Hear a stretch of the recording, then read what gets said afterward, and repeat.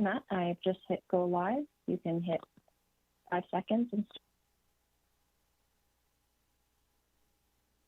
Good morning, Budget Committee. My name is Gary Crawford. I think everybody knows who I am. I'm the chair of the Budget Committee. This is day 2 of the presentations and reviews of the 2021 capital and operating budget. Just wanted to go for a quick rundown of the expectations today, and then we'll get into the presentations. So today we're going to be looking at and having, first of all, a service group presentation from Infrastructure and Development Services. That will include the division's city planning, municipal license and standards, Toronto Fire Services, Transportation Services, Engineering Construction Services, Office of Emergency Management, Policy Planning, Finance and Administration, Toronto Building, Transit Expansion Office, and Waterfront Revitalization Initiative. After the main presentation, which will be an overview of everything, we'll go into questions of each individual division for visiting and Budget Committee members. After that, we're doing a number of agencies, and there'll be some presentations and some not, but we'll be beginning with Public Library doing a presentation with questions. After that, Toronto Transit Commission with a presentation and questions, and Toronto Police Service with presentation and questions. There will also be an opportunity for questions on the Toronto Police Services Board and the Toronto Police Services Parking Enforcement Unit, again, questions only.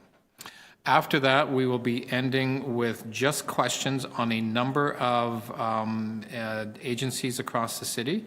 And what I'll do at probably lunchtime, and if councillors can consider whether or not they have any questions on any of the division or agencies I'll mention, we have in years past, if there are no questions, we will let staff know so they don't have to actually be here for the entire day waiting for questions that may not come. So if you can maybe consider or look at, and I'll just name them off here, and I'll just before lunch I'll ask if you have any questions of these particular agencies.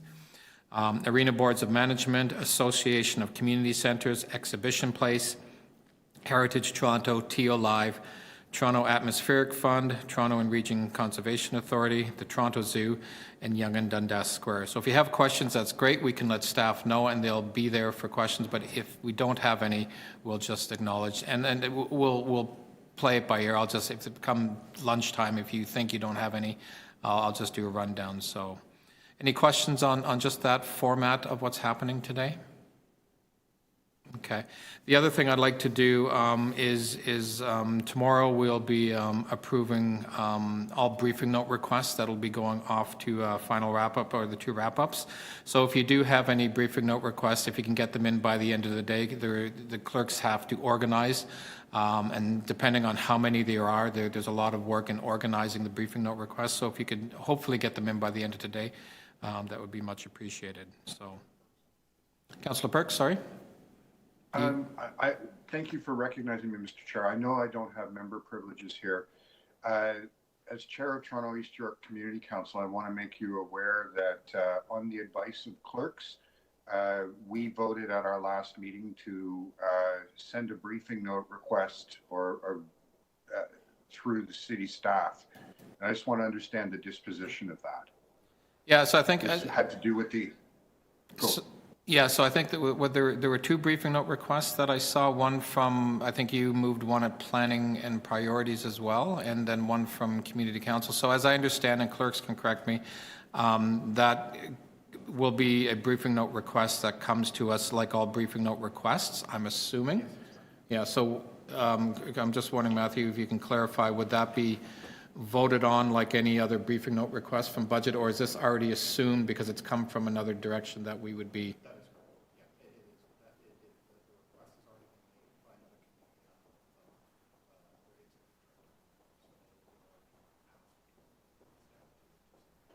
Okay, so, but I guess the question, I think the councillor was asking, will that briefing note request, and it's more procedural than anything, Mr. Chair, if I can clarify a little bit? Yeah, sure.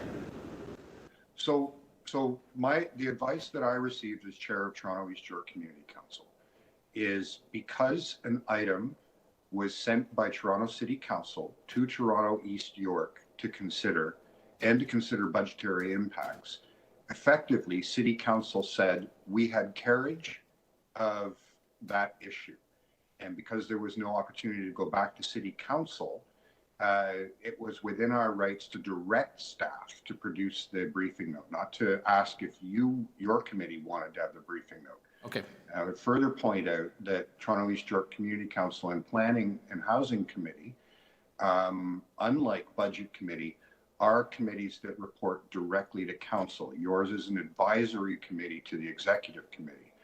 So my understanding and the information I received from clerks at the time is that our direction to produce the briefing notes would supersede any decision that came out of Budget Committee. Okay. No, that makes sense, Councillor. And again, so what you're saying is those two briefing note requests are directions to staff as opposed to a request for a briefing note. And I get that. I think that I do know, again, I haven't looked at them in detail. The one question, I think, from staff, and I'll clarify that, is ensuring that they have the appropriate amount of time to be able to deliver the answers. And we have that in years past, whether or not they can actually get that information or that briefing note completed by the first wrap-up or the second wrap-up. I think that's only I'm just trying to get clarification on whether or not, and again, part of the briefing notes when we look at them is how much time in a short period of time, if staff can turn them over quick enough to get them to the first wrap-up, that's ideally, but sometimes they can't do that. So, and I think there may have been a question, I don't know which one, but on one of them, they're going to try to get it by the first wrap-up, but it may be the second wrap-up by the time it comes. That's the only clarification. And I don't know if staff can clarify that at this point, or maybe I can report back out to you by lunch on that. But that's the only concern I have about that particular one. Thank you very much, Mr. Chair. I appreciate you indulging me on this matter. Okay, I appreciate that. So anyway, so again, on any other briefing note requests, if we could get them in by the end of the day, that would be much helpful from clerk's perspective. If there are no other questions, why don't we just get into the presentations? And again, with regard, and I'm just trying to give more of a heads up in years past. So my assumption is that we should be able to get through a lot today. Police, and maybe ideally, I'd like to see if we can get through the Toronto Transit Commission. Toronto Police Services will more than likely be after lunch, but again, we're just going to have to see how things proceed. I just want to give sort of staff a heads up on what to expect, but I'm assuming Toronto Police may be in the afternoon, but we'll have to see how the morning goes. So on that, I'll pass it over to staff for the presentation on the Infrastructure and Development Services Group.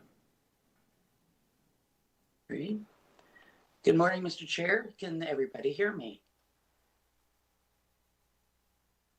Can anyone hear me? Just checking. Yes, we can hear you, Tracy. We're all good. Great, thank you. Sorry, I couldn't see anybody acknowledging, so great, thanks. Good morning, everyone. Mr. Chair, members of Budget Committee and City staff, thank you for the opportunity to present a high-level overview of the 2021 tax-supported operating and capital budgets for IDS. I'd like to start by thanking everybody, obviously within my service area, but across the city corporately, that worked so hard at delivering this budget, the recommended budget, and the materials. You're all familiar with the various IDS divisions, so I just like to thank you for acknowledging and approving the budgets of our rate programs, Toronto Water and Solid Waste, done last meeting or last year. So I start with the COVID pandemic obviously has impacted everyone. It's been an unfortunate theme of our challenge throughout this year, and unprecedented just seems to be quite an overused word, but appropriate. This gives me an opportunity to acknowledge the incredible work from all city staff across all service areas, agencies, and corporations. Specifically to IDS, I think it's necessary to acknowledge the work done by so many of our teams to respond to the pandemic. Our Office of Emergency Management has activated the EOC for the 317 days of continuous activation. I need to acknowledge the senior leaders from Toronto Fire, obviously Chief Pegg and Acting Chief Jessup, who have pivoted, the favorite word, to lead various aspects of our pandemic response. And at the same time, their leadership team continued to deliver exceptional fire response services. Carleton and MLS, extraordinary coordination with public health and the Toronto Police Service and responding to an ever-evolving enforcement environment and tasks that they had never done before. All throughout the efforts of our critical infrastructure teams, phenomenal delivery of capital undertaken by ECS, Transportation, Toronto Water, just beyond compare when you think about the challenges this year has presented. Acknowledge the agility of our divisions, our Transportation Barbara TO programs, as we're all coming to call them, implemented by so many city partners. The way all city divisions transitioned to new modes of working remotely, and implementing new approaches to service delivery, including virtual consultations and virtual committee of adjustment hearings. And finally, I have to acknowledge the work and that we continue to focus on throughout the pandemic, but also ensuring that we are focusing on improving equity outcomes and improving and enabling an economic prosperity for everybody in our communities. When we talk about these quality of life, strategic outcomes, corporate outcomes, IDS really, the span of services we provide crosses all areas of our priorities. We strive always to deliver the quality of life for residents and businesses, delivering trusted services that advance prosperity, and delivering services with fair and equitable outcomes. We're firmly committed to modernizing the way we deliver service, all in support of all of our efforts and your efforts. So as we move into 2021, naturally our efforts remain focused on supporting and building our communities while responding to the ongoing pandemic needs, continue to invest in infrastructure and our mobility networks and expanding transit and mobility options with cycling and walking, and continuing to modernize, as I said, our service delivery to support the economic recovery and equitable prosperity that we need to see for our city and our communities. These actions we feel align very well all the individual divisional priorities, but also some of the key recommendations that arose from the TOR report and our broader quality of life strategic outcomes that I've just referenced. 2021 risks and challenges are in many cases, not much different than they've been in prior years. We are still managing expansive aging infrastructure systems through water and through the roads. We have continuous growth in a vertical city, which presents its own unique challenges. And of course, through 2021, we are continuing to operate as everyone is within and responding to the pandemic environment. Certainly the uncertainty of COVID and its long-lasting impacts on the community and our economy are things that we have an eye on, considering the potential negative impacts this may have on our city revenues and our continued need to adjust services as the pandemic evolves. Despite all of these things, in 2021, some of our priority actions include accelerating our efforts to ensure development and affordable housing applications are processed efficiently, continuing initiatives that arose in response to COVID-19 with the active TO, curb TO, cafe TO, quiet streets. We are continuing to work to expand the city's transit network plan, both internally with planning, but also with partners at the province, focusing on developing asset management plans in form of the long-term sustainable long-term investments that we need to make as a city, modernizing our services, as I said, and continuing to support agile workforce strategies the way we have done, including maximizing our virtual capacity and supporting the efforts of modern TO, which I know you'll hear a bit more about tomorrow. So overall, the 2021 IDS tax-supported operating and capital budgets recommended by staff represents an investment of approximately $1.2 billion gross and a $0.756 billion net investment. This represents an overall increase of approximately 7% of our projected actuals from 2020 and 5% over our net approved 2020 last year. The increases largely due to unionized salary and benefits, COVID-related expenses, inflationary increases, and the continuation of programs that have become so popular. The recommended budget also includes $11.2 million in gross new and enhanced investments, which I'll reference later. The tax-supported capital budget recommends an investment of $7.2 billion over the 10 years. Approximately 57% of this is allocated across state of good repair projects and 33% to growth-related needs. For 2021, the recommended capital program represents a $638 million investment. So a little bit finer detail, as a service area, including our rate programs, we represent a $3 billion investment. The tax supported side of the house, which we're talking about today, as I've mentioned, is approximately $1.236 billion. Of this $1.2 billion, 61%, or next slide, Victoria, if you don't mind, thank you.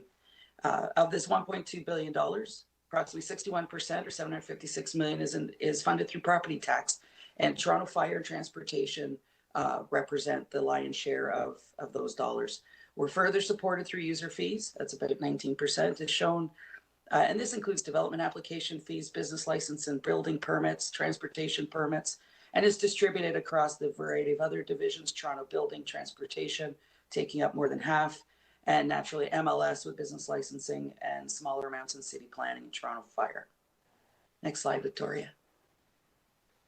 Thank you.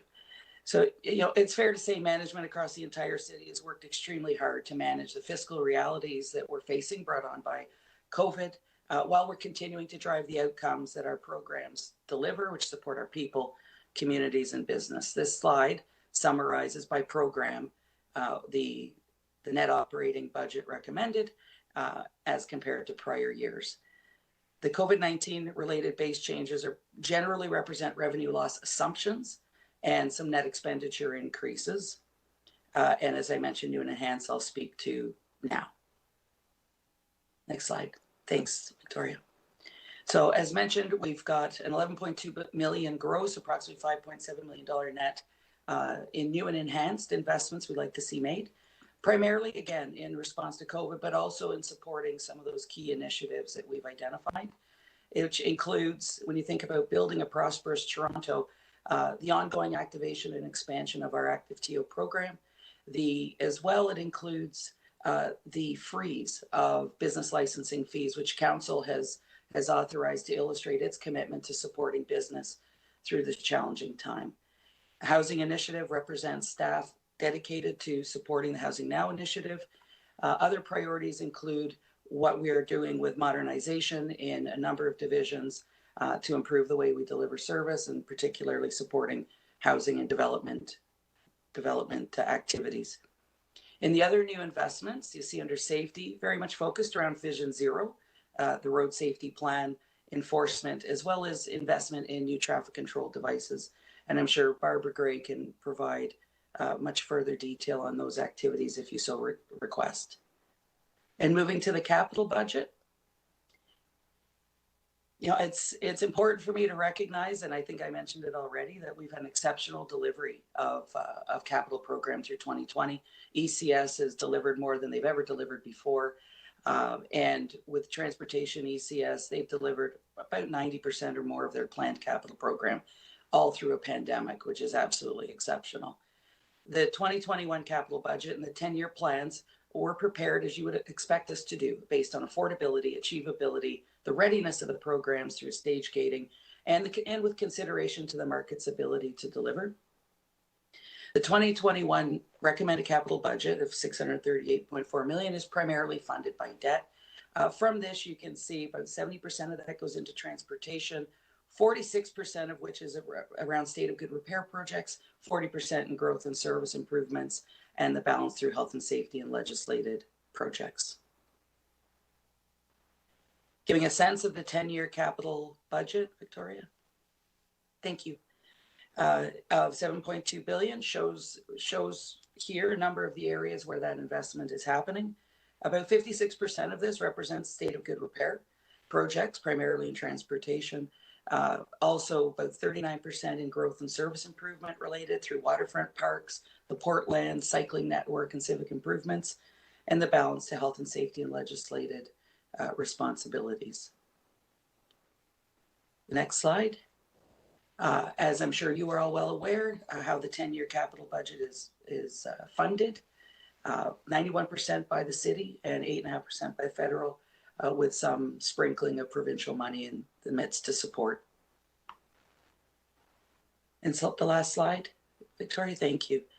As well, we have more work to do than we have money to do it. And the capital needs constraints reflects what we're seeing as the unfunded or the capital needs that we still have, which is generally equivalent to the 10-year, coincidentally, the 10-year plan that we already have. We estimate about 66% of this is related to state of good repair.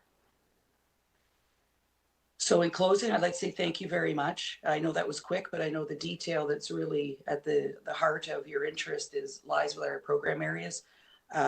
Definitely want to thank everybody who's worked so hard at putting this together and worked so hard to adjust to the changing environment through 2020 and what we're facing in 2021. And thank you all, Budget Committee and visiting councillors, for giving me 12 minutes of your time to introduce the IDS budget. So thank you. Thank you, Tracy. And it's not over yet because now we start all the questions. So why don't we, first of all, any overall questions on the presentation? If not, we can just jump right into the divisions and work our way down.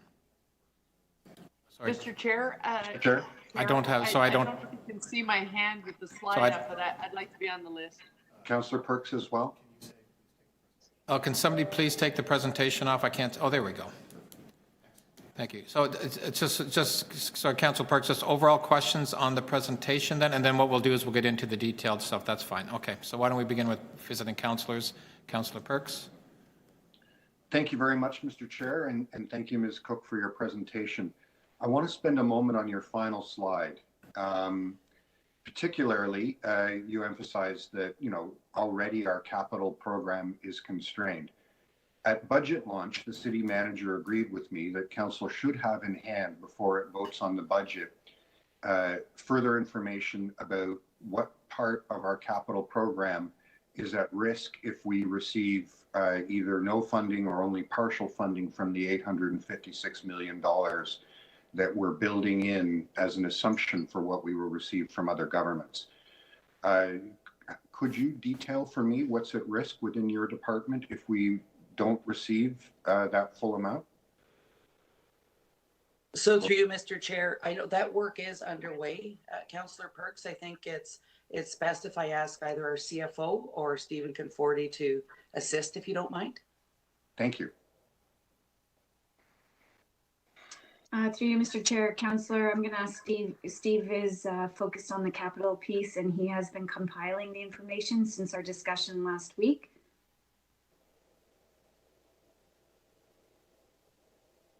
I'm getting handed off around here. Sorry. I think I'm the final Lands stop. with you, Steve. No problem. So I think first and foremost, our expectation is that we're going to receive support from the federal and provincial government, and that is how we're planning going forward. Our preference is not to impact the capital budget or reserves that we've set aside, but both independently actually wouldn't be adequate to address the shortstop. We couldn't take all from reserves, and we wouldn't be able to take all from capital. And it's important to note that the capital budget both addresses city infrastructure needs, including expected growth in our SOGR backlog, but it also supports the economy through significant investments and job growth. So we're currently working with program areas right now on the potential impact to capital that would be proportionately allocated based on that level of debt/CFC funding that we have in each of the individual recommended budgets. We've preliminarily identified general scope and project areas that will be impacted, and we're going to ensure that funds remain to deliver existing commitments as well as advance legislative and health and safety requirements. We're still working on this, and again, like I said, we have that general grouping. In the event that any ward-specific projects or any particular projects are impacted, we're also providing assurances that we'll contact the local councillor, but that's where we are right now in terms of the review. I appreciate that. And, while I understand that it's important that local councillors know, each of us is charged with thinking about the whole city. And it's helpful to know that legislative and health and safety requirements are going to be put first. But I have to vote on the whole budget. Will I be receiving from you or your department a document which lays out what the decision-making process will be so that I can understand what I'm voting for? I mean, it's unprecedented. I've never been asked to vote on a budget that's missing hundreds of millions of dollars before. Yeah, through the chair. So as I mentioned, we're working on the methodology. I think we have the general scope in terms of what the allocation will be by program, and we have a sense of which overarching projects would be impacted. I think given the size of our budget, you will see that it's generally going to be on the SOGR projects that we would have to impact. So we are working on that refinement now, and we'll be able to have information available. Can you give me a sense of when? I frankly find myself in the awkward position of having this one opportunity to discuss departmental budgets. And if you're saying that state of good repair is an issue, you know, today, for example, we look at the transportation budget, which already has a huge state of good repair issue. So when?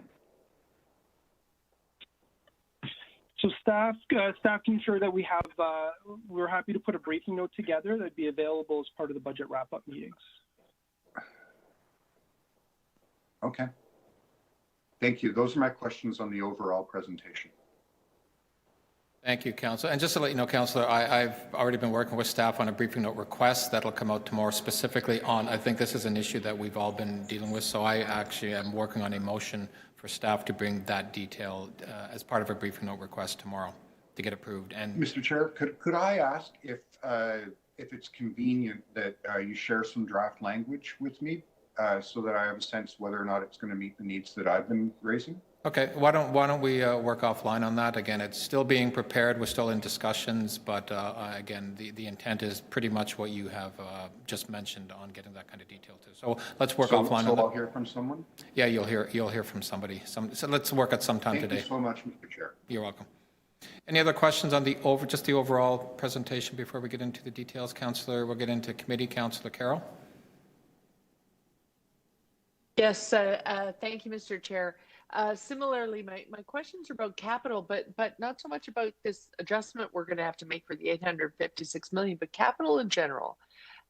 In this division, the biggest red indicator is transportation, but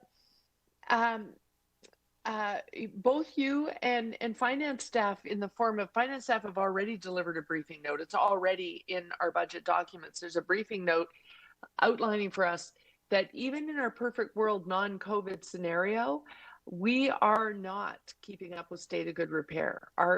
You've talked about how efficiently ECS is able to spend the money we allot them, that they've completed capital, I think 80% even during difficult circumstances, and it was about that the year before.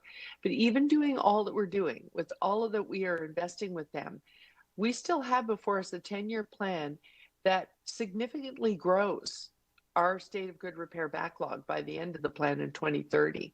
That's the case even if we don't have to dip into this capital budget to fill our shortfall here. Isn't that the case? I'll start. So through you, Mr. Chair. Thank you, Councillor Carroll. Certainly, the focus on asset management and managing our capital program is an exercise that we are, diligently looking at. Our CFO reminded us yesterday that we have, submissions due to the province about our asset management planning as well. So I think everybody is very attuned to the challenge that we have, and we have a lot of infrastructure. We're a very big, complex city. I do know that our finance folks work very well with our capital delivery teams and flex funding as well as they can when we need it, when we're delivering. I don't know if Heather or Stephen want to supplement that at all, but we do all recognize the challenge, Councillor Carroll. Absolutely. Well, no, I'll go on because we live every day we get calls from people that say, you keep doing work. I see you fixing roads. Summer comes and I keep running into roads being ripped up and repaired.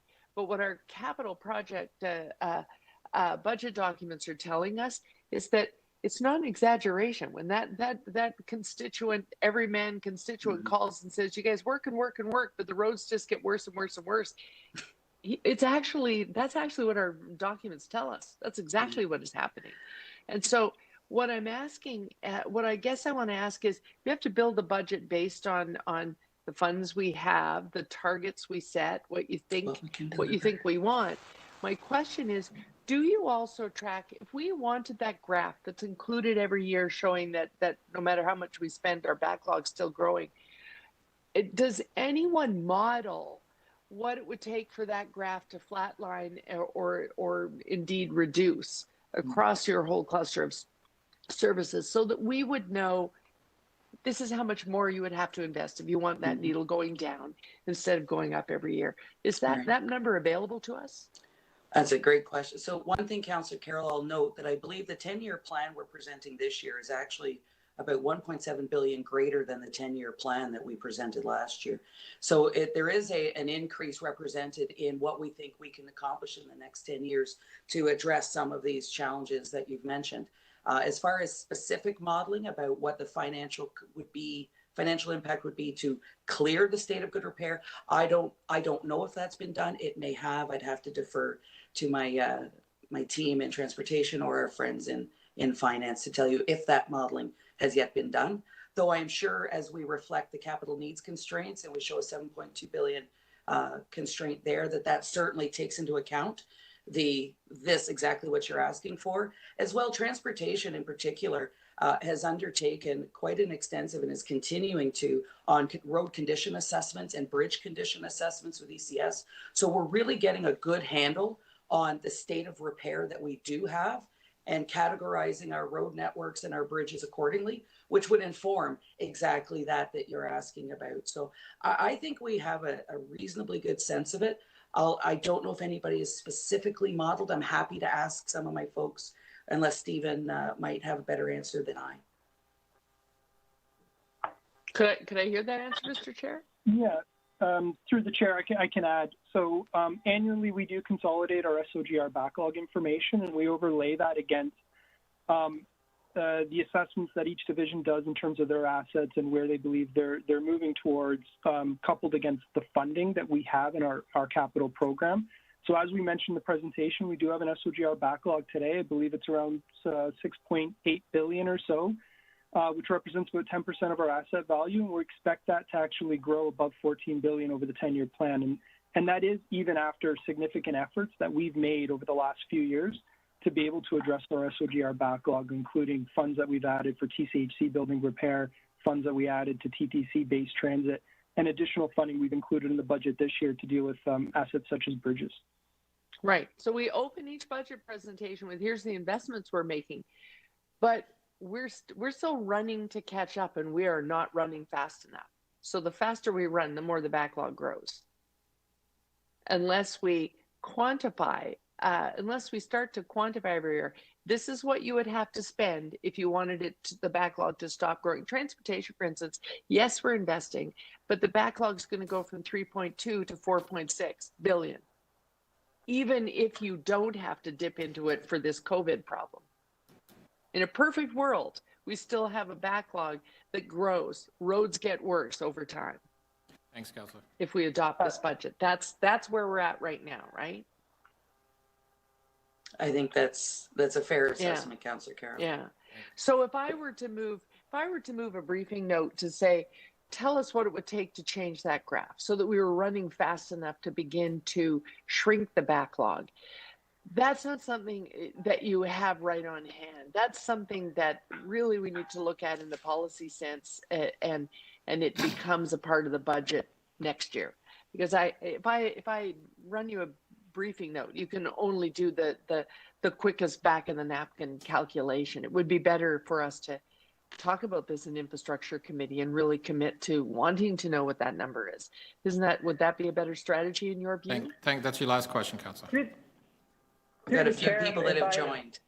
Go ahead, Barbara. If I may, Tracy, is it okay if I add a little bit here? You are absolutely welcome to, Barbara Gray. Okay, thank you. Councillor Carroll, so we actually have a fair amount of information about that. We brought a briefing note to Infrastructure Committee back in, I think, October at the request of Deputy Mayor Min Wong on the state of good repair backlog.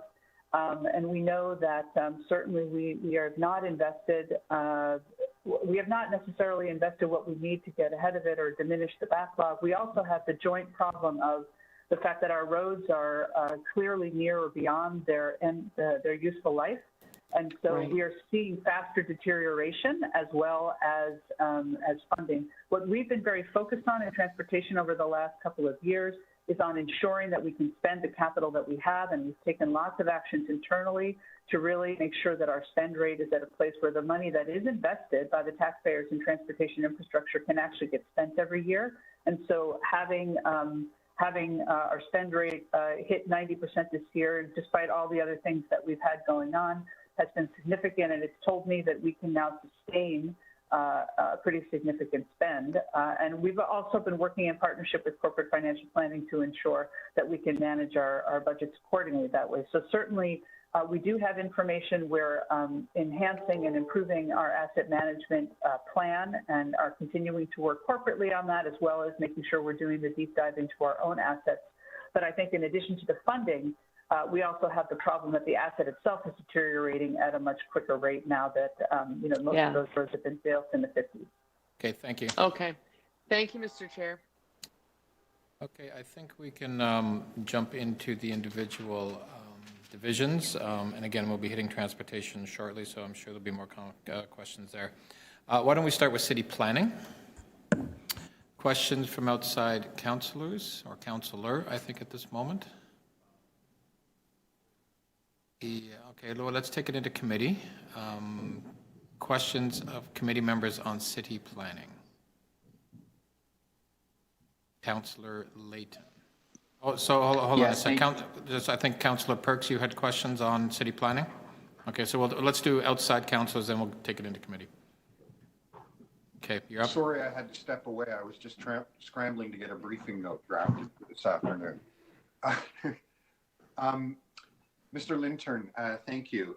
We had the beginnings of this conversation yesterday at Planning and Housing, and I was wondering if you could enlighten us a little bit more about the large number of planning studies, avenue studies, heritage studies, and so on, that have been moved from, we're going to do it in 2021 to on hold, and the relationship between that and both your approved complement and the actual strength in your department. Through the chair, and thank you for your question, Councillor. Can you hear me okay? Yes. So as you rightly point out, all of those factors are related. Just on the work program that was presented at Planning and Housing Committee, just to put that in context, that is very much a living document. We produced it at the end of 2020 as a reflection of our understanding of our capacity at the time. And projects go on hold and come off hold through the course of the year as priorities shift. It does relate, as you point out, to staffing and resources. And we are in the process of aggressively filling our vacant positions that will enable more projects to come off hold through the course of 2021. I'd also relate your question to our service levels. The service levels in our work program are generally or have historically been exceeded. Last year, they were marginally below our service level of 18 studies, for example, although we got other work done. And I would anticipate being able to exceed our service level on studies in 2021. All that being said, I do acknowledge that there is a substantial and ever-growing work program. And that's the result of understandable but continuous requests from City Council and others, changes from around provincial legislation and other factors that put demands on the work. And we constantly have to make those adjustments, apply some judgment, and progress as meaningfully as we can through that work program, sometimes rescoping and refocusing our work to get the essence of the problem addressed, and sometimes phasing and sequencing the work, which is all reflected in that work program. So I'm just trying to give you a realistic answer. I think the key is the resource and being able to ramp up quickly on our staffing level, because we did hit, as I indicated at planning and growth, we did hit an historic level of vacancy last year, and we are engaged very aggressively in getting out of that hole and getting more bums in chairs, quite frankly, to get on with the work. Okay, thank you. So that leads me to two further questions. The first is,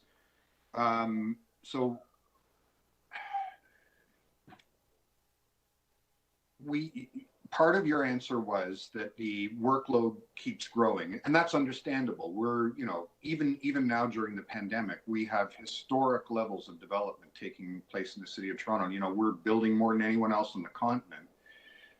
Does your budget ask for 2021, assuming we are able to fill the complement that's approved, does that give you sufficient staffing resources to respond to all the changes that we're seeing coming down from the province, the emergencies showing up from time to time, like the Foundry site, and council's direction that you perform certain heritage secondary plan studies and manage all the applications within the provincially mandated timetables? Does your staff complement that you're proposing allow you to do all of that work? So I'll say in general that any division could always be larger to accomplish more work. So there's a question of affordability. We set. I'm not asking you if it's affordable. That's up to council. That's up to council. I understand that, but I'm putting it. Does your in the context of both give you the staff resources to do all the work that council has directed you to do? I would say generally yes, in the context of our service levels for the work program. If we can hire up, we can meet those service levels. They will not, as I indicated in my other answer, they will not get all the work done that council has asked for, because that list is ever growing and ever changing. But we will meet the service levels that we established. In terms of the legislative timelines, as you know, Councillor, legislative timelines are highly dependent on the dynamics of planning applications. I would say historically, for the last 30 years, we've never met our legislative timelines, but we have approved, for example, in 2020, close to 19,000 housing units. So we're not doing badly, not against those timelines, but against the actual outcome that we all desire, which is to try to meet our housing needs in this city. I guess I'll have to ask my second question in a second round. Thank you. Sorry. Thank you. Taking it into committee, I think Councillor Layton had his hands up. Yep, Councillor Layton. Yes, thank you very much. And this is along the lines to Councillor Perk's question. So on page 3 of the analyst notes, and I should preface this by saying we ask you to do a lot. We ask planning to comment on a lot of things, to lead many files, partly because outside of development review, we want these policy pieces done strategically and planned appropriately. And I think that's why a lot falls on, a lot of the city building efforts fall on planning. And so we should resource it appropriately. So on page 3, the city building and policy development outcomes, service levels. In 2018, they were up around into the 30s, which probably was a historic high. 2019 down around 22, and then it decreases. I suspect, though, at least in Ward 11, the number of increased requests for reports of that nature are actually higher than, and going up. What happened in 2018? How did we accomplish so many? So we've, thank you for the question and through the chair. It's an interesting observation, and what we've done is look back over the years and looked at the pattern of planning studies and how they tend to ramp up through the course of a term of council, peaking in the 3rd and 4th year of a council term. And then there's a kind of a start again kind of pattern that happens, and that's reflective of council's new priorities, new councillors, and other changes. The accomplishment of work through the course of a term, the engagement, public engagements that's required as we undertake these planning studies. So you see a pattern there of it increasing through the term. So that likely explains the 2018. I'll note that this summary, which is very much a summary, when you look at the work program itself document, it lists dozens of other initiatives that are underway. We've captured, the bigger ticket items in this chart, but there are many other initiatives that are underway and certainly that occur through the course of the year that we reflect more fulsomely in the work program report that we produce for PHC. Okay. I want to talk about staffing levels and vacancies. What is your current, not your current number of FTEs, but a full staff complement based on your budget? Based on the budget, it's 451, the 2021 budget. That's the complement. The complement. The complement. What was it in 2020? In 2020, 450. It was 450 in 2020. And what was, when you add it all up, everyone's time, what was your actual FTEs over the course of that year? How many full FTEs? Well, as I indicated, the pattern through the course of the year with hiring slowdown and retirements, normal churn, probably some extraordinary events related to the pandemic. We reached historic vacancy levels through the course of 2021, in and around 20 to 25% actually. Our typical vacancy rate year end, for example, in December 2019 was just under 8%. So roughly 3 times our normal year end vacancy rate. And what we've been doing since then is, I would say since the fall, is moving to fill those positions through in accordance with union agreements and dealing with that churn and that vacancy rate. So that number is now falling, and we have been able to make offers since October, about 46 offers actually, and we've got about just over 50 competitions right now underway. So as I said, we're aggressively moving to get out of that hole and get us back to a more sustainable and typical operating level. So you were running about 100 planners shy, or in the overall staff complement? Yeah, as you know, Councillor, we have not just planners, but other disciplines, whether they be heritage staff, transportation staff, urban designers, and others, administrative staff. So it's all in kind of answer. Sure. So can you tell me the voluntary separation program that's listed on page 10 of the report? The intent of that was to take money off of the pressures on the tax base. But planning isn't a tax-based, or the revenue that pays for the planning budget isn't tax-based. We're about 55, 45, I believe. 55 revenue, 45 tax. That's your last question, Councillor. So can we be assured? So on the development review end of things, how many FTEs does that voluntary separation program represent? In city planning, I believe it was 14. 13. If my memory serves me. 13. 15. 13. 13. Sorry, I'm just getting some incoming.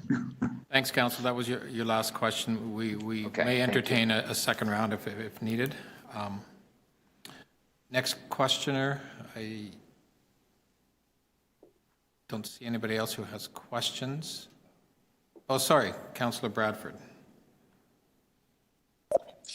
Thanks very much, Mr. Chair. Good morning to our chief planner. We've talked a lot about the vacancies, so I'm going to let that sit. But I do want to talk a little bit about staffing levels.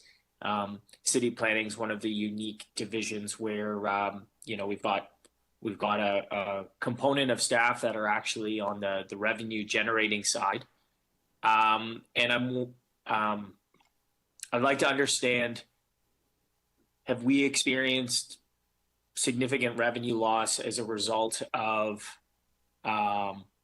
any sort of slowdowns in planning applications that ultimately would generate development charges that the city would be collecting. Have we seen that slow down, or has it been continuing right through and not impacted by what we've seen over the past year? The answer is no. Our budget documents reflect a slight reduction in revenue, but we anticipate by the year end, knowing what came in the last quarter, especially in December, that we will come even on our revenue vis-a-vis the 2020 number. We've had decline in numbers, application numbers in the Committee of Adjustment, 300 or 400 down from the previous year. Which might reflect, what's going on in people's lives, certainly, and postponing or delaying projects. But the overall activity in other forms of applications, people are tending to still move their projects through the planning approval process. Not necessarily maybe pulling permits, but interested in moving things through the process. Okay. Speaking of C of A, LPAT and TLAB, did we see a slowdown at the start of the COVID-19 pandemic with court and judicial processes and reviews for LPAT and TLAB? Yes, there were transition issues around setting up C of A from in-person to virtual. We've done quite well, as was noted by the DCM on C of A, but we continue to manage our technology platform, and some days it's smoother than others. The TLAB and LPAT had suspended activities as well in the spring and have since gone on to virtual. But all of that to say does create backlog impacts on the tail end of some of the planning processes. Fair enough. That makes sense. As we move out of this and look ahead to 2021 and beyond, we would anticipate that those LPAT and TLAB hearings would continue to come forward. Is city planning going to be resourced appropriately to respond to those appeals in the city's best interest? It does present its challenges, especially on larger hearings when a staff member, for example, might be at an LPAT hearing for 3 weeks. We have to continually adjust and accommodate for that. Especially when the vacancy rate is where it is. We don't have the depth or the bench strength, and it does result in incremental delays. One device that we've resorted to is, for example, hiring an outside planner or an urban designer to give evidence on behalf of the city to make up for some of those impacts, and that is sometimes undertaken. Okay, and following up on that, that's a good point. Sometimes unforeseen things take place, and that requires us to pull staff and resources for, let's call it, new work assignments. And I'm couching this in the context of the tremendous volume of provincial changes we've seen that have direct impacts on our planning. When we're needed to put our minds towards drafting responses on the provincial timelines, urgent responses, this assumes a need for speed, very short notice. We must be pulling staff from other assignments, other work plan components to respond to that. Is that correct? I think that dynamic does happen. I'm not going to pretend that it doesn't. And the in-year changes in provincial legislation, for example, some of them do happen quite quickly. We have to provide comments on a timeline, for example, a 30 or 60-day timeline. We do have dedicated staff with provincial backgrounds, which has helped. However, there's no doubt that if we have a vacancy and an unintended consequence, we've got to make some accommodation, and sometimes it does have a delay. I mean, a good example is that Cafe TO, when we did zoning on private property, something that the city wanted to advance. Maybe that means that another initiative that's on the zoning work program has to, be set aside for a few weeks while we focus on one of the council's priorities. So I think I'm out of time. I'm going to ask one more, and then maybe we'll have a second round. But is that when you're building out your work plan and your staffing complement, is there a specific unit within SEPA or somewhere that responds directly to this work. I just want it, when you look at your work program, there's so many stuff that we want to get done is in the city's interest. And I just want to make sure that stuff doesn't get pushed on the back burner, because particularly over the past couple of years, there's been a lot of major provincial changes that we've had to respond to. So I'll say, and again, I don't want to be, pretending that it's not easy, that it's easy. It's not easy. And I think, we have maybe just over a third of our staff who do some of that policy development work, but within that portfolio, there's constant change.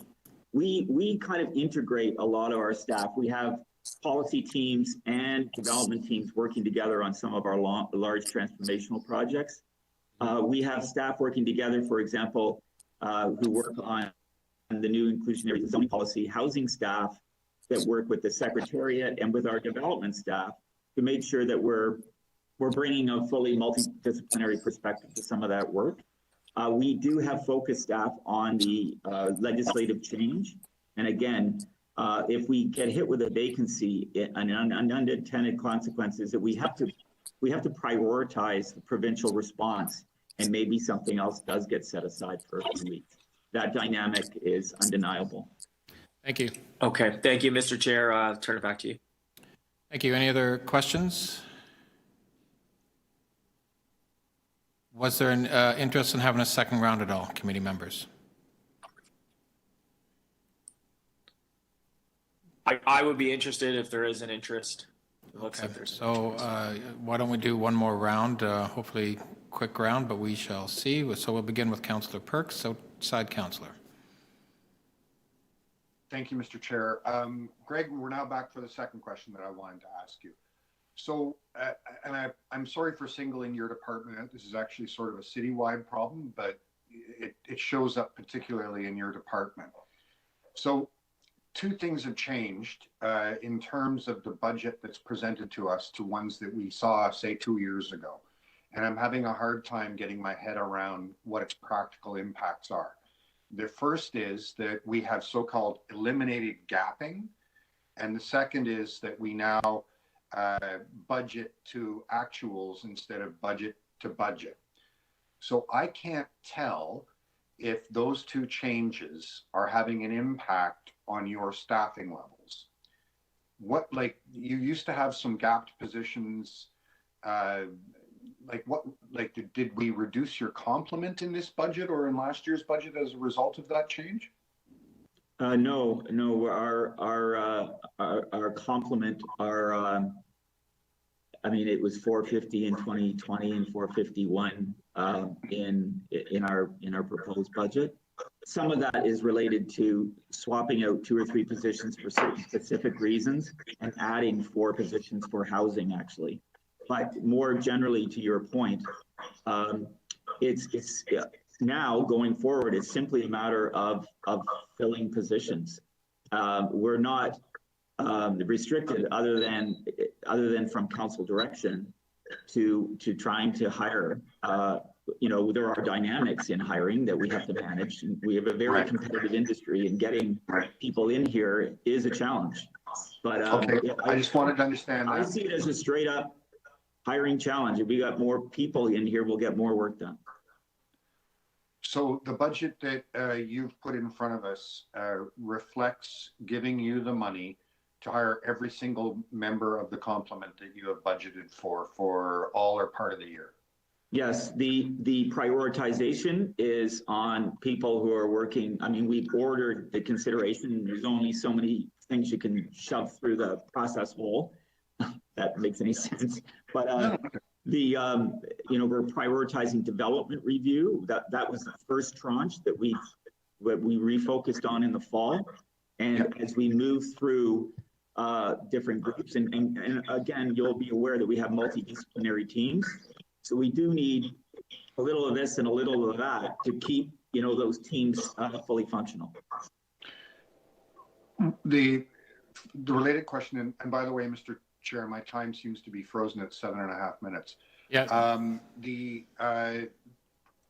follow-up piece that and here I just don't understand. And again, it might not be on you, it might be on the CFO or HR or somebody.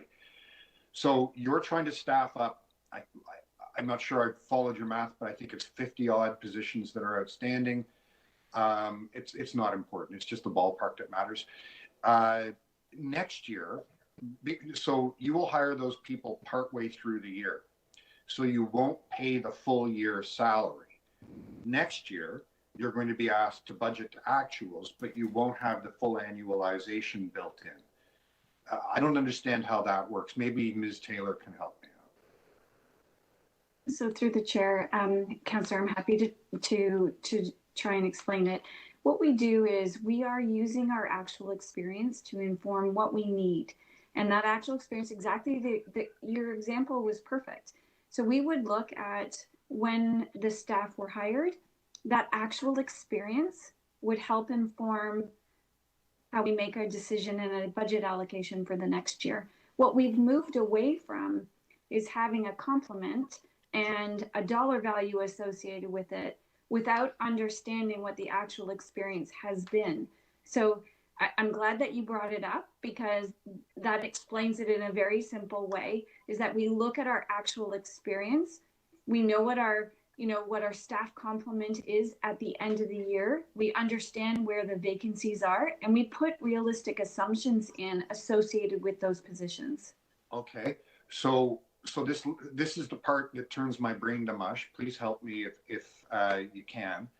So last year, the planning department would have had a bunch of positions that were only paid for part of the year, right? People who served 2/3 of a year and then left, or people that were hired in October.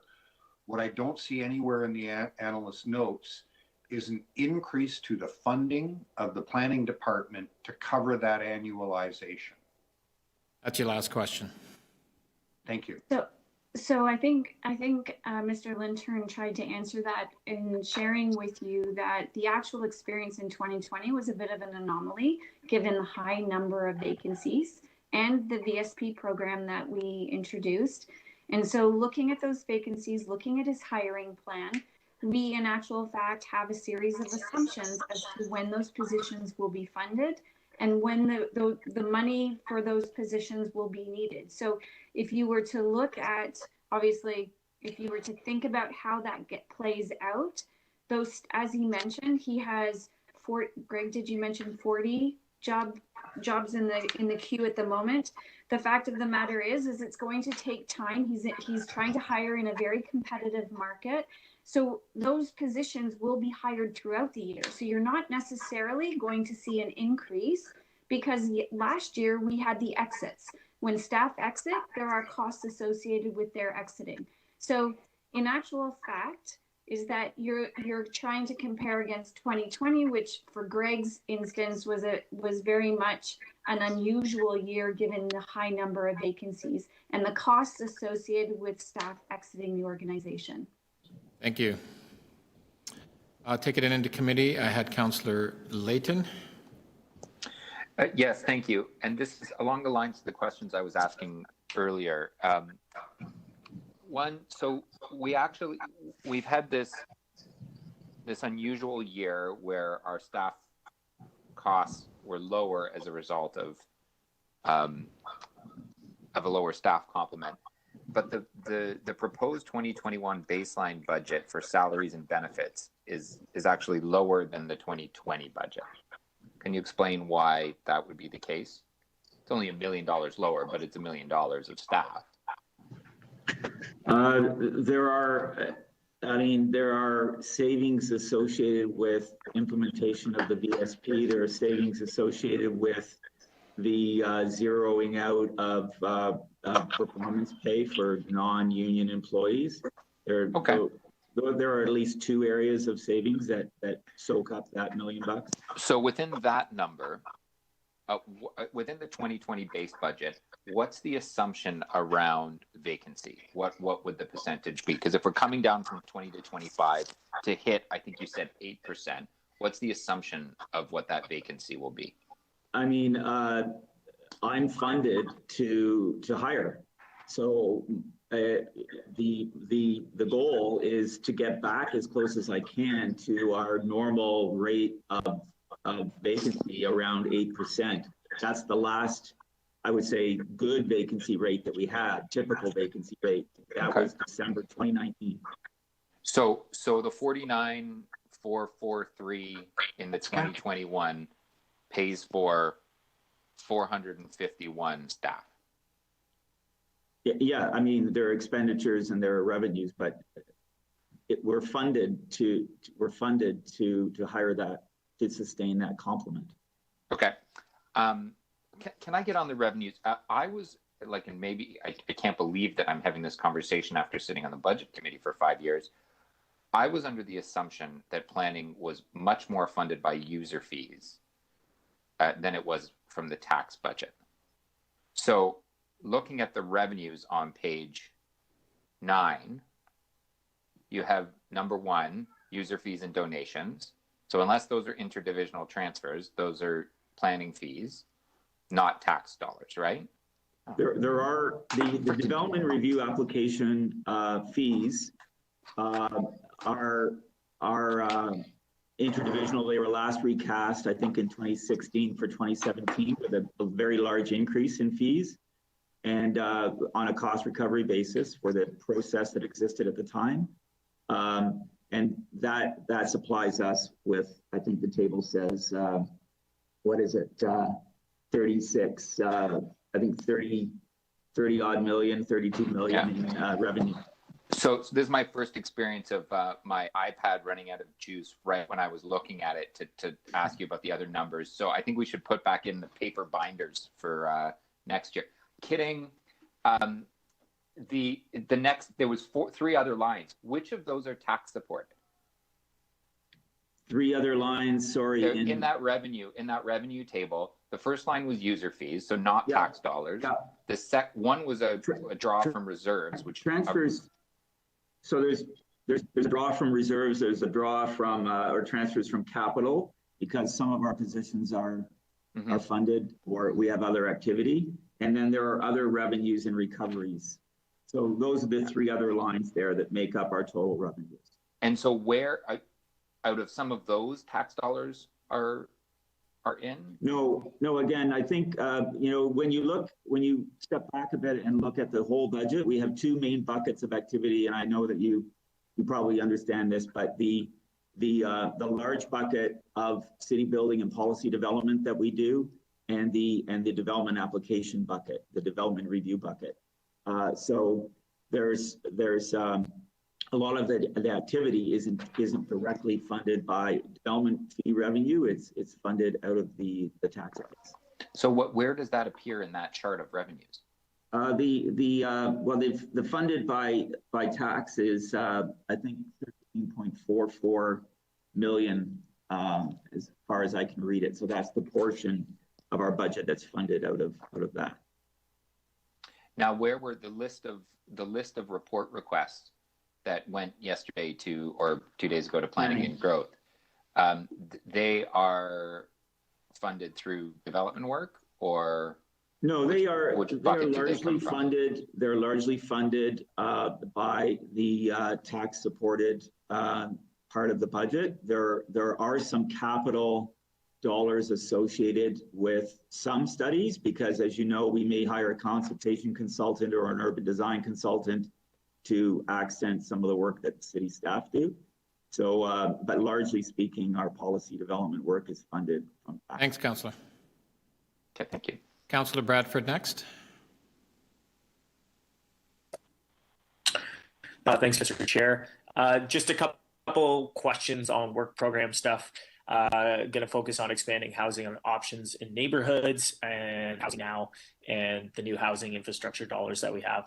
So we'll start there. When we receive funding from other orders of government, specifically infrastructure dollars for housing, the Rapid Housing Initiative, National Housing Strategy, what does that look like, that mobilization look like in planning as it relates to coordinating with the other divisions? So a couple of strategies that we've deployed through the course of 2020 and into 2021, these will continue and get further developed. One is affordable housing is a priority across the board. Secondly, in our SIPA unit, we have dedicated staff who work on housing now, and they work with our district staff to quickly advance those city-initiated rezonings, and we've done very well with that. We have dedicated centralized staff who have been working on the modular housing activity that, again, working with our development review partners and the housing secretariat, city real estate and CreateTO. So these are all kind of team-based strategies. And then further, we're working on standing up interdivisional teams to the CTA business transformation work, and they're prioritizing affordable housing as well. So there are many parts to that answer, Councillor, but it's a multifaceted program. So similarly, when we look at housing now, I had questions yesterday for the housing secretariat, SSHA, around the funding. There will be more sites coming forward. The second tranche has landed, and a big key on that from planning's perspective is the ability to rezone and turn these sites around to get ready for an RFP process. With the increased sites coming online now, does planning have the resources to do that work in an expeditious fashion? So we put 4 dedicated staff in the budget for this year for housing now and housing related activities, and we'll continue to deploy a team-based approach for some of the other initiatives. So that's the focus that we put on it. Okay, concept to keys, that whole body of work, and I know that that's not led through planning directly. Are there recommendations or ideas that are coming out of that that's going to change the way business is done in city planning, and how is staffing or work allocation changing to reflect that, and how are we working with the other divisions to move that stuff forward?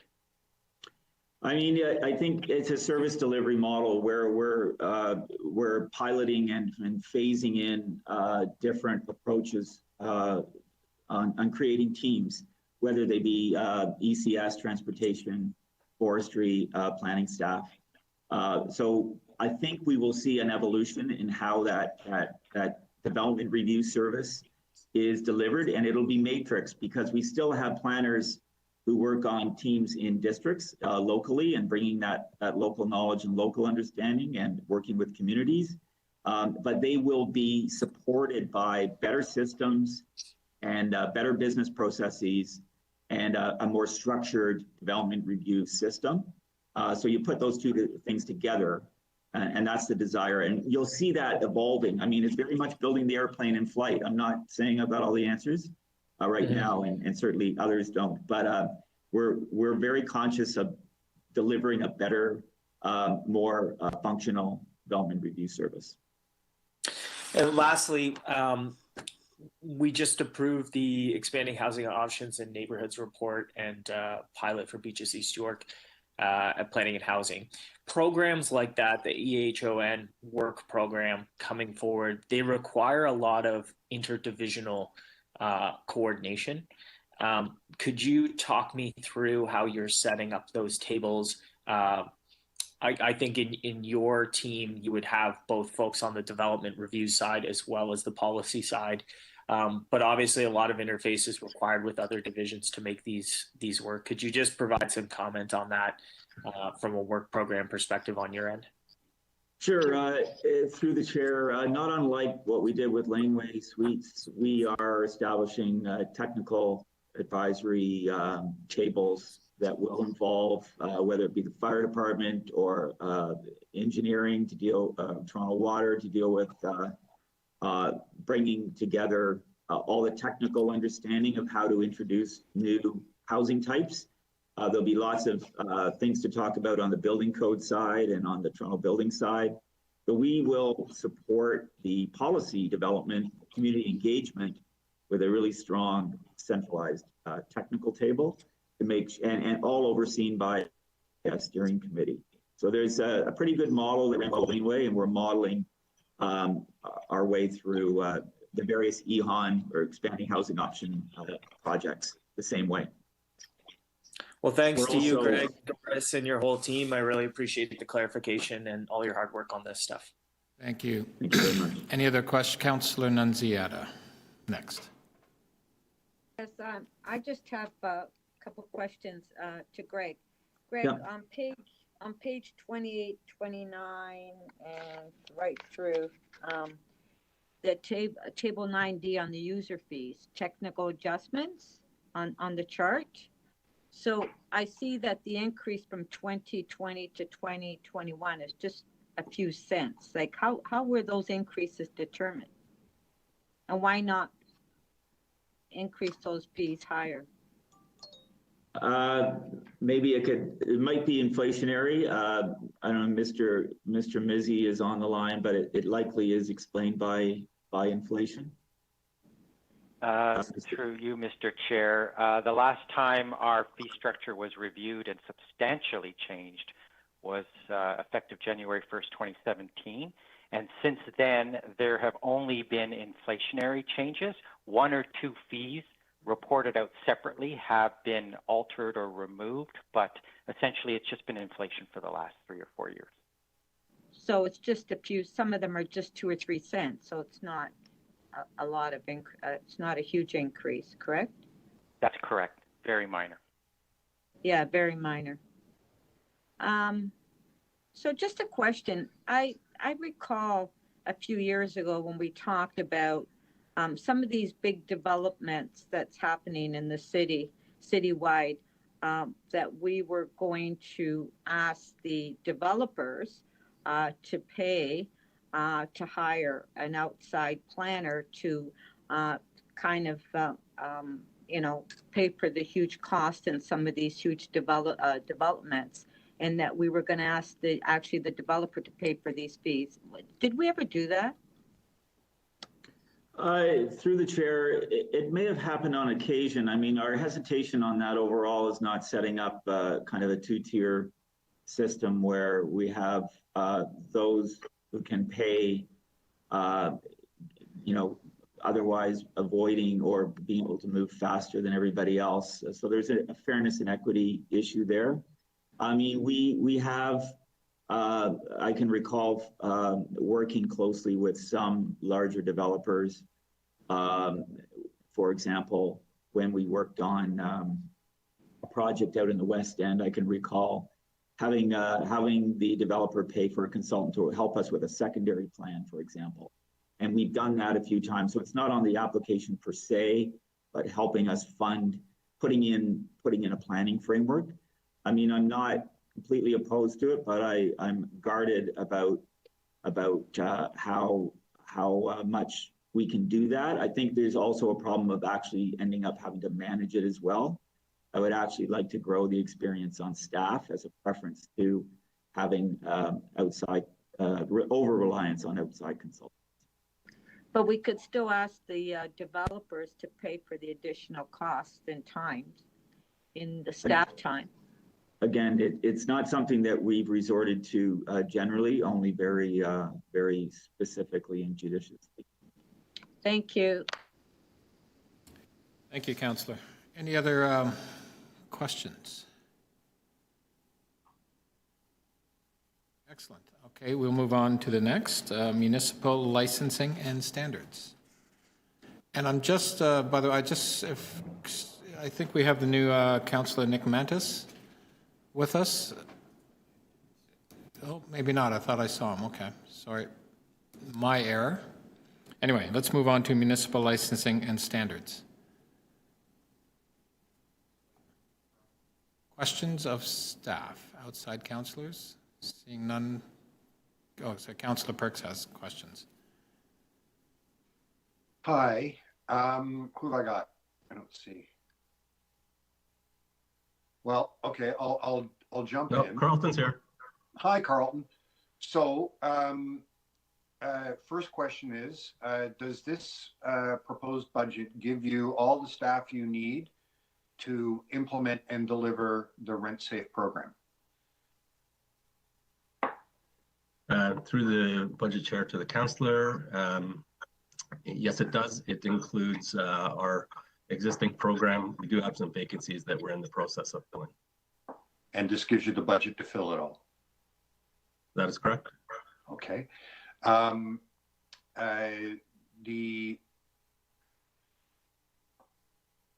I forget which aspects of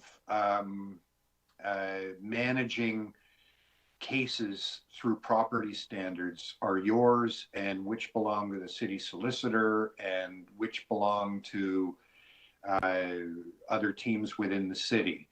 But there has been a real concern that property standards cases drag on for years and years and years, and often, you know, an outstanding issue in a building won't get resolved for 5-10 years. Does this give you adequate resources to resolve those cases more quickly? Thank you for the question. Property standards, yes, this is under our purview. Some of the delays relate to allowing the necessary time to do the work. I'm not familiar with 5 and 10-year versions. I'm more of the 5 or 10 months. Well, okay, I'll give you an example. At 10345 West Lodge, we have had orders against that building that date back to the 1970s. Okay, no, I knew you would have an example. This budget does allow for us to have staff to work on these types of files. The challenge that we're having is with the work that we're doing directly related to COVID. So our work has been spread. So, but this budget gives you as we've had to respond to the very and get ahead of that.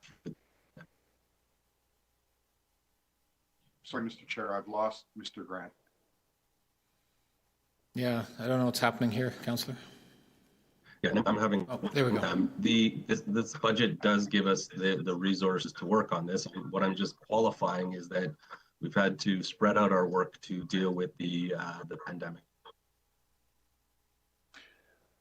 Okay, so with a number of other departments, we've discussed how there's this moment we're in right now, but we're hopeful that by, you know, August, September, October, people are sufficiently vaccinated and the pandemic sufficiently under control that we will reach a point where we can return to something like normal. Does this budget give you the staff complement necessary so that in October, if everything goes well, you will have sufficient staff to be able to implement the full program of managing outstanding work orders and getting them resolved? The short answer is yes, as if we return to normal. The longer answer is again. Yep, no, I understand that the future is uncertain. And finally, along the same lines, we are right now in the process, and there are several councillors on this call who are part of it, of attempting to do some real reform in the way we handle rooming house licensing. Does this budget, A, give you the resources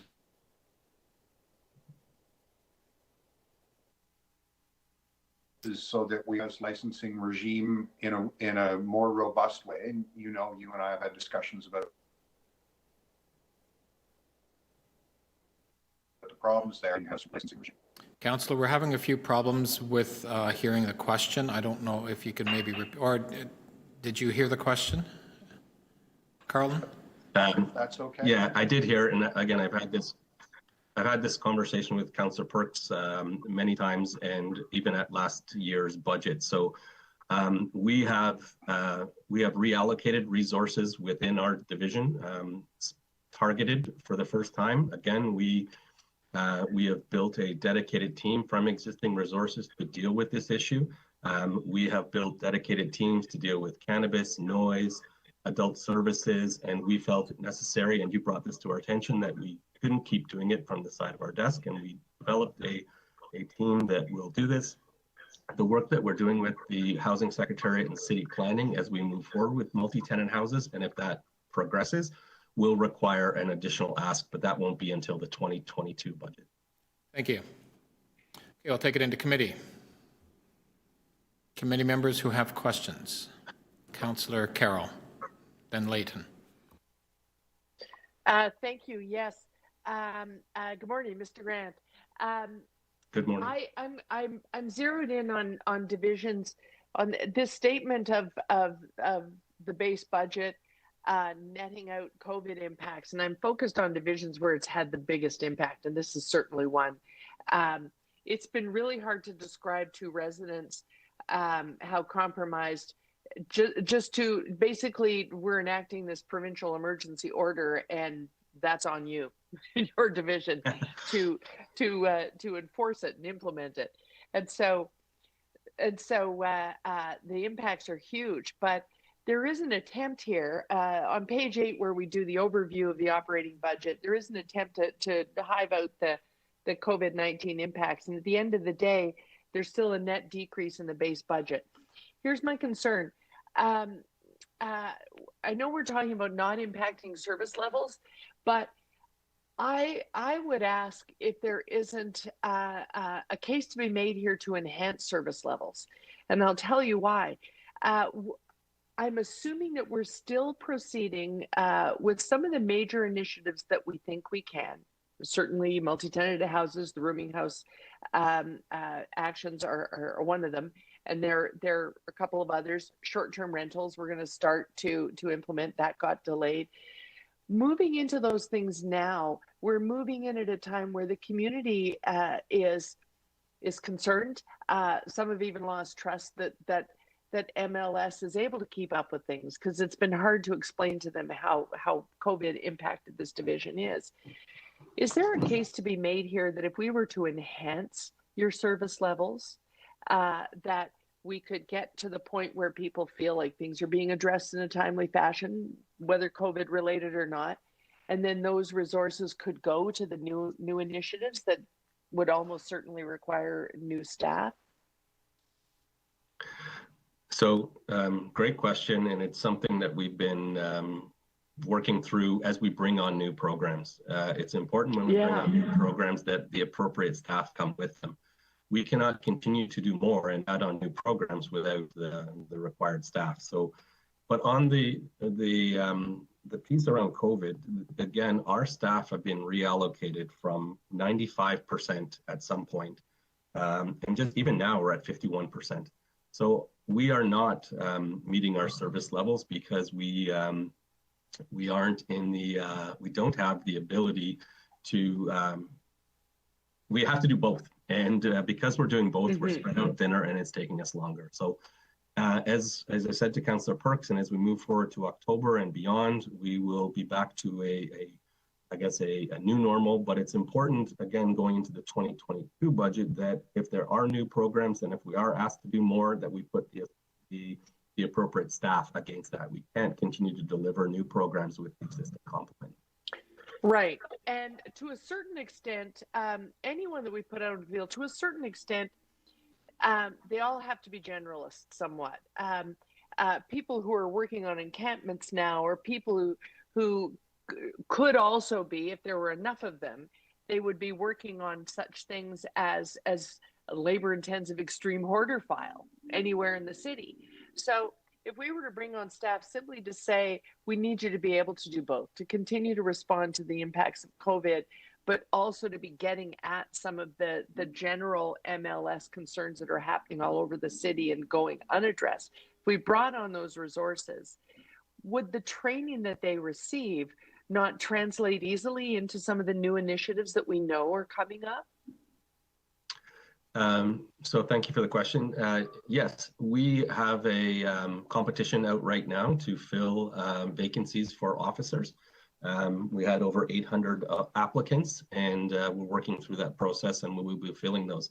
The challenge we're having, again, is the generalist works in some cases. We need to have that generalist, but we also need these specific skills. And you talked about a couple of things: short-term rentals, zoning. These require really specific knowledge, and that's why we've moved towards dedicated teams in noise as well, and the adult services. So we need to find that right blend of dedicated teams and that right blend of generalists, and to have them all trained in such a way that they can, as I said, we brought 95% of our people in the summer were working in the parks. and that is they're not trained to work in the parks. Yeah. So we've had to adapt throughout. Okay, thank you. That gives me some ideas. Thank you. Thank you, Councillor. Anybody else? Councillor Layton. Yes, thank you very much. Is there somewhere we can find details about enforcement activity and the number of calls and actions of different types of infractions? I believe, I mean, our service, are you talking specifically about business? Different types of calls that come in for bylaw enforcement. It perhaps is on open data. I'm not certain. We have a high volume of calls. We can do a breakdown based on 311. It's something that I would have to, I guess, take away as a bit of an assignment to really to answer your question properly. So what would you consider emergency versus non-emergency response within your department? Yeah, so emergency is really around health and safety. These are appliances that may have the door still left on them that a child could get trapped in. These are no heat, no water. Those are the types of emergency calls that we receive on the investigation services side. In the animals side, again, it's an injured animal, an animal in distress that we would want to deal with at an emergency level within 24 hours. Okay. Is there any information available about the emergency bylaw enforcement, emergency calls, and the standards that we have for those, and if we're meeting them? So in our analyst notes, I think we do include. I'm just trying to find it here on my tablet, and hopefully it doesn't run out. We are doing okay considering emergency. Actually, the ones I'm pulling up say non-emergency, and that's probably why you're asking. Mm-hmm. So, again, I'm not finding that right now, but the emergency we typically do at a higher level in the property standards and in animal services. Again, that is our priority. But these non-emergency calls would include things for Toronto Animal Services, would include things like an off-leash in a non-off-leash area, the noise infractions. That's correct.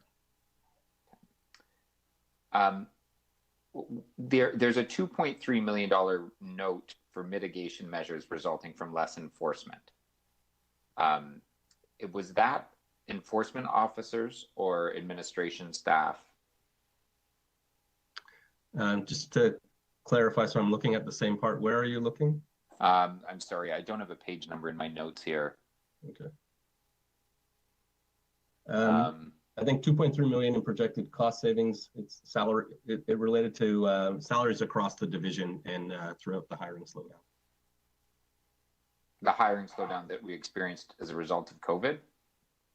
As a result of COVID and our cost finding cost savings throughout the year.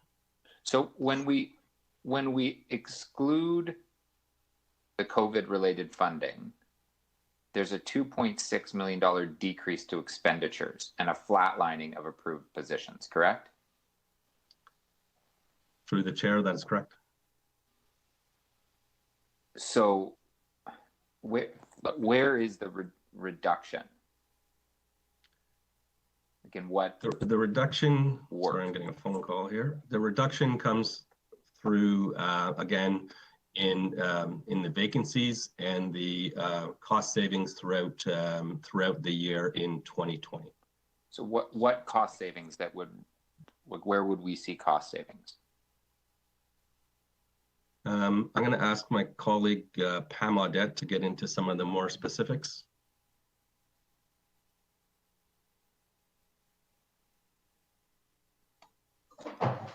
So the majority of the cost saving is from salaries, because right now we're carrying vacancies of 57 positions, which is about $5.7 million, as well as savings in non-staffing cost. So we're not meeting our service standards because we don't have enough bodies, but we're also reducing our budget from the 2020 budgeted number, and it's going to be on staff-related costs. Like Heather explained with respect to, we're looking at historical performance and where we've landed in the past. In 2019, we've landed at 37 vacancies.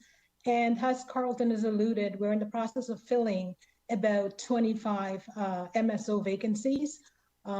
So that's going to happen. We're hoping for about the end of April. So how many vacancies do we have right now? We currently have 57 vacancies that are spread across the division. 28 of those are bylaw officer positions. And how many vacancies are we planning on filling? All of the bylaw officer positions, as well as some positions in the policy and strategic support, as well for Toronto Animal Services, business licensing, like it's across the division. So what's the number though? Like how many vacancies will we have after we fill them? Again, it's going to leave a smaller amount, but again, there's going to be natural churn. So it's kind of hard to say where we're going to be at the end, because as we fill positions become vacant. So I'm getting to what are we budgeting for how many vacant positions? If in 2019 we had 37 vacancies, and that's just like we went through with planning, is that the vacancies we expect out of this budget, or is the number greater or less? It'll be around the same, I would say. Thank you, Councillor. Any other questions? I just have one again, and to the CFO. Heather, can you just again clarify, and I think where the mix-up is, is the questions and with MLS, it's the number, the budgeted number for next year has gone down, but that doesn't necessarily mean that the service level or the employee level has gone down, and that may not be a permanent cut or drop in the budget. So can you just clarify that with regard to how we are looking at the outcomes and a need-based budget? Again, I think there's a bit of confusion on how the numbers are being shown and represented. Sure. Thanks, Mr. Chair. Just to clarify, there's a series of impacts that have been introduced this year. So the non-union staff do not have a COLA increase. So that is across the board. That's a significant amount that will help either keep offset the union increases, or it may result in a decrease, depending on what the overall complement is. In addition to that, non-union staff don't have P4P. So again, that is going to see on the non-union side a decrease. With regards to staffing, what we asked staff to do in preparing their budget was to look at the outcomes and the service levels that they felt were achievable given the current public health measures, given COVID responses in the sense of allocation of resources. And they have put forward a plan that demonstrates if there are vacancies, when they're going to be hired, or best estimates as to when they are going to be hired. And the budgets have been built on what staff currently exist. They have been impacted by the non-COLA, the non-union COLA freeze, as well as the P4P freeze, in addition to looking at the realistic staffing timelines to fill existing vacancies or planned hires during 2021. And then in addition to that, all that being mapped to what are the realistic service levels that can be achieved and will be required with the current situation of the public health measures, and assumptions as to when those public health measures may be lifted. So there's a series of factors that have gone into creating the salary and wage number. It's very difficult to compare it against 2019 or 2020. There's too many anomalies that have been introduced that are beyond our control. Okay, thank you very much. Any other questions from community members? Seeing none, we will now move on to Toronto Fire Services. Questions from visiting councillor? Nope, okay. We'll take it into committee. I think I saw Councillor Bradford would like to have questions.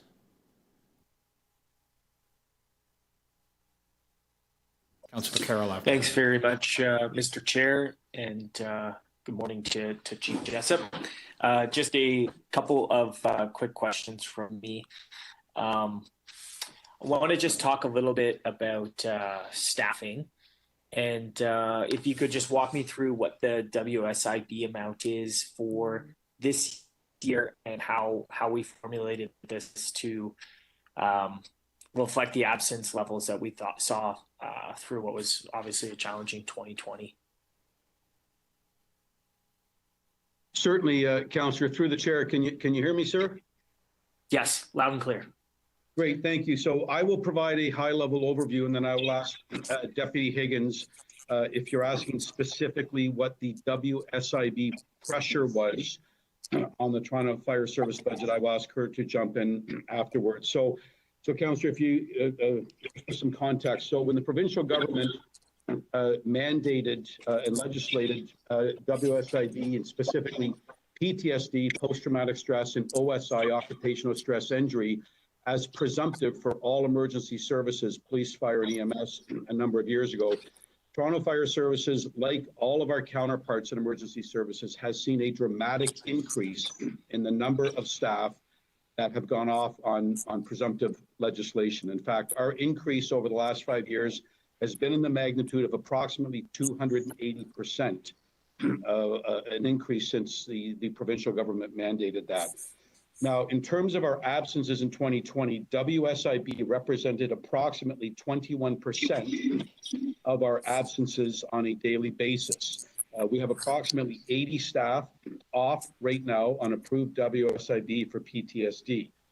Now, we have no funding mechanism at this time. Our staffing deployment model never contemplated, when it was designed 25 plus years ago, changes to legislation such as WSIB, as well as the changes to maternity and paternity leave. So we continue to manage, with these vacancies. I think it's really critical, though, for me to highlight that our performance is still far exceeds the majority of any other services. In fact, our performance for our two key measurements in 2020, our total response time was 79%, and our effective firefighting force was 88%. And that is based on trying to achieve a 90% standard based on NFPA 1710, which is what has been reported to Council in our budget notes over the last number of years. So certainly, I would be remiss to suggest WSIB does not have an impact, and we try to manage the vacancies. And I'll ask Deputy Higgins to provide you the exact dollar figure, sir. Sorry, I'm just trying to get that exact dollar figure. It's actually around, our WSIB annually is around $10.6 million. We have it has been increasing over the years, but the budget that we have been allocated for it has also increased. This year we did not ask for an increase to the budget because the cases seem to be leveling out a little bit, and we decided that we should wait one more year for experience before we brought back another business case to increase WSIB funding. Okay, so that was kind of a follow-up on that, and I appreciate that the performance and the KPIs, you're doing very well on that, and we're all grateful for that. It's really important. But I guess the question, given this sort of uptake in WSIB with the provincial legislative changes, and certainly just the inherent challenges of this line of work and the job, I guess what would a staffing mechanism look like to address the WSIB related absences? And I hear you that you're not contemplating it in this year. You'd like another year to take a look and improve the business case or look at that. But what sort of measures and resources are we doing to address that gap? Because I think we said 80 staff members are currently off on PTSD, and how are we managing? That's got to be significant for the different stations, I would think. So through the chair, Councillor, you're absolutely right. It is challenging, but it is critical to understand that, the job of our, acting deputy of operations now, Chief Giffen and his command team, every morning at 6 o'clock, they look at the number of staff that we have across the city in our deployment model, and their job, and they do it very well, is to make sure that we provide as equitable a level of fire protection service across the city. And that requires us to move apparatus and to move crews, no different than any other emergency services does. We look at the risk, we look at the resources, and we balance out. And there is no doubt that if myself, and certainly I can speak for Chief Pegg on this right now, and the rest of the executive management team, if we thought for 1 second that there was a threat or a risk to public safety, we would bring an emergency report through the DCM, through ECDC to council, requesting whatever we thought we needed to protect both the staff and the residents. So that has not been the case. We receive a daily performance monitoring that I personally monitor, as does all of the operations team. So, and then in answer to your question about what are we looking at, we have been directed by City Council, and then again there was a motion through ECDC and the Deputy Mayor Thompson and Councillor Carroll to look at staffing as part of the overall operations deployment review, which has commenced. And that work is ongoing, Councillor, and that certainly is something that we will report back to through ECDC to Council in the 2021. Thank you, Councillor. So there is, and just to clarify, I know I'm over time. There is a pathway, though, if that was becoming an emergency issue. You have a pathway to take that through exec and get those resources this year while you continue this review on the PDS D and WSIB stuff for next year. Yeah, Councillor, you absolutely have my word that if myself as the acting chief or any of our executive management team for 1 second thought there was a risk to public safety or a risk to firefighter safety, I would be in touch with, I would commence a report. I would have it through the DCM Cook, through ECDC to Council as quickly as possible, identifying the emergency resources we need. So I want to reassure everyone that we look at our performance metrics on a daily basis, and we continue to do so, and we continue to deliver candidly some of the highest level of fire protection services that I am aware of right now. Thank you. Thank you very much, Chief, Deputy. Appreciate it. Thanks for all you do. Thank you. Any other councillors with questions? Councillor Carroll. Thanks, Mr. Chair. Yeah, so I'm wondering if you could take me back. 2019, we wanted to play catch up. We were opening new fire halls. We also made a commitment to having prevention and training staff adequately staffed. We added 21 new firefighters into your complement, and I understand they were clawed back. Is that as a result of the budget to actuals action? How did that happen? So, Councillor, I don't, through the chair, I don't know if I would use the words, Councillor, with the greatest respect, clawed back. So if you'd indulge me, so in 2018, and Deputy Higgins will correct me if I'm wrong with my dates, when Downsview was approved, there was a 21 approved for that. We took a report to Council, actually linked to Councillor Bradford's question, to try to come up with a pilot project and use that funding because we'd had a number of construction delays with the Downsview station to see if we could actually try to address the WSIB issue last year. Unfortunately, we could not reach an agreement, and those funds were returned to Council. We've had numerous delays with Downsview crew, and given the number of vacancies that we currently have, and ironically, we actually posted, Deputy Higgins posted our call out this morning, so we are recruiting right now. Given the delay that we have had in hiring, given the impacts that COVID has had on hiring for firefighters. As an example, Councillor, I'm sure you're aware that our current recruit class is on self-isolation right now because we have an outbreak. We will absolutely have challenges in going through our normal process with the stay-at-home order and the public health measures and trying to fill our current vacancies. And just want to make sure that wasn't my phone. I thought I know I put mine on mute. And then, given the delays, given the fact that we already have vacancies to fill, we thought it was best to defer that crew because we wouldn't get them this year anyway, most likely, until move a crew up near the end of Q4 of 2021, watch our performance measures in the interest of trying to be fiscally responsible at the same time maintaining public safety. And then if we could not maintain our performance or there was a decrease in our performance by moving an existing crew up, we would report back through the 2022 budget into 2023. So the Toronto Fire Service never deleted those positions. They were just deferred for the reasons I've explained. Okay, but if deferred for those reasons, if we go back to that 2019 decision, though, part of the reason they were added in was we had made a decision that previous new fire stations and the rationalization being over, we rationalized some stations, then we were into opening new halls in newer, more intensified areas. And we dealt with a number of new halls by spreading fire services thinner. And part of the reason the Downsview staff were added was because we committed to, we've done as much watering down as we can. We now need to add when we add a hall.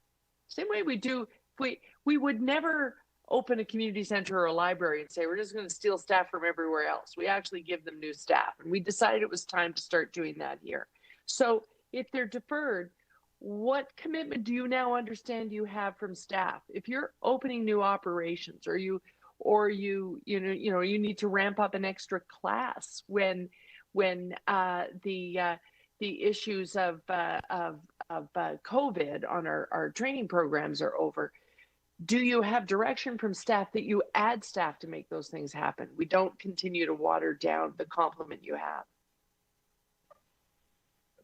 So through the chair, so Councillor, I'll do my best to answer. So again, we watch our performance on a daily basis. No, I'm asking you, do you feel like you have the direction from council? But if you needed it, I misunderstood. Come to committee and you get it. Yeah. Yeah, I misunderstood, Councillor. Like you sorry. Have that direction. I want to know if you feel like you have pressure from us to keep it down, or you have direction from us to add as you need now, because we've done the watering down to the greatest degree we can. I felt like we had given you that direction. It doesn't sound like you feel like you have that direction. Last question. So Councillor, I'll do my best. I wasn't here at the time. Some of this referred direction may have come from a number of years ago. So my clear understanding right now is if Toronto Fire Services needs resources, I have the full authority. In fact, I have legislative authority to report to council. I will be very honest. I have not seen written direction from council that we have to add crews for every station built. But certainly it is my understanding that I have the full authority, both under the FPPA and the full support of my deputy city manager and SLT, to report to council if we believe we need any resources related to fire protection services. Thank you. Any other questions from council? Okay. Oh, sorry, Councillor Layton. Mr. Budget Chief. Yeah, I've got just a couple of really quick questions. One, on page 4 of the report, you report a savings of 2.4 million resulting from delays in hiring due to COVID and a hiring slowdown. Is that a usual thing on an annual basis? I'm going to ask Deputy Higgins, not to put you on the spot, Deb, to comment on the financial, please. I'd say that number is a little bit higher than it normally is. We did have to delay a recruit class because we had a recruit class in when COVID first hit, and we sent them home until we could figure out how to do it safely. So the next recruit class was delayed somewhat, so there were some savings in there. There were some issues around hiring training officers that were also delayed due to COVID issues. You have to keep in mind that at the beginning of the COVID emergency, we really had no idea how to operate safely, and everything stopped until we could figure out how to do it and bring people back. So a bunch of hiring processes were put on hold, particularly around the operations division, and that resulted in what we are referring to as COVID savings in hiring, just because things were delayed. So we're told that that fire services initiates a class when vacancies exist. Is that 40 vacancies. correct? When 40 vacancies exist. Yeah. Why don't we initiate the class prior to, like, we've got a good idea of when people are retiring and leaving. Of course, some people could be leaving partway through and we wouldn't know. But why would we, after our staffing levels are low, to do a class? Through the chair, I think we typically try and do that. And we have in the past been successful in creating a number of temporary positions so that we could pre-hire, knowing that vacancies would occur during the time that the recruit class was in session, because it takes about 5 months to train a recruit class. The unfortunate, and there was a time 2 or 3 years ago when we were actually a little bit ahead of the curve. We've fallen very behind the curve in the last year just because of the COVID emergency and our ability to get recruits who are tested through the candidate testing service at the OFAI, and just in our own ability to operate our recruit classes safely. But I'll let Chief Justice chime in if he has more to say.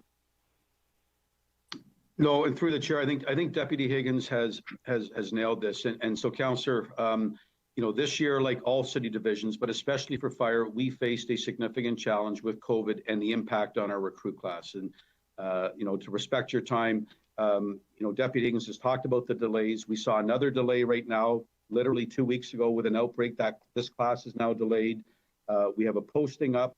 But again, the challenges we're having, from interviews to medical labs to all of the processes we need to go through, the impact of COVID, we still believe is going to impact us well into 2021.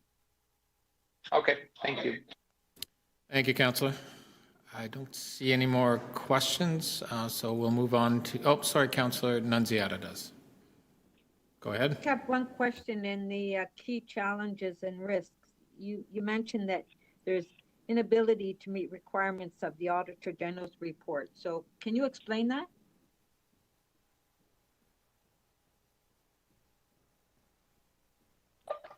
Bear with me, Councillor. I'm just pulling that page up, please. Mm-hmm.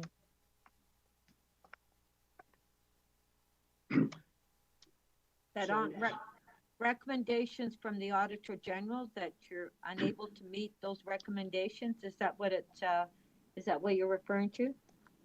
So through the chair, the main outstanding recommendations from an Auditor General's report stems from 2013, and that was our training division. And as Deputy Higgins has just referenced, we just actually completed a recruitment class for training officers to fill a number of vacancies that we require to finalize a number of the recommendations and implement the recommendations from the Auditor General's report.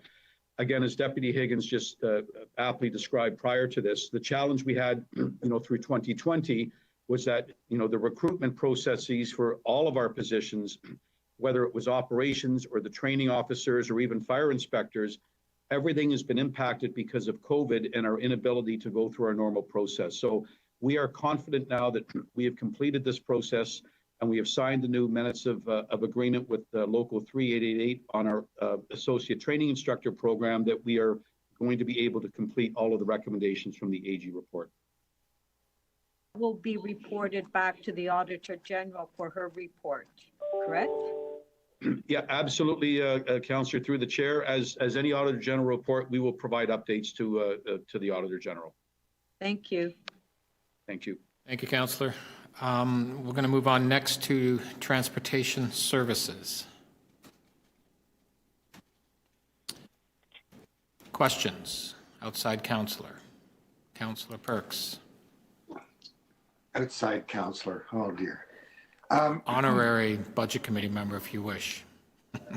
I've been promoted in into former Councillor Davis's role. That's true.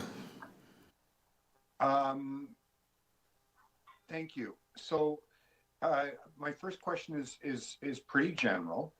One of the things in the Vision Zero work is recognizing that to reduce people's speed and increase the safety of pedestrians, we need to physically alter the shape of roads.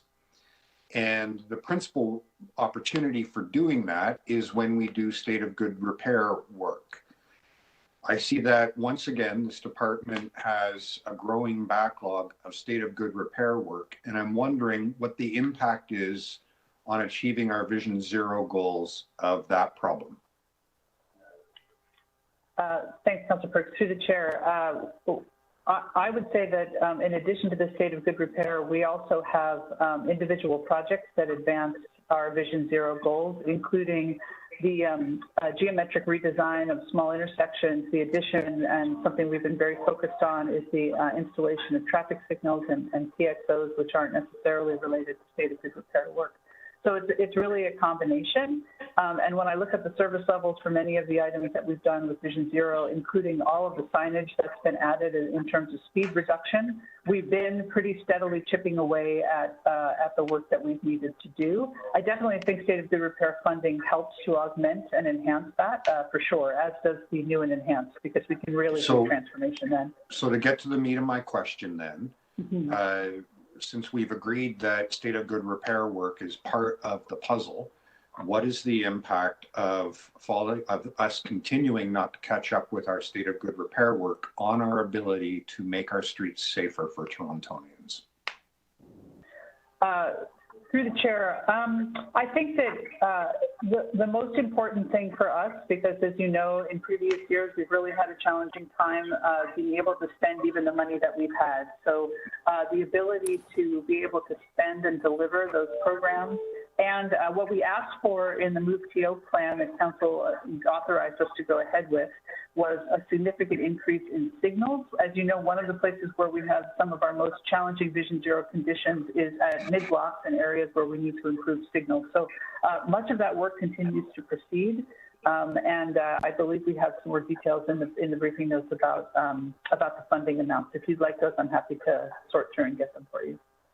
And I appreciate the work on signals, but for the third time, we have often discussed that drivers drive at the design speed of roads, and we don't go in and redo new roads who aren't at the end of their life, but rather the opportunity for doing that is when we do a reconstruction. What is the impact of delaying our catch-up work on the state of good repair backlog on the safety of Torontonians? So certainly, Councillor, with less funding and less reconstruction work over time, that will have an impact on our ability to upgrade sidewalks. You know, as you know, when we do reconstruction, we have the opportunity to look at those roads for cycling improvements. So there certainly will be an impact. I just wanted to flag that there are other programs that continue to move forward as well. We've discussed Did I answer? Not quite, but I'm running out of time.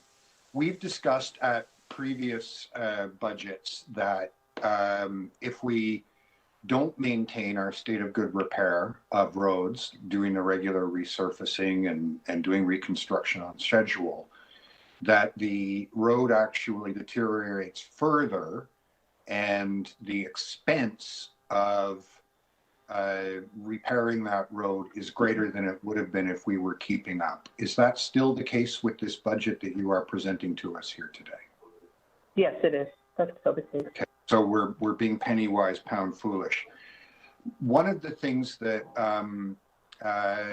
continues to puzzle me is where we identify in a department that the ability to complete capital work is not achieving our goals, that we don't increase our capacity to meet those goals by hiring, training, helping to build a more robust private sector that can bid on work. What steps are taken in this budget to address that? Through the chair, so I'm going to focus, and if I'll try to be brief, but I want to focus on some work that we're doing to enhance our ability to deliver signs and markings, which, as you know, are a pretty critical piece of our work program. We're actually No, I was talking about state of good repair, please. Yeah. Not signs and markings. That's your last question, by the way. So can you just, I'm sorry, Councillor Perks, can you restate the question for me, please? So one of the ways that the city determines how it will allocate capital funding is capacity to spend. Historically, you know, this department's only achieved 80, so we're not going to allocate money in the budget for the other 20.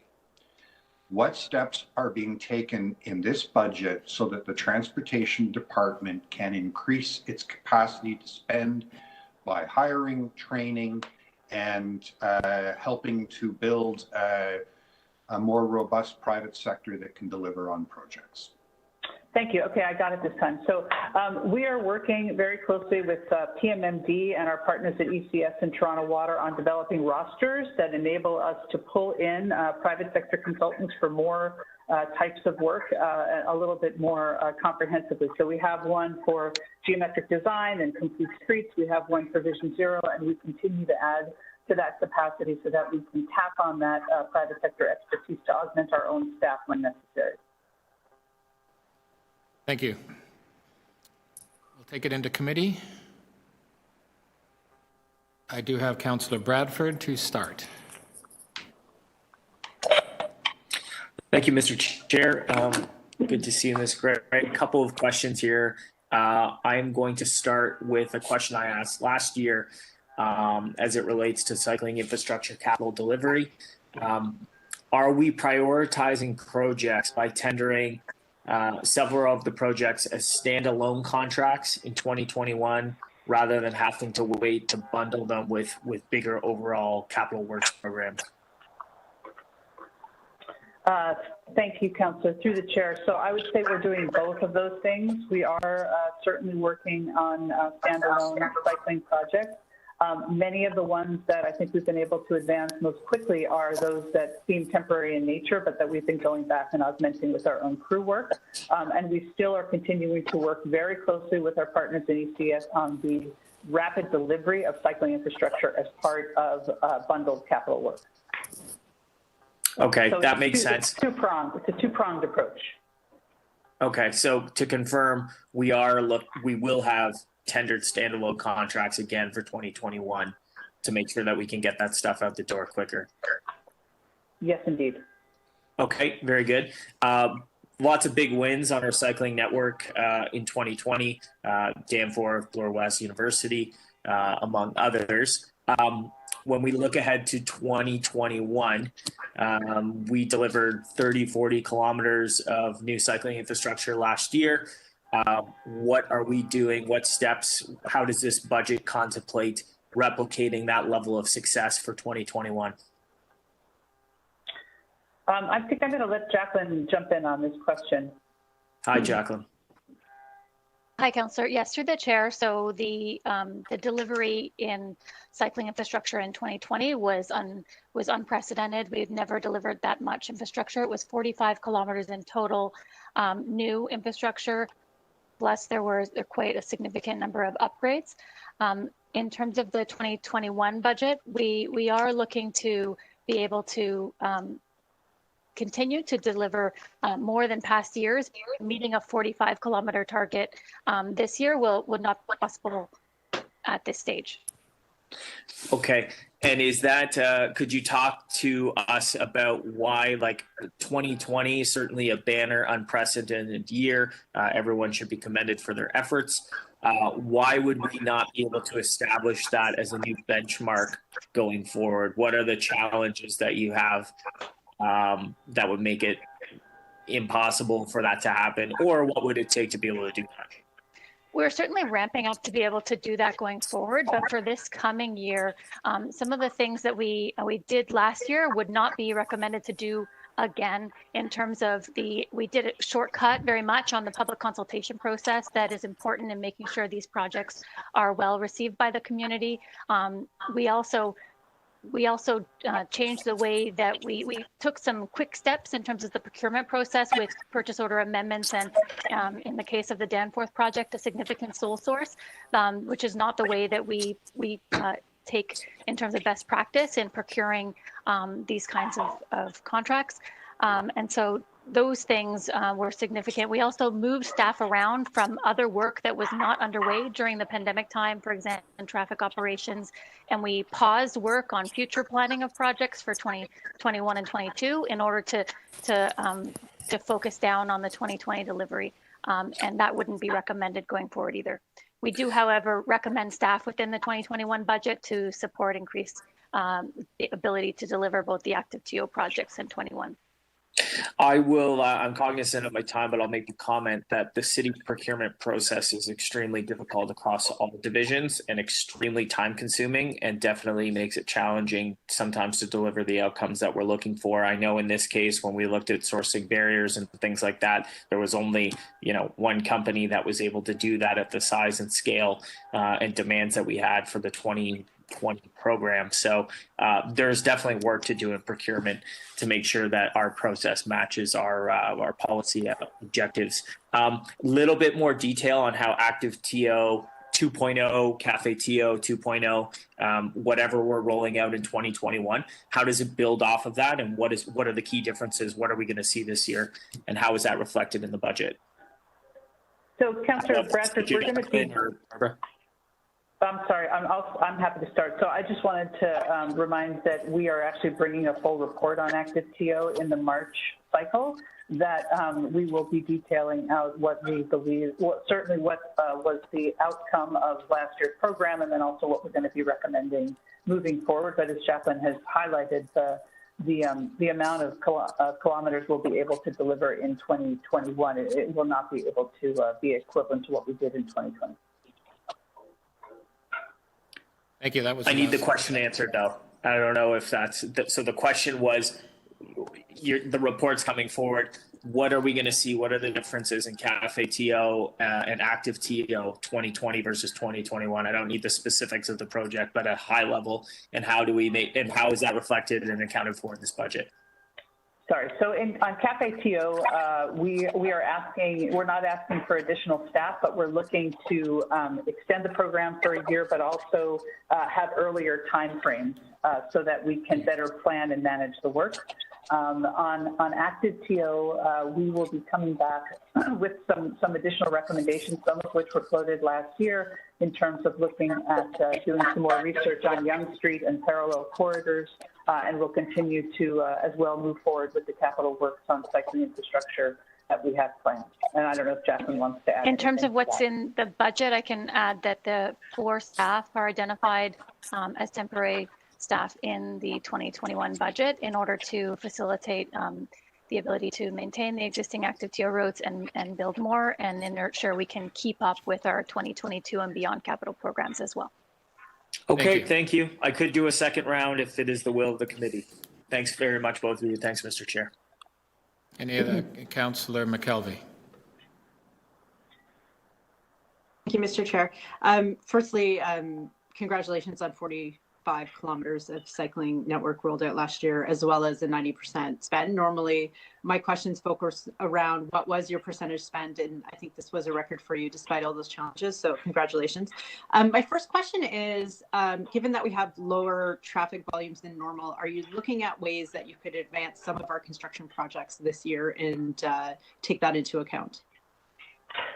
Through the chair, absolutely, Councillor McKelvey. So we did last year as well, where we extended the work times for private contractors in developing projects. We've also tried to accelerate as much work as we can in the public right of way to take care of those or take advantage of those lower traffic times. And we have a very specific model that we've created to look at travel by mode that we're updating on a weekly basis, using leveraging the equipment that we put in for King Street to be able to do that, as well as the watch your speed signs. So we are tracking that. We are working very closely with our work zone coordinators to ensure that we can advance capital works as best we can. Okay. And can you speak to how is the snow pilot clearing for the downtown going, and what is the planned expansion for this year in additional funds?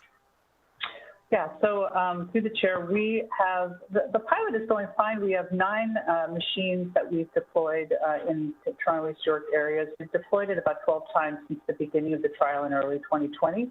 But the challenge that we're having is that the machines have never been deployed when we've had more than 6 centimeters of snow. So actually, it's mostly with 3 to 5 centimeters of snow. And one of the reasons why we've developed this trial is because we have to understand if these smaller machines have the capacity to clear snow at average amounts. And 6 centimeters and below, while that happens quite frequently, we very typically get snows in the 10 to 15 to 20 centimeter category.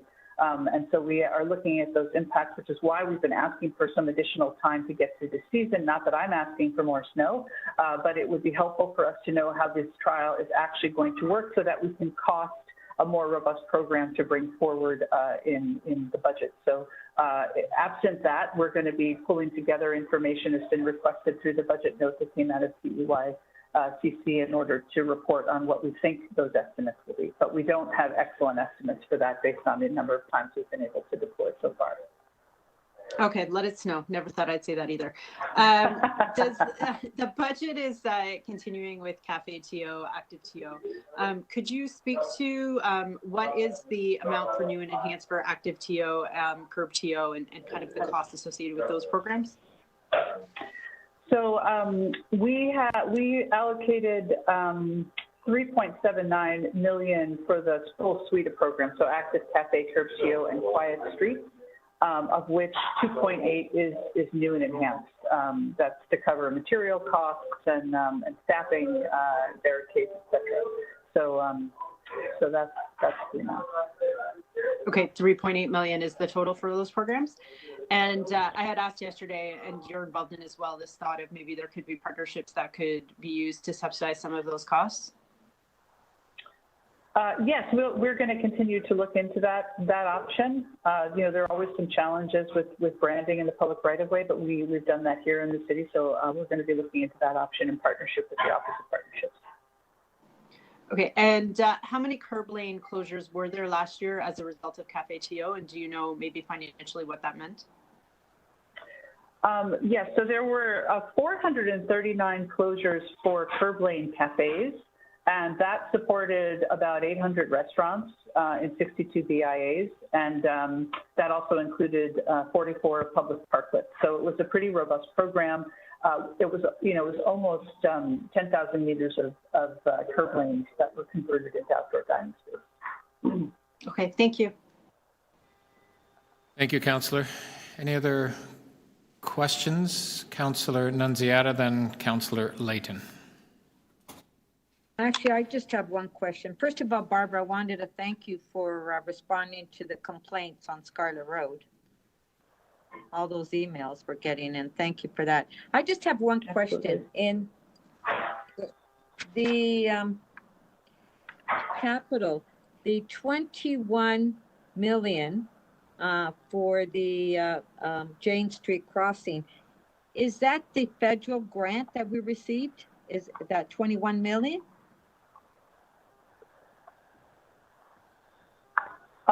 Councillor, I'm going to have Jacqueline Hayward's much closer to those numbers than I am, so I'm going to have her hop on quickly and give you the answer to that.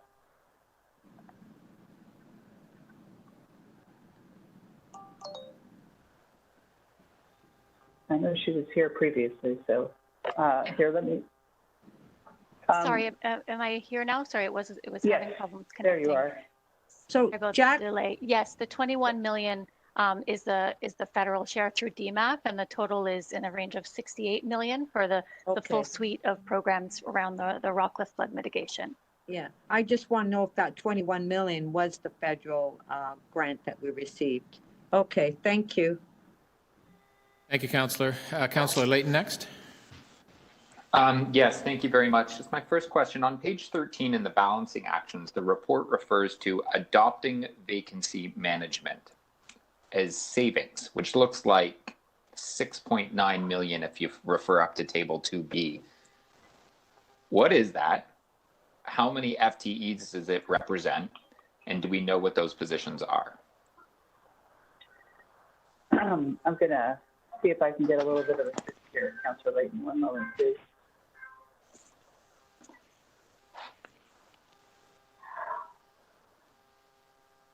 Do you have another question? Because we can come back. We can come back to this one, absolutely. Sure. So just to clarify, the answer that Councillor McKelvey got, this budget does not include an expansion of winter maintenance services in 2021 or beyond. Through the chair, no. The total amount for winter services in this budget is just over 84 million, and we believe that we can deliver the service levels that are specified within that budget. But not including an expansion in the of sidewalk clearing to include the whole city. Continuing on with the trial as we currently have it, but not expanding it at this time. Okay. Do you know if an equity lens or a climate lens was ever applied to the decision around maintaining the Gardner East? I'm going to ask Ashley to hop in here because the initial assessment around the climate lens, I don't know the answer to, and I'm pretty sure that we have only started putting equity lens on our budget as of late. So do you mean the original budget or do you mean this year's budget? Because ultimately what we deliver this year has been planned for some time. I actually mean that originally it would probably be because it only applies to new and enhanced services or changes. It doesn't apply to existing budget in the way that we interpret our equity lens. So when it was originally considered.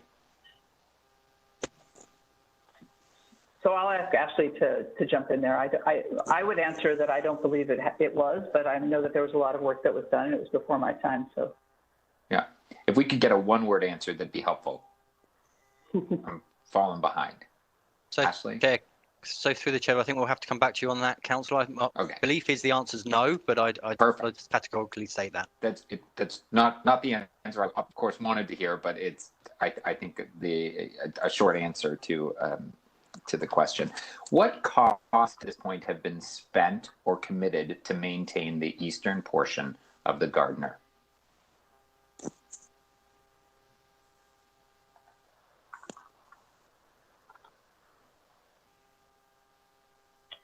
We're looking for that. Through the chair, apologies, Councillor, I don't have that amount immediately to hand, the amount that's been spent previously. I know what the amount that we're budgeting this year for interim repairs for that section of the Gardner is, but I don't have the historic immediately to hand. What I'd like to know is how much money we have spent to this point on the Gardner East and how much has been committed. So that's the information I'm looking for. I can move on to my questions, but I am going to have to come back to that at some point. And maybe one that could be answered, Barbara, is can staff explain the plan for accessing federal infrastructure capital money for quick build active transportation? So we are working. Yeah, we are working, Councillor, with our partners in the City Manager's office who are our federal liaisons on those programs as they come forward, and looking. Also working with David Stonehouse, who is working on some of those programs as well. So we're looking to leverage the eligible programs and certainly those that fall in the active and healthy transportation category. We have a lot of those that we would be able to contribute when the eligibility comes forward. Is it possible for us, or for other divisions like engineering and construction services, to work on some of the larger active transportation bike lane projects on major road reconstructions so that transportation can focus on the quick fixes where we need to get in and do something where we don't have any planned work? So through the chair, we actually deliver those projects. We design those projects and deliver them at 30% design to ECS to finalize and implement on our behalf. We are actually working directly with our ECS counterparts this year on a program to figure out how we could streamline delivery specifically on cycling infrastructure, but also on complete streets infrastructure through existing process. So I assume we will have more streamlined programs in the future for delivery. So if I could jump back to my previous two questions, the first one being what does adopting vacancy management mean? Because if it reads like gapping and smells like gapping, that's gapping. And if I could, how many FTEs does 6.9 million? So our vacancy strategy. Our vacancy strategy is a little bit different, I think, than many others in the city. I know we've all been experiencing challenges with it. The challenge for us is that we are actually still filling permanent vacancies as a result of our reorganization and restructuring. And so our numbers are based on that. And then the other piece of it is just the timing to fill positions. So it has been challenging for us to fill positions like it has been for everybody across the board. And it's also, you know, the time that it takes to fill those positions is often the same people who are delivering the work. So we haven't intentionally held any resources back we've been trying to fill positions as quickly as we can, but mostly it's been a timing issue for us. Thank you, Councillor. I'm sorry, Mr. Budget Chief. There's several unanswered questions there. The continuation was how many FTEs does 6.9 million represent, and if we know what positions, and then finally, what was a fairly significant question on the what has been spent on the Gardner and what has been committed. Can staff Councillor, it's Michael DeAndre here. So maybe just a point of clarification so far as the Gardner is concerned. So the Gardner East EA, the limits were Jarvis Street to the DVP. As you know, we awarded contract 1, as we call it, for the section between Jarvis and Cherry Street. That contract value is about $300 million. And we spent most of that. We will be finishing that project shortly. And I think the cash flow for Transportation's 2021 budget is in the order of about $30 million. Separate and apart from that, we spent, I think, about $20 million or so in interim repairs, emergency repairs for the section further east on the Gardner in the past. And so it's a point of concern for us. Okay, and what further money and work is to be done on the Gardner East section? Well, right now we're undertaking the preliminary engineering design for the section between Cherry Street and the DVP. That work is underway. And subsequent to having that work finalized and the scope of work identified, we're trying to coordinate that activity with all of the other large-scale projects in the area. So we have the Ontario line, we have the Cadillac Fairview development, we have the TRCA/Waterfront Toronto Portland's flood protection works. So we're trying to integrate and identify how we might be able to undertake that work in a coordinated fashion and more in terms of staging and sequencing the Gardner work as well. Okay, thank you, Councillor. And sorry, okay. Well, thanks. If we need to do a second round, I'm just trying to be fair to everybody here. Okay. Any other councillors that have questions on transportation? Seeing none, I recognize that we've been trying to give everybody an opportunity to ask the questions in a second round, so we'll entertain that. I know, Councillor Layton, you still had a few questions, so we can go to you again. I think Councillor Bradford did too. I'm happy to. Oh, it's Councillor Brad. Oh, yeah. So it doesn't matter to me on the order, but yeah, well, I'll have questions as well. Okay, why don't we continue with you? Maybe I'll go so it gives a few more minutes to kind of follow up on some of the questions that Councillor Layton was looking for answers on. So I can jump in if that's okay. Why don't Councillor Bradford step in? It's all yours. Sure. Okay. Thanks very much. And I just have really kind of three questions. I will start with automatic speed enforcement rollout. Fantastic. I think we're certainly in our community thrilled to see that. What is the opportunity to expand that program in the 2021 budget year? Through the chair, the plan for ASC this year is to continue to deliver it. So we are still continuing to work with our partners across the board in courts. We are still getting our hiring in place for the amount of officers that we need to review the citations or tickets that are through the existing program. So our plan right now is not to expand that program. It is to continue to deliver it and continue to cycle through locations so that we can get the broadest reach possible. Is there a requirement? Are we limited on the number of ASE cameras we can put in place in the city of Toronto? Limited where they can go? Are those limitations imposed by legislation for the province, or is it a budgetary and resource challenge that we have here in Toronto?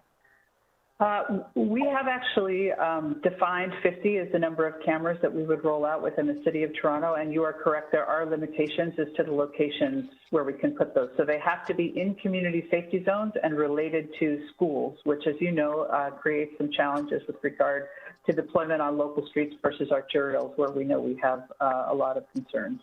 So that's an issue, and I think further expansion of the program, really, and working with the province on automated penalty system, I believe, is what is going to be able to unleash a further deployment. Yeah, the lessening the burden of staff time to be able to process those tickets seems to be critical, given the number of tickets that are being issued because of the prevalence of speeding on our streets. Yeah, staff time and court time as well. Right. Okay. Shifting to something a little bit more high level, the idea of a City of Toronto transportation plan, and this is going to relate to things I want to talk about rapid TO.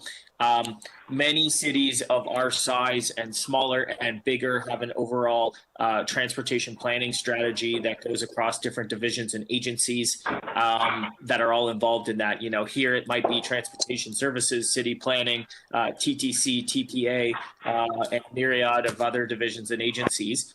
I'm seeing in our work program here, this is something that it looks like Transportation Services is interested in exploring further. How might a transportation plan for the city address the coordination challenges that TS often runs into across all of these different programs that we've been talking about today? And is that something that you're planning? Is it just that budget line item, is it exploratory, or are we actually moving this work forward? Through the chair, so that budget line item is exploratory. Also, if it's the one you're looking at is in for rapid TO, that's staffing to deliver the rapid TO program. But on the transportation planning side, it's about getting additional data, modeling data that can help us to have a more robust cross-cutting transportation plan. I think the issue there has to be very well tied to not only the capital program, but also to asset management and what our strategy is there. And I actually believe that while that's a useful tool to coordinate and collaborate across divisions, we need to do that regardless of a comprehensive transportation plan. And I think we have got a number of mechanisms and tables in place right now to have more coordinated outcomes. So while we're bringing that mobility plan in chunks, you know, so the congestion piece and the Vision Zero piece, et cetera, those chunks, I believe, are extremely well coordinated with our delivery partners. But there's been an interest in looking at that, and so we've asked to explore that a little bit more fulsomely. Okay, because even trying to get EV chargers in the right of way, because that's something that as a policy the City of Toronto supports, and trying to have vehicles that are not carbon dependent by 2050, and even trying to build that into construction with ECS and right of way, and working with Toronto Hydro and working with Toronto Transportation Services, it seems very, very challenging to execute these things across divisions. In my last 10 seconds here, I want to touch on rapid TO. We have a very comprehensive plan. A lot of folks think of the Surface Transit Network Plan and rapid TO landing with TTC, obviously an interface there, but it's really an infrastructure mobility project. And as you know, and I have discussed, a lot of this is transportation services work. In terms of the funding and our ability to roll that out, are we having discussions with our government partners, provincially and federally, on actually implementing and funding this as well? Through the chair, so we're certainly looking at the opportunities that come forward with federal and provincial dollars to see where our surface transit programs would align. But I think you're exactly right. The significant implementation pieces fall with transportation services, not so much on the service side, of course, but on the right-of-way side and the community engagement around reconfiguring the roads to enhance and support transit. So, I mean, I think that's always an opportunity and a possibility as new programs come forward. We would want to explore and leverage those dollars as much as we did with PTIP. For example, and previously PTIP was very useful in doing that. But we are currently now looking at a program that we're going to start to advance without those resources. Thank you very much. That's it for me. Thanks, Barbara. Thanks for all your hard work and your division. Big heavy Next. lifts this year. Thank you. Councillor Layton, I think, for the second round. Yes, thank you very much. So I'm still looking for answers around the 6.9 million, how many FTEs that would represent within the budget. And if we know what parts of the division, and then I'm going to switch back to the gardener. Okay, thank you, Councillor Layton. And sorry that I was a little dull-witted on the response. So the 6.9 million is the equivalent of 63 full-time positions, salaries and benefits. Much of that is so we have about 413 positions that are in the churn, if you will, both with the hiring slowdown and with the backfill of our staffing. So it's pretty cross-cutting across the division, but we are actively working to fill those positions. And so the hope is that we get to a place where we have been able to fill those positions, within the midpoint of this year, so we can continue to deliver on those programs. What I don't get, and like maybe I'm just, if we're calling it a balancing action, there's an intent there that we're purposely doing something to balance the budget out that wouldn't otherwise happen naturally. So that's where my concern is at this particular point, that new positions aren't getting filled. And we're doing it deliberately as a balancing mechanism. Then there's like that causes me some sense of alarm.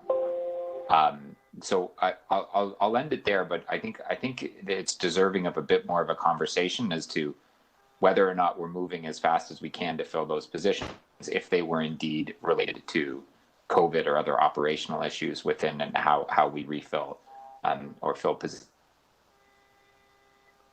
Okay. I mean, the other thing that I would just share with you, Councillor Layton, is that many of the positions, when they get filled, is done by the same people who are delivering the work. And so we've had expanded timeframes on backfilling vacancies, part of it has been due to that. I mean, there's been a number of reasons that we've shared, and we certainly can have further conversation about that, so you fully understand our approach.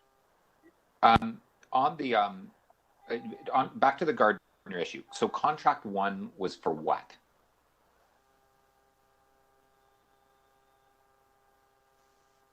So through the chair, contract one was to rebuild the elevated section between Jarvis Street and Cherry Street with the associated ramps within that work zone limit. And that work has been completed? Close to being completed. We're hoping to reach substantial completion in March. The rest of the work will be completed. There's some finishing work that will probably take us till about June or July of this year. And for all intents and purposes. We're working on the preliminary engineering. Designs, Cherry. Yeah, preliminary engineering designs. Correct, for the section between Cherry Street to the DVP, that connection, in accordance with the council direction on the hybrid 3 option. And that work is made more complicated because of all of these other city building projects. More in terms of staging of the work. So if we were to go it alone, we would probably, as soon as we're done the preliminary engineering, we would work on procurement documents. But given the fact that you have a number of large-scale construction activities intersecting with the anticipated work zone for the gardener, our report back to council, I believe in 2017 or 2018, spoke about the fact that we would be looking at opportunities to stage the work in such a way that we might be able to bundle in other construction activities within that work zone, either to be undertaken by the city or by one of the other agencies that are in that same space. But no other large sums of money have been this additional work that has yet to be completed. Correct. It is just simply we have awarded an engineering contract award to undertake that work, but there's been no construction activity planned for now. Okay. Thank you very much. Thank you, Councillor. Sorry, Councillor, if I may, through the chair, in terms of Councillor Layton's questions, because he was asking about some of the previous costs in relation to pre-design of the Gardener East and then future upcoming anticipated costs. So So to date, we've spent about $16.9 million on pre-design works. And then between 2021 and 2030, we think there's about approximately $900 million still to spend. Just picking up on your how much is left of contract one, within our 2021 budget ask, we've got just over $37 million included in that to finish paying for contract one, which is currently under construction. So thank you, Ashley. That was very helpful. So there's 900 million of anticipated work after contract one that hasn't been awarded. Yeah, through the chair, that's correct. Perfect. Thank you. Thank you. Okay, seeing no other questions. Oh, sorry, Councillor Nunziata. I just have one question to Barbara. As far as reducing the speed limit to 30 citywide, can you tell me what the delay is to implement that citywide? Through the chair, so Councillor Nunziata, we continue to work on that massive program in neighborhoods to roll back the speed limits from 40 to 30 on local roads, and we'll be coming forward this year with more of a precinct approach where we will have fewer signs to put up because we'll be able to do it a little bit more comprehensively. So hopefully you should start to see those roll out even faster, but it is we are actively working on that program, and it is a very, very big program of work. And Jacqueline can also add some in there if you like. Thanks, Barbara. Councillor Nunziata, I'll just add that there are some changes to the municipal code required. So we're going to be bringing that forward to an upcoming Infrastructure Environment Committee. And then the following Community Council cycle, we'll have a series of reports to start getting the bylaws approved for those neighborhood approaches. And there's a strategic prioritization that's been brought in to make sure that we're addressing the neighborhoods that have the most need in terms of what the history of collisions and demographics of the area and such are. So we expect to see quite a bit of progress in 2021 on that. We've also added 6, Councillor Nunziata, we've also added 6 staff in this budget. We've made a staff ask for signs and markings for 6 additional staff to specifically focus on the delivery of this program. Yeah, because as you know, I've been receiving a lot of requests, and I was told that it was put on hold. So thank you very much. Thank you, Councillor. Seeing no other questions on transportation. Members, we have about 10 minutes left, so I just want to get a sense of questions for engineering and construction services, if we can complete this in 10 minutes. So we have 1, 2, 3, so it looks like we won't be able to complete this before lunch. So why don't we just start with outside councillors, if we can get at least 1 or 2 questions through, and then we'll have to break for lunch. Councillor Perks. Thank you. To Mr. DeAndrea, a longstanding issue with engineering and construction services has been the issue of where we draw the line between what we manage in-house and what we contract out. I know you and I have been over some famous instances of where we hired a contractor and then we contracted out the contract management. And the contractor further had subs. So there were 3 levels of contractors associated with projects. And when the project goes off the rail, they all just point their fingers at each other. Previously, yourself and some deputy city managers have indicated to me that the way out of that box was to build in-house contract management expertise to avoid that circumstance. Does this budget deliver on building a cadre of city staff who are able to manage contracts so that we are not required to have many layers of depth of contracted out services for infrastructure projects? Through the chair, Councillor, the budget that is before you contemplates a continuation of the hybrid approach that we have used. Maybe to answer your initial question, we've typically used engineering consultants, I'll say on our multidisciplinary projects. And as well, if I take a look at the subject before you in terms of the transportation infrastructure, most of that work is contracted in.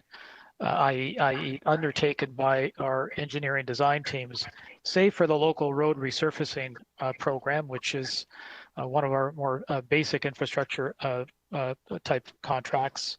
And we also then contract out the engineering design work for our bridges, the Gardner Expressway being another example. These are highly technical, requiring high-level structural engineering expertise, which we don't currently have. I must say, going back to the discussion with the deputy city manager, I think the approach that we've taken, this hybrid approach, has met the demands in terms that's been imposed on ECS in terms of the capital program that's been assigned to us from transportation, Toronto Water, the TTC, and solid waste. I mean, I'm delighted to say that this year we delivered over $1 billion in capital, achieving a 95% completion rate. And I'm delighted to hear all of that. I'm not talking about your capacity to move work through the system. I'm talking about the problems that emerge with oversight when a project, and I can think of several, and I know you and I have discussed them, when a project is late or there's an issue about whether it's meeting our standards or one of those very many things, or that we find deficiencies. And it has been a problem, and I know you and I have discussed it, that when we've contracted out design, contracted out delivery, and contracted out contract oversight, that we literally have 3 different contracted parties pointing fingers at each other and no ability to manage it. And the undertaking I got from city staff years ago was that to solve that problem, we were going to start creating new classes of staff within your shop, new training modules, new credentials. And I'm wondering, does this budget that you have put in front of us finally deliver on that long overdue and outstanding promise? Councillor, the short answer is that we are not recommending additional staff resources to oversee our project management. And again, it is our obligation, our responsibility to hold our consultants that we hire, basically as an extension of staff, to account. And as well, we're providing oversight on those services as well as our contractors. And I think I must say that when you take a look at the program that we've delivered, over 500 contracts in any given year, I think on the whole, the situations that you and I have chatted about in the past have been few. And so I'm pleased to say that has been the case. I think on the whole, I think we've done a pretty good job with the model that we've been using. Thank you. So those commitments that were made in previous years aren't going to be delivered. That's what I understand you to say. Well, I should also say that in the time that I've been in this position, the program has tripled in the dollar value that's been assigned. So, you know, I'm not asking you if your program is going. I'm asking you, so the commitments that have been made to improve the training, credentials, staff, forecasting, all that stuff, so that we could manage contracts in-house. Councillor, I think the question has been asked and answered by. All of the training, I need to clarify that all of the training and the oversight that we're providing so far as our staff is concerned, that has absolutely taken place. We've even done some internal auditing to make sure that they're abiding by our stated practices and procedures. We have a couple of manuals that guide the work of our staff, and that has been in place, absolutely. Thank you. No, we are just at 25 minutes after. I think we'll just break now, and we will return at 1:30, and we'll bring it into committee for questions. Thank you, and we'll see everybody in an hour. We're recessing to 1:30.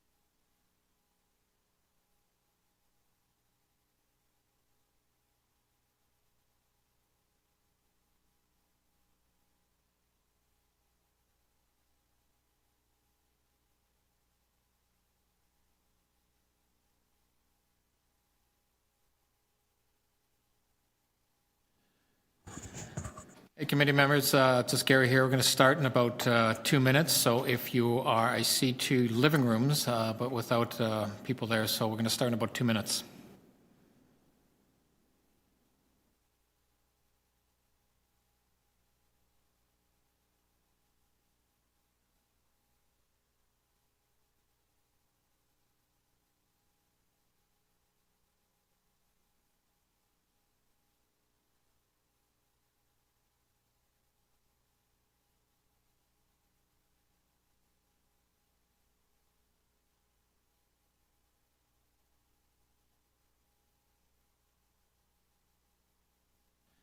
Okay, welcome back, everyone.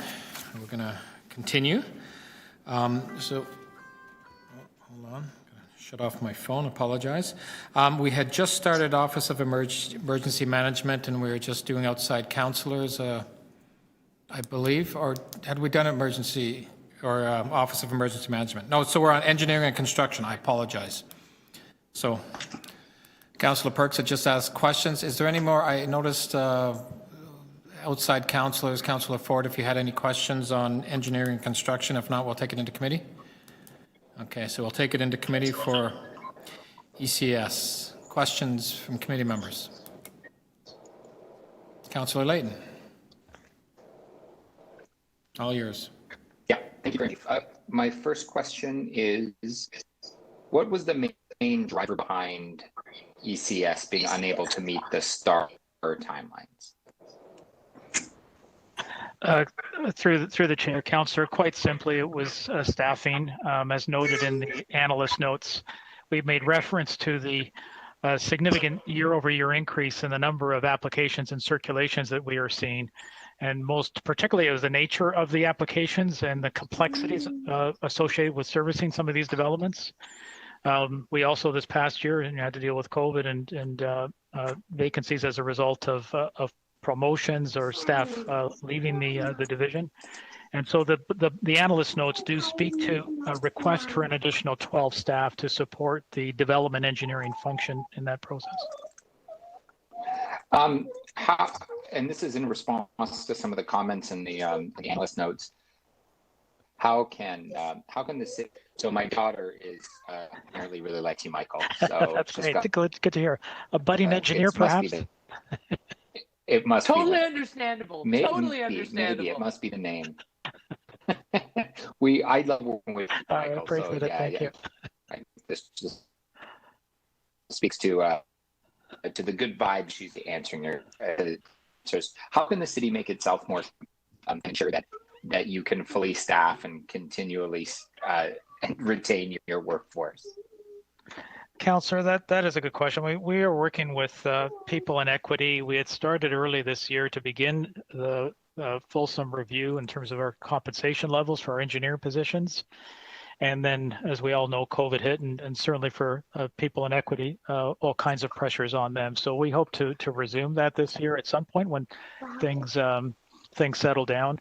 I should also point out is that, in the past, we were competing with the likes of engineering consulting firms. We then ended up competing with the 905 municipalities. And of late, we are now directly competing with Metrolinx and Infrastructure Ontario. We've lost a few staff to Metrolinx. And so we need to correct it. And so very strategically look at positions where we are clearly uncompetitive at this point. Now, speaking of, there's a requested new positions, but table 3 on page 50 has the increase is only 6 new positions into 2023. How's that? Help me explain how that works. So through the chair, so there are a number of changes that have happened between 2020 and the 2021 submission. So for example, Rogers Uplift was funding 7 positions for us. And so those positions are no longer part of our establishment, for example. We've also converted 2 positions into a single position to upgrade a position that was needed in our contract tenders and payments group. And so, when it's all said and done, when you take a look at the net, we're looking at increasing our staffing complement from the 625 to the 631, but embedded in it, to your point, are 14 new positions in our organization.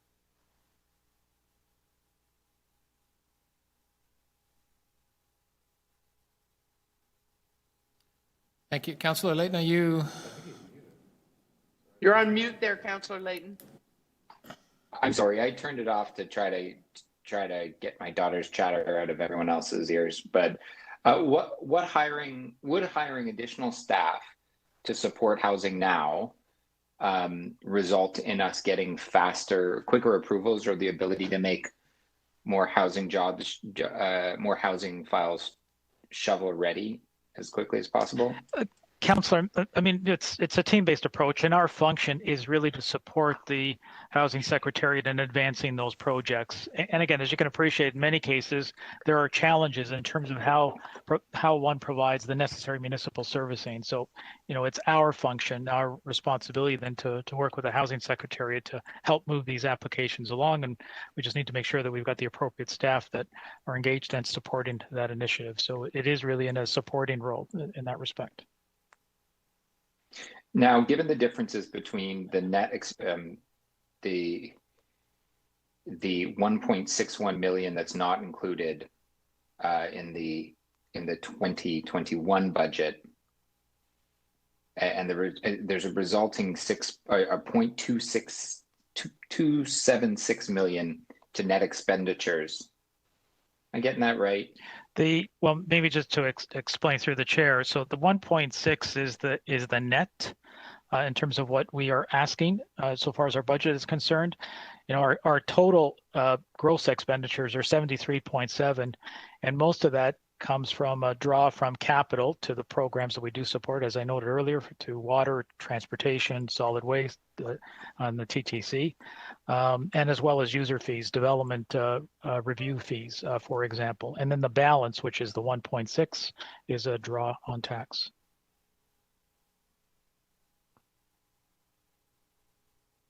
Thank you, Councillor. Okay, thank you. Thank you. Okay, any other questions? Councillor McKelvey. Thank you, Mr. Chair. My question is, transportation said that they came in around 90% spend last year. Where were you at, or I know it's broken down by department, but in general, despite COVID, like how did you measure up last year? Councillor, I'm elated, to be honest with you. I'm so proud of my staff, and as well, it's a big shout out to the corporation as well. A big shout out to our colleagues in PMMD who supported the advancement of our tenders early this year as we were just coming out of having been deemed an essential service, legal as well. All of our colleagues that support us, and as well as our operating divisions. So, you know, I'm pleased. I'm absolutely elated. You know, we delivered, the forecast is something to the tune of $1.1 billion. It's a 95% completion rate. Last year was record breaking. Again, it was 92%. We delivered 925 million. So, you know, I think we're in a good spot from the standpoint of being able to, you know, having organized ourselves, and again, the balance of internal versus external support to provide the programs that have been assigned to us and to deliver them in the manner that we have. Great. And likewise, I asked transportation the same question. Are you looking at how, with decreased traffic that we have right now, there may be projects that you could advance? Are you looking at trying to accelerate some things to take advantage of that? Through the chair, good question, Councillor. I think that's one of the reasons, certainly in terms of our work within the municipal right-of-way, we're able to advance and accelerate schedules just for that reason, with the reduced traffic volumes. As it stands now, so if we take a look at just the transportation program for next year, we're in a good place from the standpoint that about half of the budget that's been assigned to us is already committed, that we have contracts and tenders in place for this year. And we've got a number of tenders that are queued up for release between now and the end of February as early release tenders, and then subject to council approving the transportation budget. You know, we've got a number of tenders that are queued up for release, again, subject to approvals of the budgets. So with the economic slowdown that's happened too, there will be probably, you know, not necessarily a boom, but, you know, increased construction that could drive up costs and stuff. So are you looking at how to beat others to getting, you know, contractors and getting projects lined up so that you could be competitive at securing those resources? Through the chair, good question, Councillor. One of the things that we have learned is that the earlier that we can get out of the gate with the issuance of our tenders, the better off we are. And so contractors are really trying to plan their work program for the year. And so if we're able to release tenders early on in the year, then it's very competitive. As if we are delayed into the year when the contractors have already got a good body of work, then typically what you see is less competitiveness in the industry, and then and hence an escalation or an increase in prices that come in. So again, our interest is to get the tenders out on the street as quickly as we can. Again, subject to council approval of the budgets. And we have said that, or we heard last week that if we're not unable to secure partnerships from other levels of government, the capital program could take a hit. But are you nonetheless preparing all those RFPs so that we have a best case scenario going forward? Absolutely, that has been intention. It's been, pedal to the metal, and I come back to the work that, my staff have done this past year, and we continue to work at that pace for the new tenders. I think on the plus side, so far as at the aggregate level, a good body of the work is on behalf of Toronto Water, and their budget was approved, and so we carry on with that program, but no differently for transportation. In a worst case scenario, we would have tender ready packages that would be pending approvals or funding from other parties, other levels of the government, for the release, pending the release of those tenders. But our interest is to complete and prepare the tender packages so that they are ready, subject to, again, funding availability. Okay, thank you for all your hard work on that, and congratulations on that spend. And it's really nice not to be asking anybody about low spend. So, and you did it all despite COVID. So huge congratulations. Okay, thank you to my team. Thanks.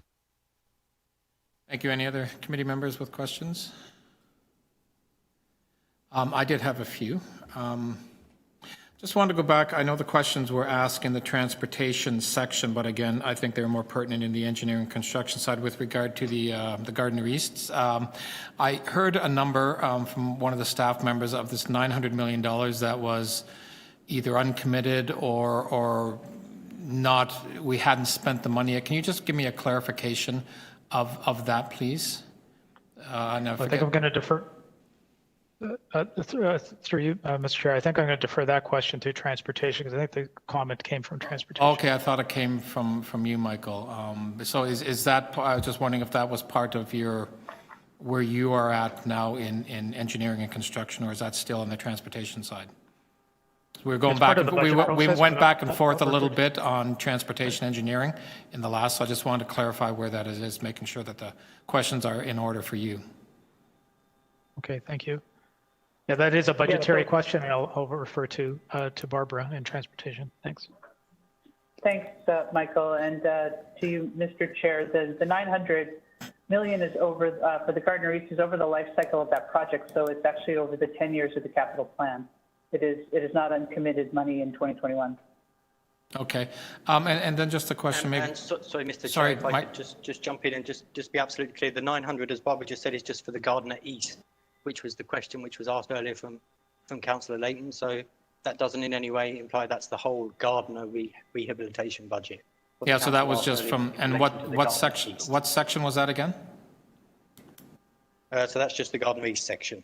Okay, and just for maybe a comment from the CFO on, even though the $900 million is sitting there, it has not been spent, but our ability or not to actually utilize that. And the one question, of course, is we have this large capital backstop issue in balancing the budget and whether or not any of these funds can and be used to assist in that or not. Thanks, Mr. Chair. So just to take a step back, the gap that we identified in the budget launch of last week, of 856 million will be addressed through a combination of tactics in the event, and I just want to emphasize, in the event that we don't get funding from other levels of government.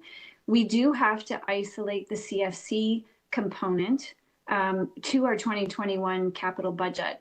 And the 2021 capital budget is for projects that have funds assigned to them. And as I mentioned earlier, that they are typically going to be projects that are isolated to the year 2021, not multi-year projects.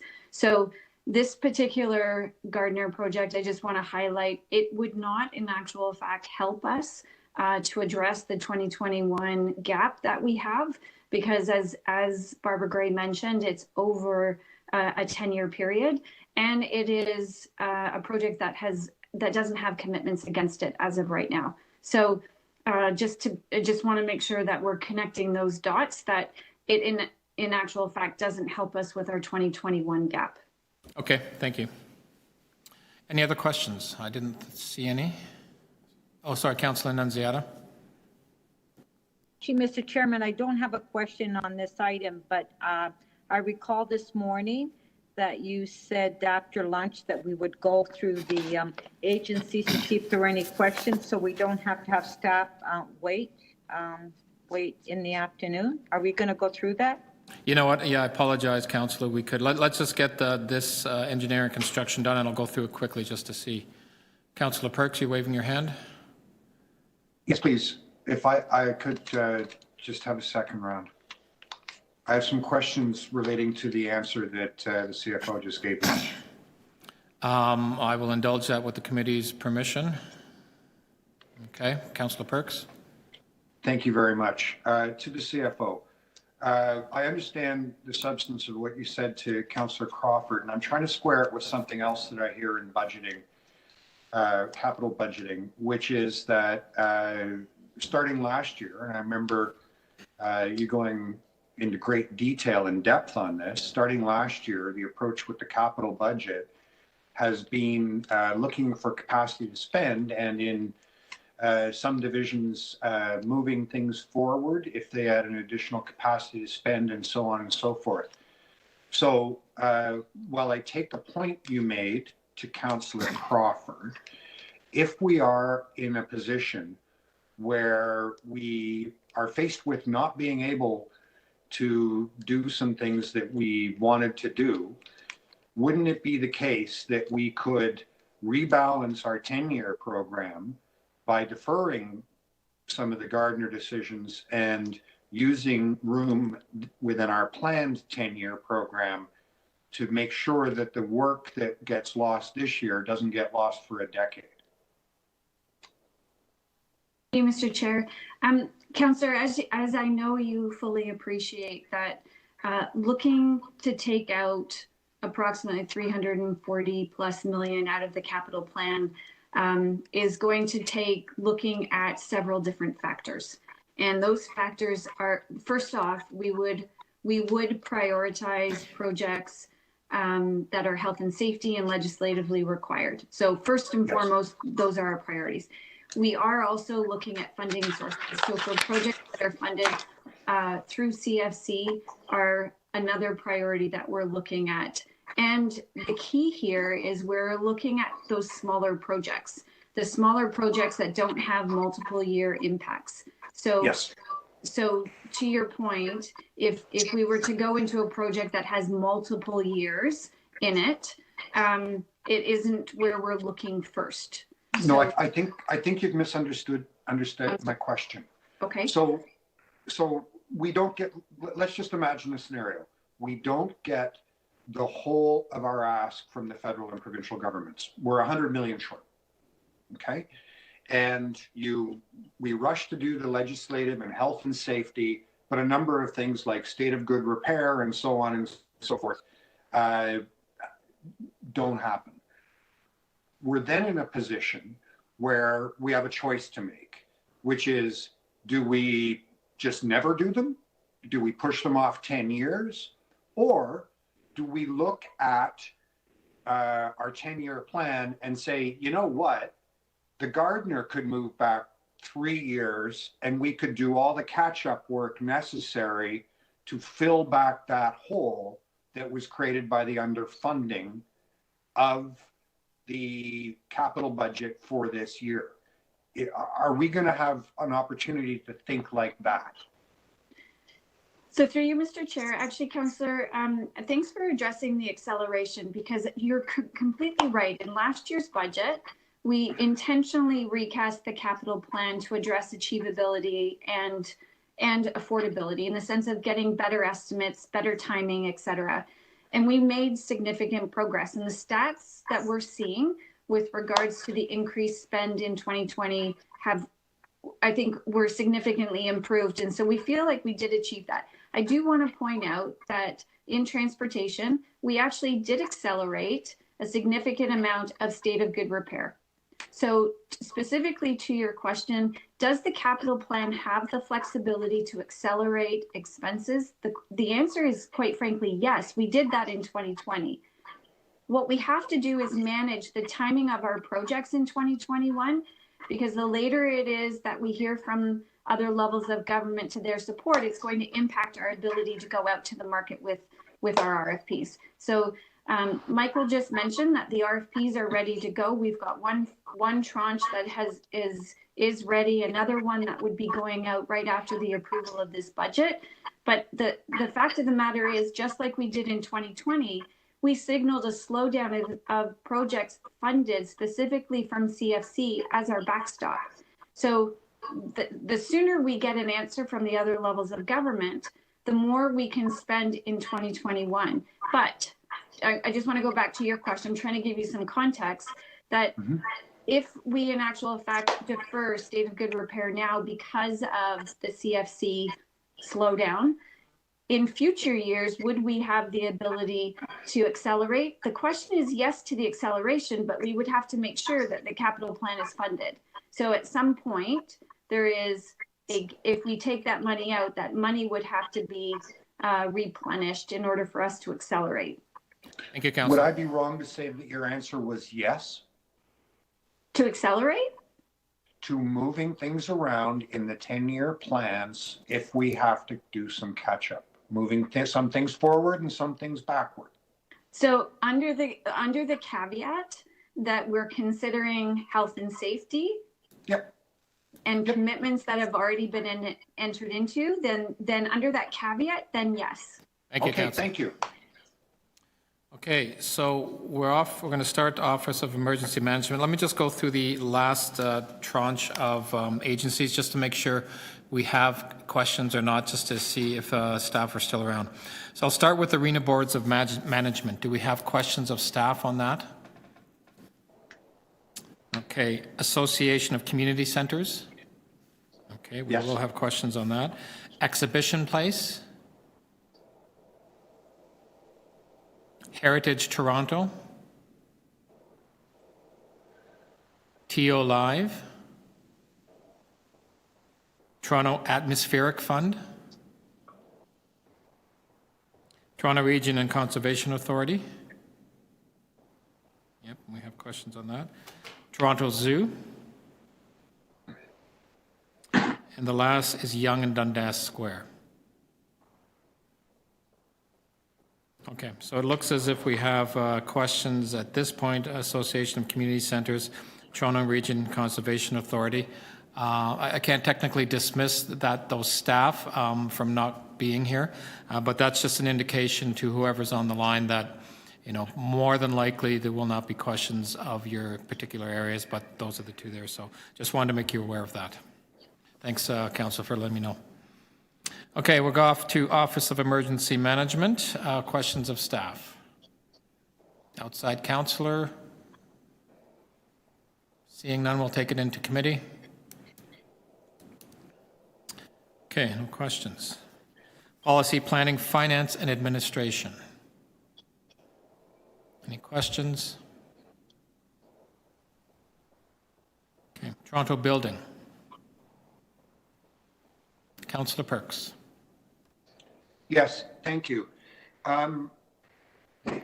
There has been some concern about delays for planning applications and building permit applications and committee of adjustment applications being slowed down because of a number of different factors, but one of them is whether or not we have adequate staff to meet timelines. Does Toronto Building currently have staff enough that they can do preliminary plan review and the follow-up work in a way that allows the city to meet the timelines for development applications, committee of adjustment applications, etc.? Through the chair, the short answer to that is yes. through this budget process, we are also looking at increasing our service levels with respect to zoning reviews. So with that enhancement, definitely there'll be some improvement in that regard. And I know that because of COVID, our whole management of figuring out fees and schedules and so on has been upset. But are the fees that we are currently charging for review by your department covering costs? Through the chair, once again, the answer is yes to that. I would also just add that through the whole COVID experience, initially we were shut down for a short period of time, and then we had to retool our organization, equip our staff with the technology that they needed in order to work from home. And what I'm proud of to say is that we've actually done that quite well, and we're at a point where staff are working quite effectively at home, and we've also at the same time managed to actually make some gains in cleaning out the backlog of applications that we have in our system. Thank you very much. Those were my questions, Mr. Chair. Thank you, Councillor. I'll take it into committee. Any questions? Seeing none. Next will be Toronto, Toronto. We just did Toronto Building. Yep, sorry about that. I forgot to check it off, that's why. Transit Expansion Office. Councillor McKelvey. Thank you. I just want to make sure I'm reading it properly. So I see that your budget would be 9.1 million, but it looks that is 100% completely externally funded.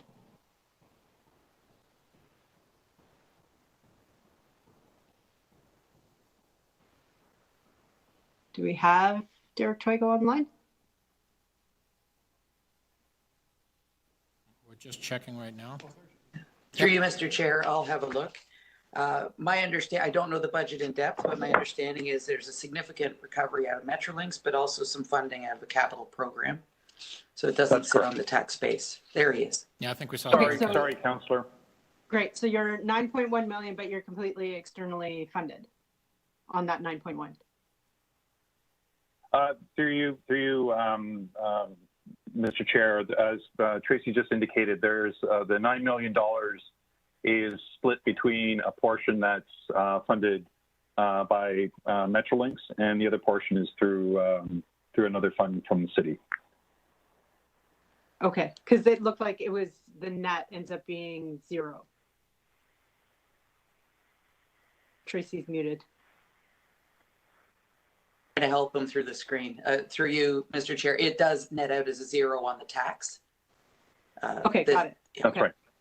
Okay, and then for the 59 positions, 14 are capital and 45 are operating. So I'm wondering, like, what would be the scope of in my mind, if it's expansion, it should be mostly all capital. So like what is kind of those areas or divisions of responsibility between operating and capital? So through you, Mr. Chair, the division between the two programs, the capital is related to the project implementation stages of the project. So this is when a project actually goes into procurement and then actually is in construction and into closeout. So that would be the capital, sorry, the operating portion of it. The capital portion of it is related to the pre-planning stage of projects. So this is work that would be under the responsibility of the City of Toronto to actually get the program requirements identified and to pay for the city staff that isn't paid for by the province. Okay, your budget is 74% higher than 2020, and that's largely as a result of additional FTEs. Do you see any risk in your ability to hire? I mean, we had heard that, people are being scooped up by other agencies. Like, do you think that you can realistically hire that many people that quickly? So through you, Mr. Chair, to you, Councillor, that's a good question. We are facing the same issues that many of my colleagues are facing in the other divisions. We are instituting a very aggressive program to hire on as many people as quickly as possible, but we are facing the same issues. We are competing against other governments and other government agencies such as Metrolinx and IO in doing that. But the intention is that we are intending to get these people on board because we need them to meet the onslaught of information reviews that will be coming from Metrolinx this year. Okay. And that kind of links with my next question. So how has your mandate changed with the provincial upload of the subways and like terms of the projects and the scope and the work that you have? So through you, Mr. Chair, to you, Councillor, our mandate continues to be the need to coordinate and make sure that we are engaging with Metrolinx to ensure that the City of Toronto's requirements are achieved.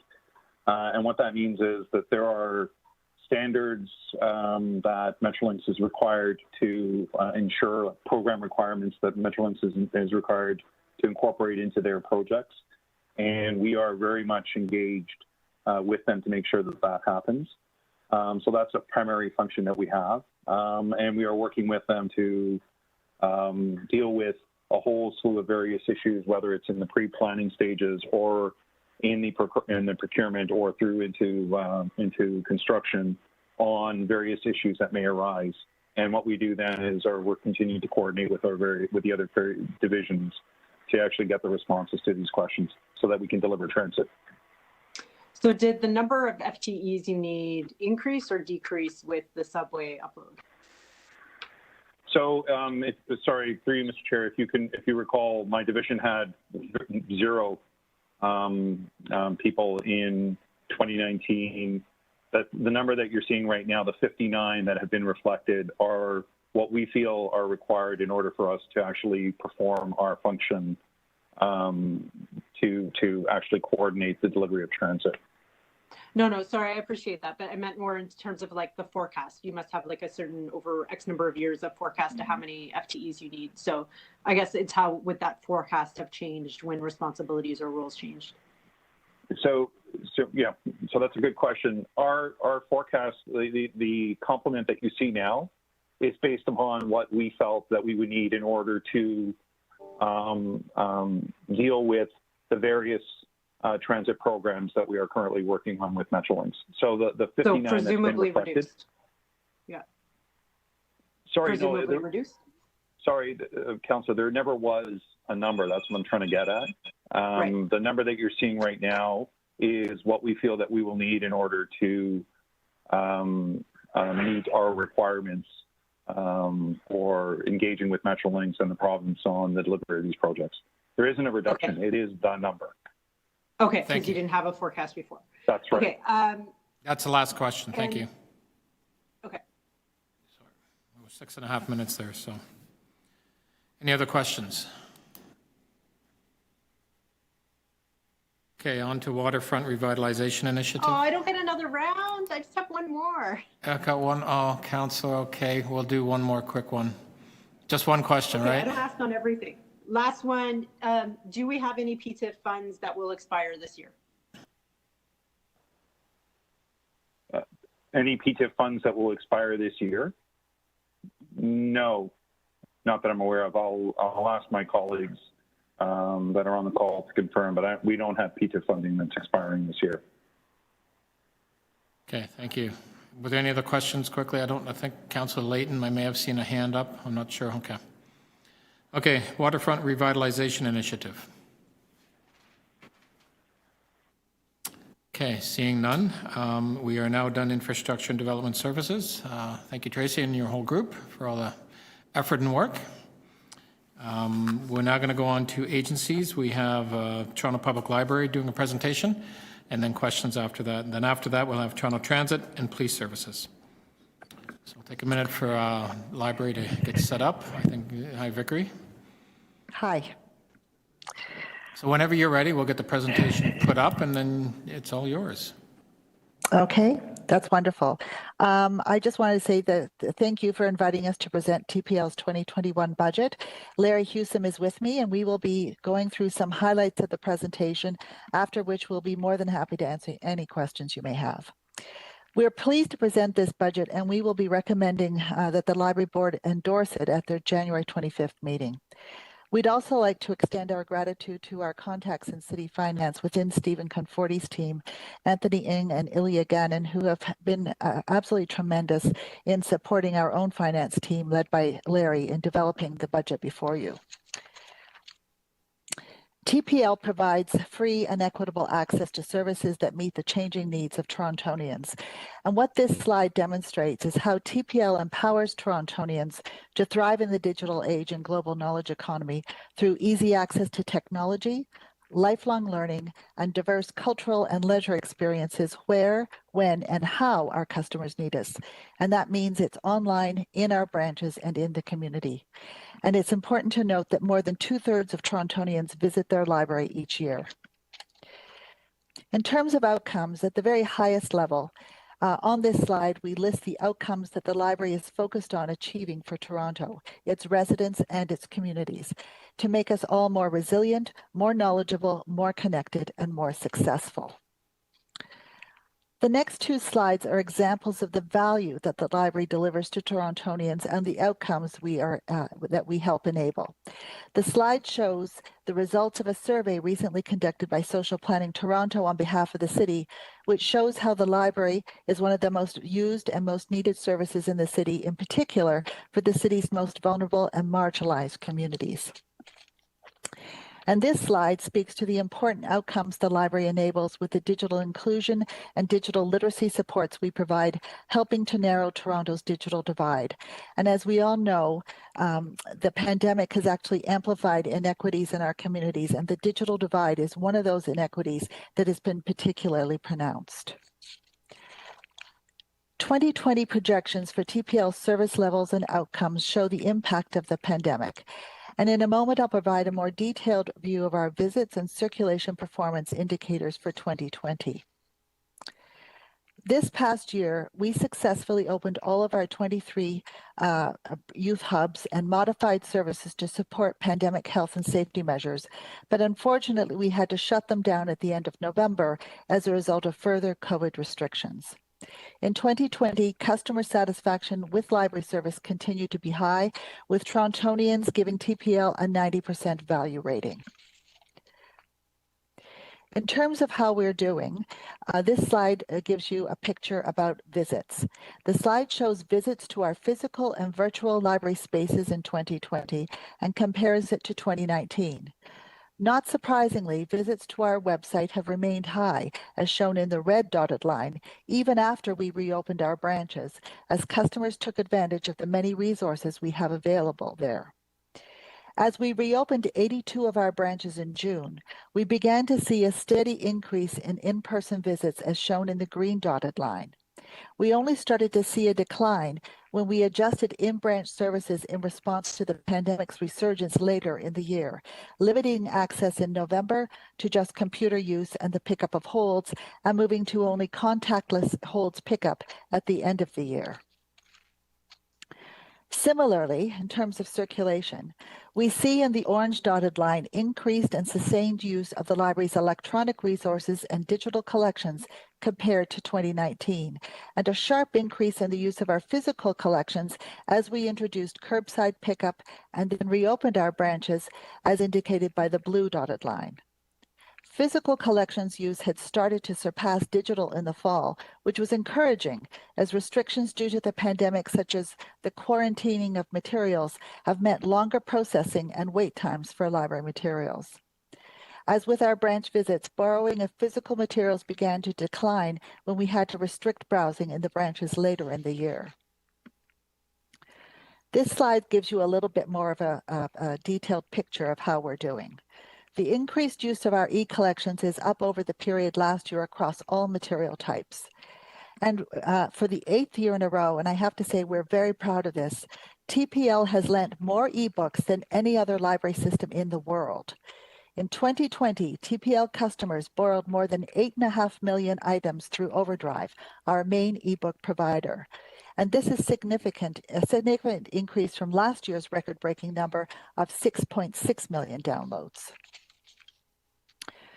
During the library closure, we quickly shifted our efforts to increase access to our digital resources, and we've continued to add resources, programs, and services throughout the year. In March, when we closed, we introduced an instant digital card to provide access to our Overdrive ebooks and e-audiobooks for those Torontonians who didn't have a library card and couldn't come into one of our branches to get one. To date, we have over 38,000 users, and these are all new customers.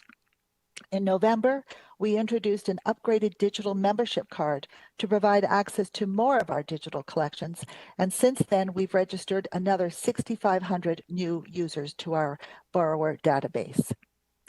In May, through investments in technology and with our staff working from home, TPL launched live and on-demand programming for all ages and across many of our programming categories, including children and teen programming, digital literacy and digital innovation workshops and classes, and a wide range of our popular literary and cultural programs.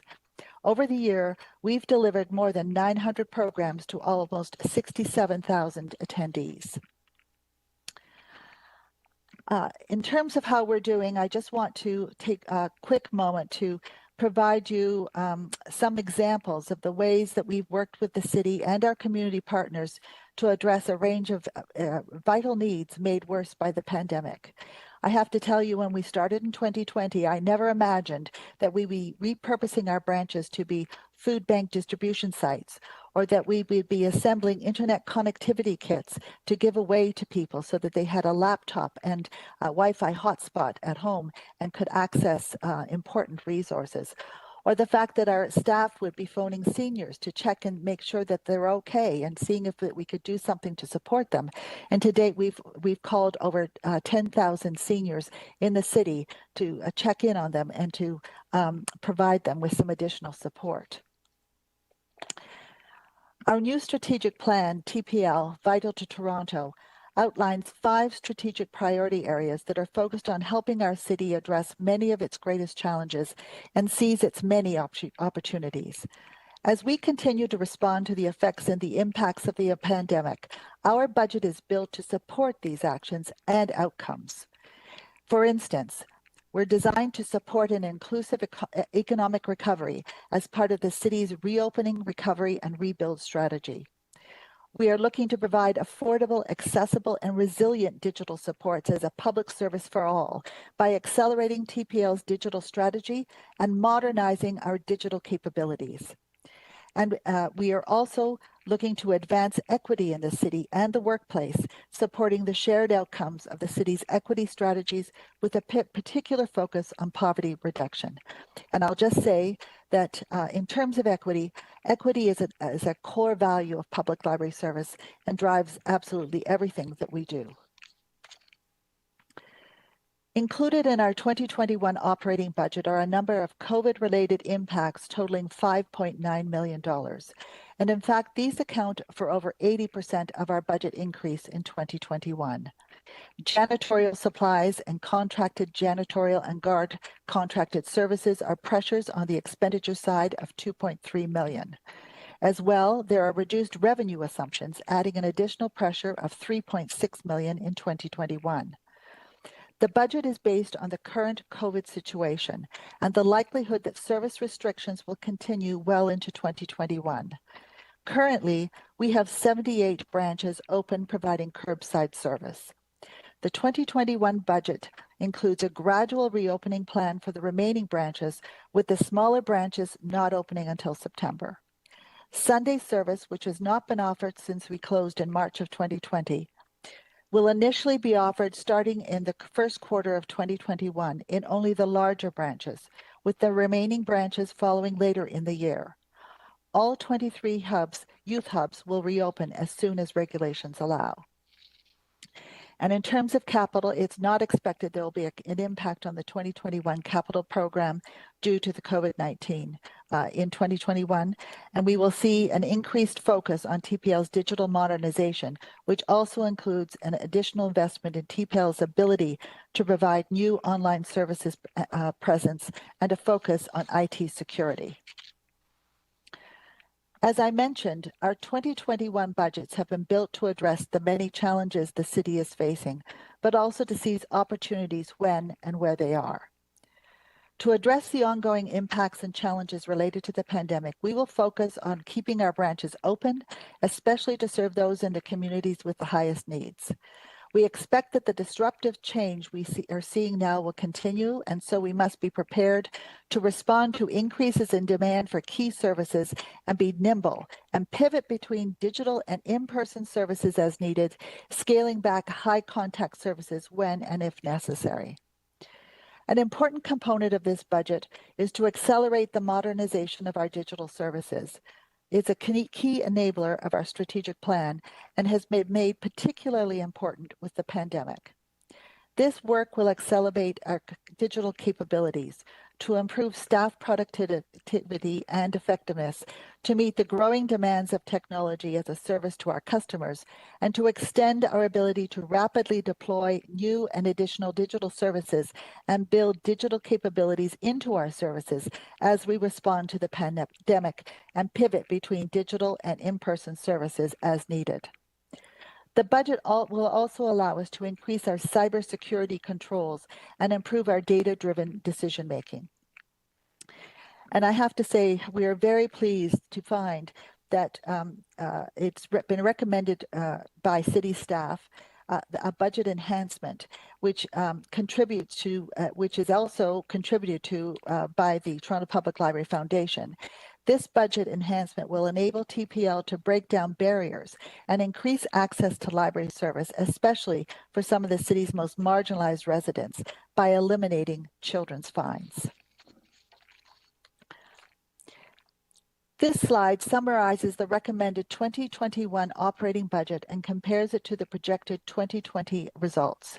Not surprisingly, 2020 results are unusual with the impact of COVID, and updated preliminary results indicate that TPL will be returning about $1 million in surplus to the city. The recommended capital budget and planned debt funding is in line with last year's approved plan. And now I'm going to turn it over to Larry to go through some details of the operating and capital budgets for 2021. Thank you, Vickery. Starting with this slide, as you can see, the main budget increase is COVID related, which amounts to 3% increase or about $5.9 million. And that is caused by lower revenues and higher costs, and those were covered in an earlier slide with Vickery. We will point out that TPL also identified mitigating budget savings of $5.5 million or 2.8%. And this will also be detailed in a later slide. Starting from the left chart, you can see that over 80% of the budget is for salaries and library materials. And on the right side, over 90% of the budget is funded from property taxes.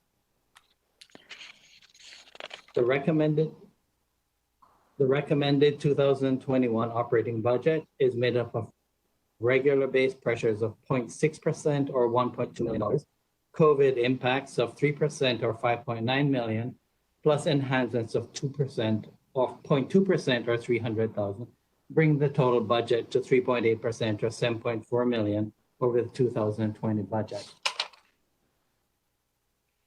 TPL has identified savings and management actions to offset budget pressures. These include line-by-line efficiencies, no COLA for non-union staff, the impact of savings from the 60 staff who took the voluntary separation program, and savings related to the phased reopening strategies when considering the COVID-19 resurgence and their related service impacts. Total budget savings mitigate $5.5 million of pressures or 2.8%, which reduces the base budget. As Victor mentioned, we're very excited to hear that what's being recommended is a budget to eliminate children's fines, overdue children fines, for a cost of $600,000, for which the TPL Foundation has raised half or $300,000 to mitigate the budget impact and spread it out over 2 years. Note that 200 library systems in Canada and 30 in Ontario have already eliminated fines, which would include Ottawa and Hamilton in Ontario, Calgary, Edmonton, all of New Brunswick, and Vancouver across Canada. Our hope is that we will be able to address adult fines in next year's budget. Not included in the recommended budget are two enhancements which address vulnerable groups totaling $319,000 and include 4 positions in 2021. The Digital Literacy for Seniors program supports social connectedness by expanding programs for seniors, both within branches and the community. And the other initiative, the Community Librarians Program, is a new concept that moves librarians out of traditional library settings into a new community-based framework for providing service while working closely with city agencies. Turning now to the capital budget.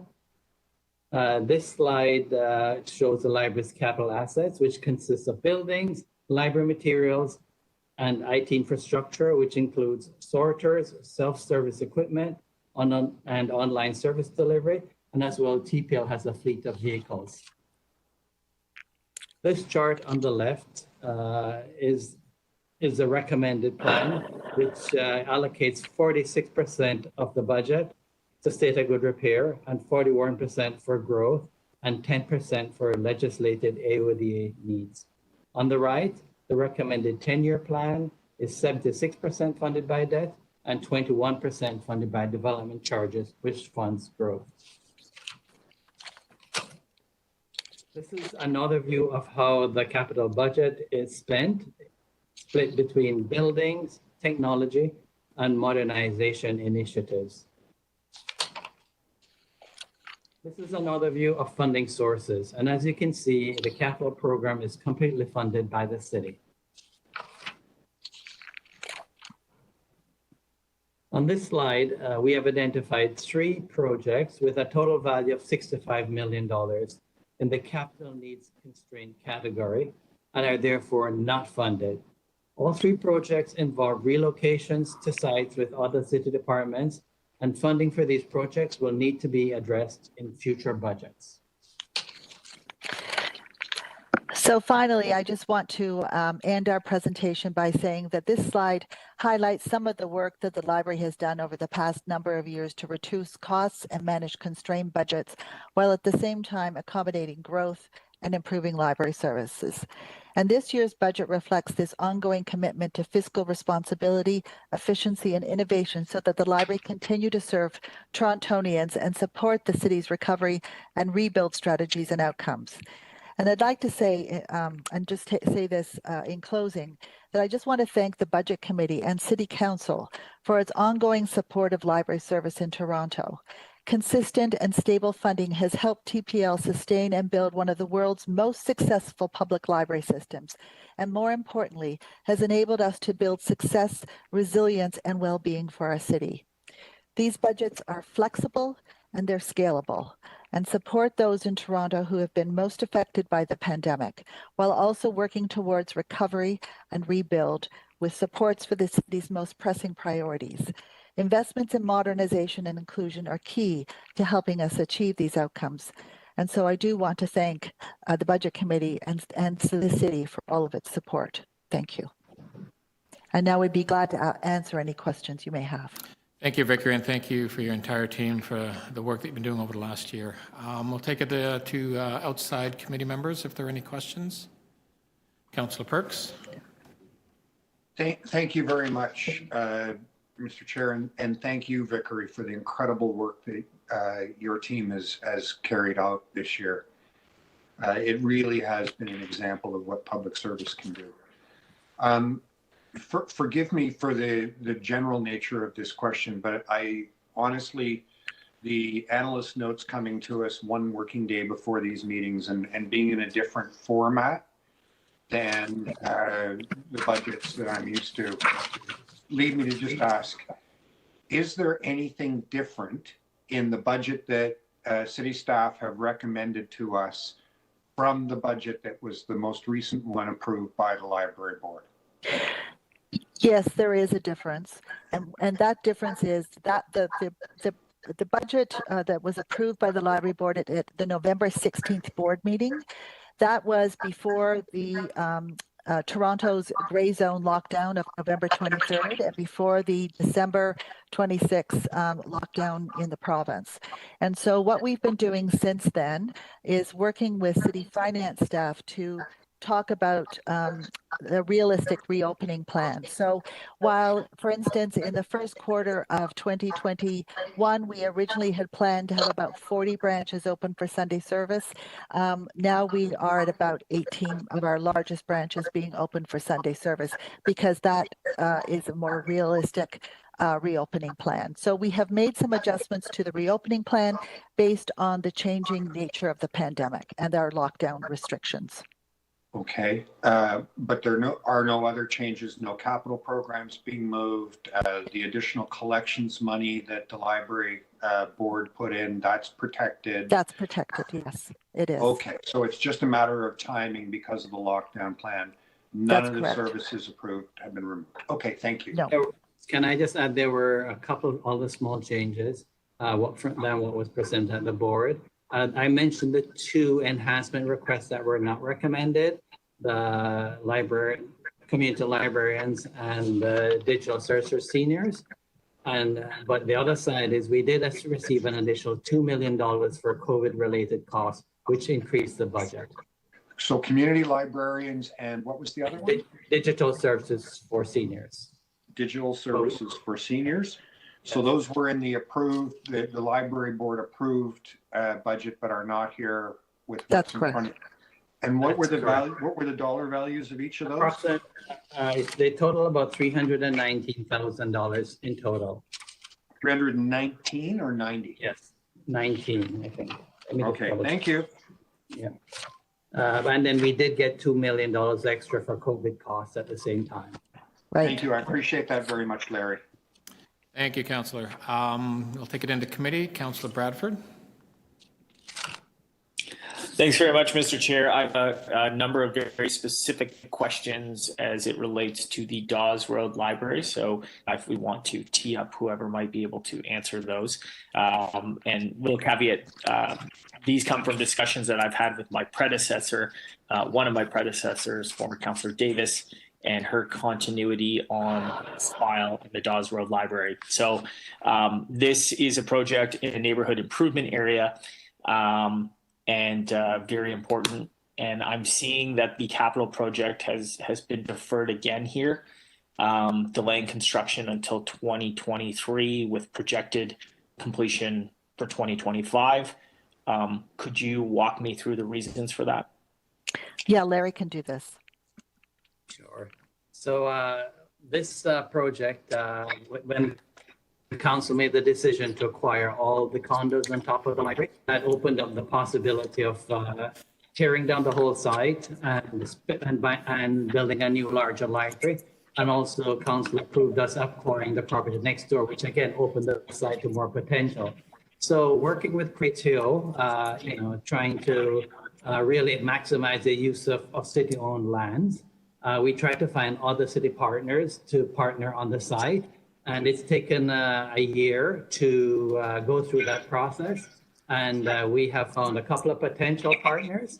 And that has now allowed us to go to the market to hire an architect to start doing massing and feasibility studies as to whether we can accommodate another partner on the site. So that process of trying to maximize the value of city lands has caused the 1-year delay in the project.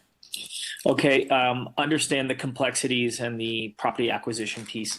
Could you tell me how long that Dawes Road Library has been on the library's capital plan, or when it was originally brought forward, and that original completion date versus what we're hearing now, 2025?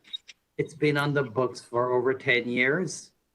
And I don't recall what the original completion date, but if it's been on the book for 10 years, the completion date would have been years by now, at least by now.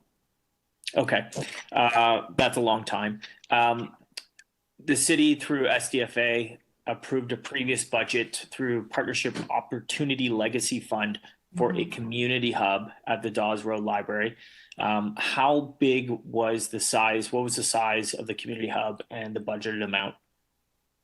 So we've been informed that the amount from the POL funding is $1.2 million.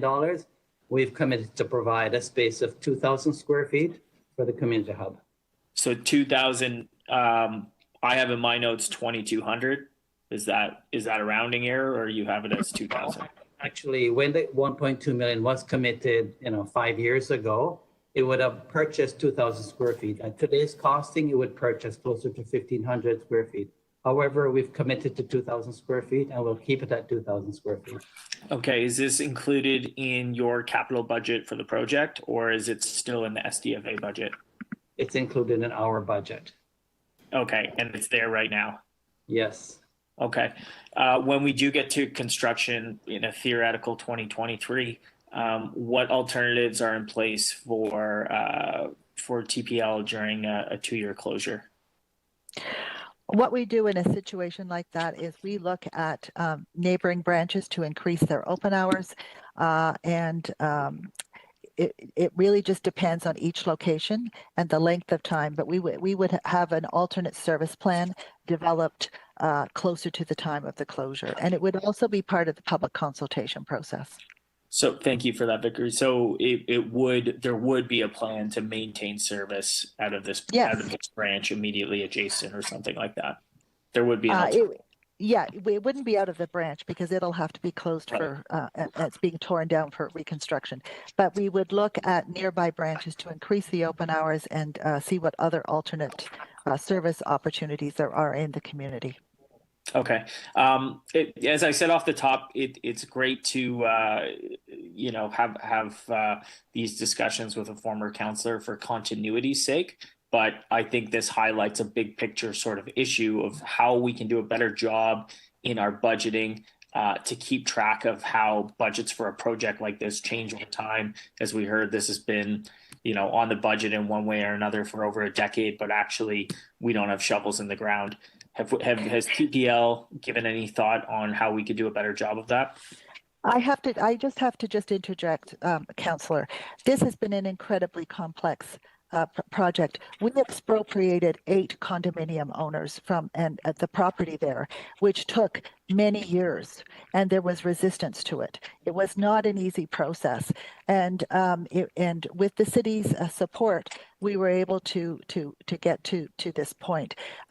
This has been an ongoing issue for us, and it's a legacy branch, that this situation with condominium owners and a deteriorating infrastructure of the building that was not well constructed in the very beginning is what we inherited from the former East York. And this is what we have been working on to really improve the situation, and a lot of work and effort has gone to get to where we are now. And I have to say, if it wasn't for the support of the city and real estate, I don't think we could have achieved it. But it has been a long, difficult process. It has. But where we get to in the end is a new 20,000 square foot library for this community, plus 2,000 square feet of a community hub, which I think is absolutely tremendous. So yes, it's been a long, hard struggle, but it's been worth it. And I don't believe that there's any comparison in terms of our current, any capital projects we've had previously or into the future. Thank you. Yeah, no, I appreciate the complexity of this and the expropriation on several of those units and acquisition of properties adjacent. It's definitely been complicated. I'm still wondering how our agencies work with different divisions like SDFA, the challenge of the community hub and the downsizing of that, or opportunities to do more, how we can work better together to make sure that we don't have lapses of on projects of this scale. Thank you, Councillor. I think she's already answered that, as I recall. So thank you. I think that was just a comment. Any other questions on the library? Councillor Carroll. Thank you, Mr. Chair. Mr. Chair, this is my one opportunity in the review week where I get way local. I'm wondering about the capital program, and I've asked this, I think, every year for the last few years, but I have a couple of antique little North York branches that are kind of hard to install automated checkout into Hillcrest and Pleasant View. But Pleasant View in particular, I always ask about, because I'm hanging on to Section 37 funds that are to be paired with the project, but I don't see it in the capital program. However, what I do see is that in the list of capital programs, some of the initiatives, including modernization, are bundled now. And so is that through economy of scale you're getting some of this stuff done by by doing groups of branches? Well, Larry can provide more detail, but that would be covered with the state of good repair portion, the multi-branch budget, because as you mentioned, those branches are small, and the work they don't, they're not large enough to become a named capital project, but that's how we would address that, and we can follow up with you to provide more details on those particular locations if that's helpful. Yeah, I can do that offline. I'm just wondering if by and large, we reach a point sometimes in our state of good repair where you get to the point where you're taking it along with your small branches, but if a big branch like Lillian Smith or someplace like that suddenly really reaches that point where it comes up on the list, does it take away from the small branch program, or to the best of your ability do you keep them traveling at the same pace? Well, our state of good repair budget, we try to keep at the same level, maintain that level, because of of what you talk about, is that we don't want to have all of our capital funding just going into the larger branches. We need to address the smaller branches as well and the needs that they have. Okay. So I'll follow up afterwards with Larry about those individual branches. I will just say I thought, how could Lillian Smith possibly need state of good repair work? I used to take my children there all the time. It's a brand new branch. But then my children are in their 30s. I thought to myself, that's how backlog happens. Yes. So I'll pick that up later. Thanks. Thank you. Thank you. Thank you, Councillor Carroll. Any other questions? Seeing none, again, thank you, Vicky, and your entire team for the amazing work you've been doing over the last year. And thank you very much. Okay, best of luck to you. Okay, next we're on to Toronto Transit Commission, TTC. We'll be doing a presentation, and following that, questions, of course. So we'll take a minute or two to get ready.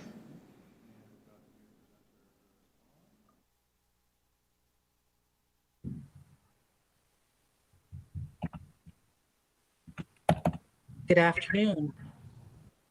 It's Josie Levita here, Chair, members of the Budget Committee, and visiting councillors. Today I have with us our Deputy CEO, Kirsten Watson, Alex Kazar, Director of Budgets, Costing, and Financial Reporting, Jennifer Mbronio, Director of Capital Accounting, Scott Haskell, Head of Project Development and Planning, and Mark Miss, our Head of Service Planning and Scheduling. So I'm pleased to present to you an overview of our 2021 operating budget, our 2021 capital investment plan, and 10-year capital plan, and in particular want to spend a bit of time on the impacts of COVID on the TTC.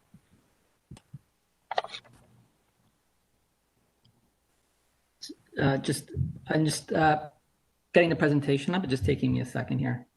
Apologize for the delay.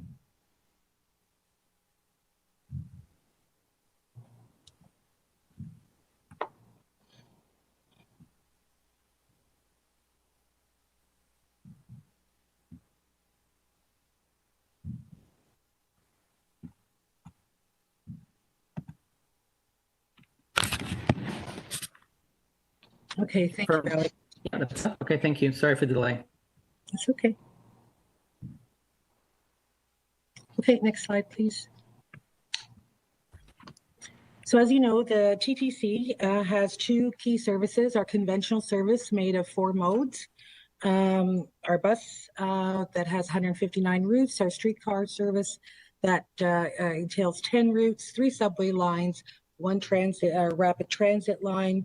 And in 2021, we'll be providing 9.4 million service hours and 250 million service kilometers. We also provide door-to-door service through our Wheel-Trans service, and that's to enable anyone with physical, sensory, cognitive, and or mental health disability the ability to use a service if they are not able to use our conventional service. And of course, all services provided 24 hours per day, 7 days a week. Next slide. So this slide outlines TTC's key service objectives and outcomes, and they support the achievement of our 5-year corporate plan's goals.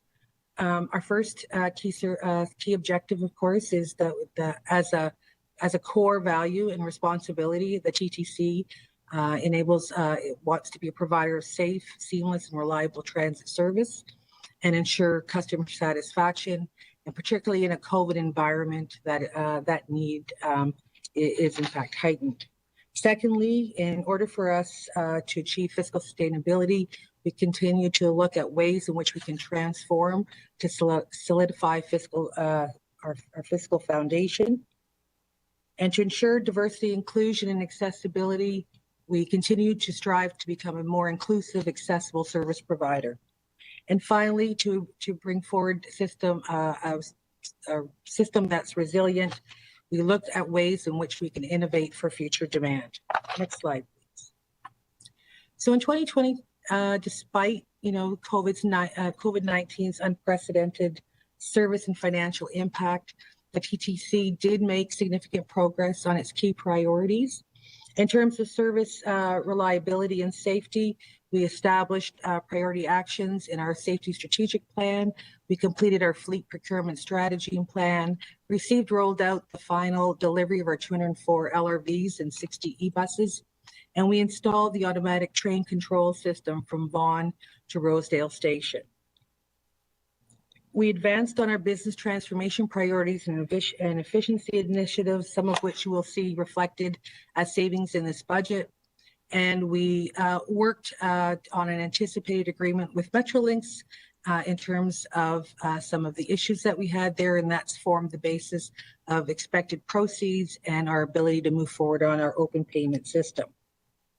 When it comes to diversity, inclusion, and accessibility, we implemented an equity-based consultation process in 2021. We expanded our diversity outreach with 2 online forums for female bus operators, with having more than 4,000 participants. It was very successful. We awarded our Wheel-Trans reservation overflow contract to reduce wait times and ensure more accessibility for this set of clients. And we completed the construction of 4 stations, bringing the total number of accessible stations to 50 out of about 74. And as a result, we're about 3/4 of the way there for 2025. And finally, we installed the Eglinton East Bus Priority Lane and advanced service integration with our regional partners as we continue to look at new ways of doing business to ensure resiliency in the future. And despite all that, we also provided an agile and effective response to COVID-19. We delivered a demand responsive transit service throughout the pandemic. We partnered with the City of Toronto to meet the needs of our most vulnerable during the pandemic period. We implemented many proactive safety measures, including disinfection as early as January 2020, and made masks a mandatory requirement in July. We achieved about $151 million in savings to help mitigate the COVID-19's financial impact on the TTC and the city. And finally, we took the opportunity for the lower ridership to accelerate capital works and saw our first 10-day closure of the subway system in December, which enabled us to make huge inroads in our needs. So how well are we doing on some of our metrics? Well, of course, these have been impacted by COVID, particularly in our revenue ridership, which we're seeing roughly about 42% in 2020 being achieved in terms of our revenue ridership. And of course, in 21, we'll be talking a little bit more about that. And we've right-sized that based on what our anticipated experience will be. Our service hours were about at 94% of what we expected. Our customer satisfaction stayed within the range, which we believed was indicative of the kinds of issues we had to deal with. In terms of the service level measures, all of them reflect indicators of our performance, on-time performance, and we see continued improvement across all modes, particularly given some of the prior year investments that City Council has approved, and but of course also impacted by somewhat of the reduced traffic congestion that we saw in the earlier part of 2020. Next slide, please. So when we look at our COVID response to service, I think everyone's quite aware that, at the lowest point, we saw our service reduced quite dramatically. And that resulted in us looking at a demand responsive service plan. And so as we adjusted our service, we then looked at how we thought about each of the separate modes and increased it where we needed to, and particularly in our bus networks in the northeast and northwest corners of the city. The other key priority for us, of course, was ensuring the safety of customers and staff at all times, and took many measures and continued to revisit all the best opportunities available to us based on the advice of public health, of course, and also looking at what were common practices across all transit authorities. And finally, there was a huge need to ensure that the education and communication around the service providing and the safety of the service through 2020 was paramount. Next slide. In addition to that, we partnered to help the most vulnerable. So the TTC actually retrofitted TTC buses in support of the work that Toronto Paramedic Services did, including implementing adjustments to the bus, to some key buses, and allowing for gurneys to be installed to help transport individuals. We assisted the homeless with our partners with Streets to Home to ensure that we could help serve those that were finding themselves in our stations. We distribute over 1 million masks with our partners in the Poverty Reduction Office and outside agencies. And we moved clients with our partners in shelter support and housing. That was to hotels. It dealt with heat and cold relief, and that work continues as we speak. Next slide.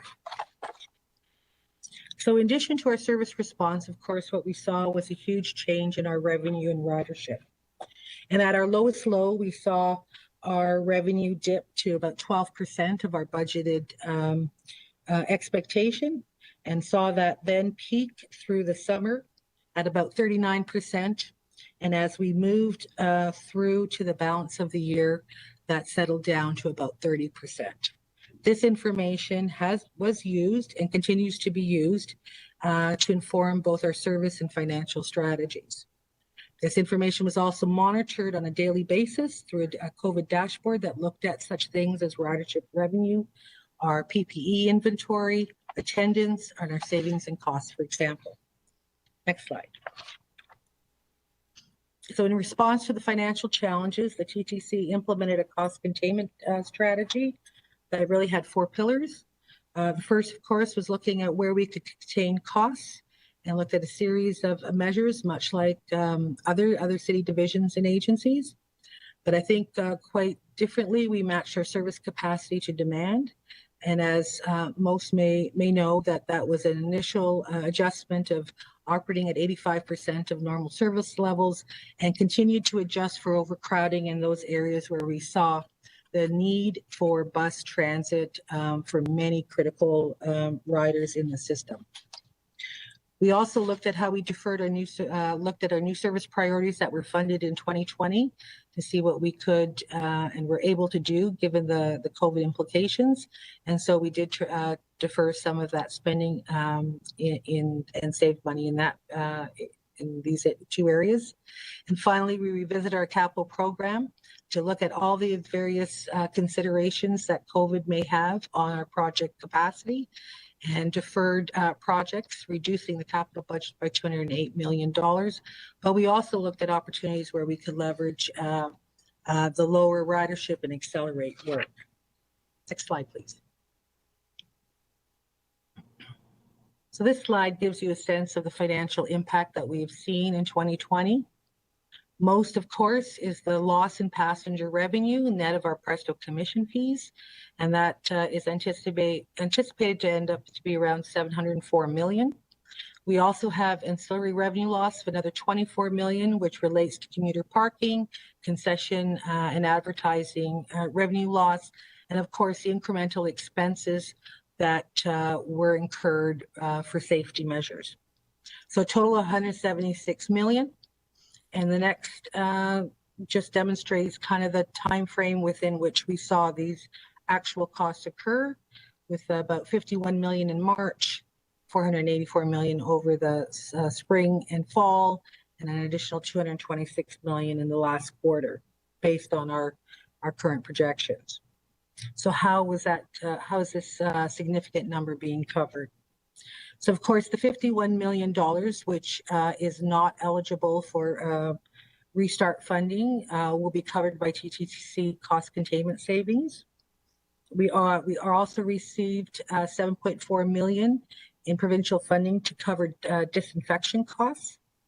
In addition to that, our phase 1 restart funding was 437 million, and that takes us to the end of September 30th.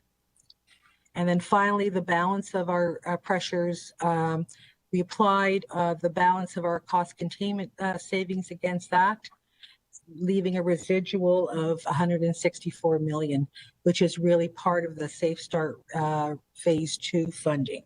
So in total, what we're seeing is the 760 million shortfall being fully covered by cost containment, as well as 609 million in restart funding. We're thankful to our federal and provincial partners that the 2020 impact be fully addressed.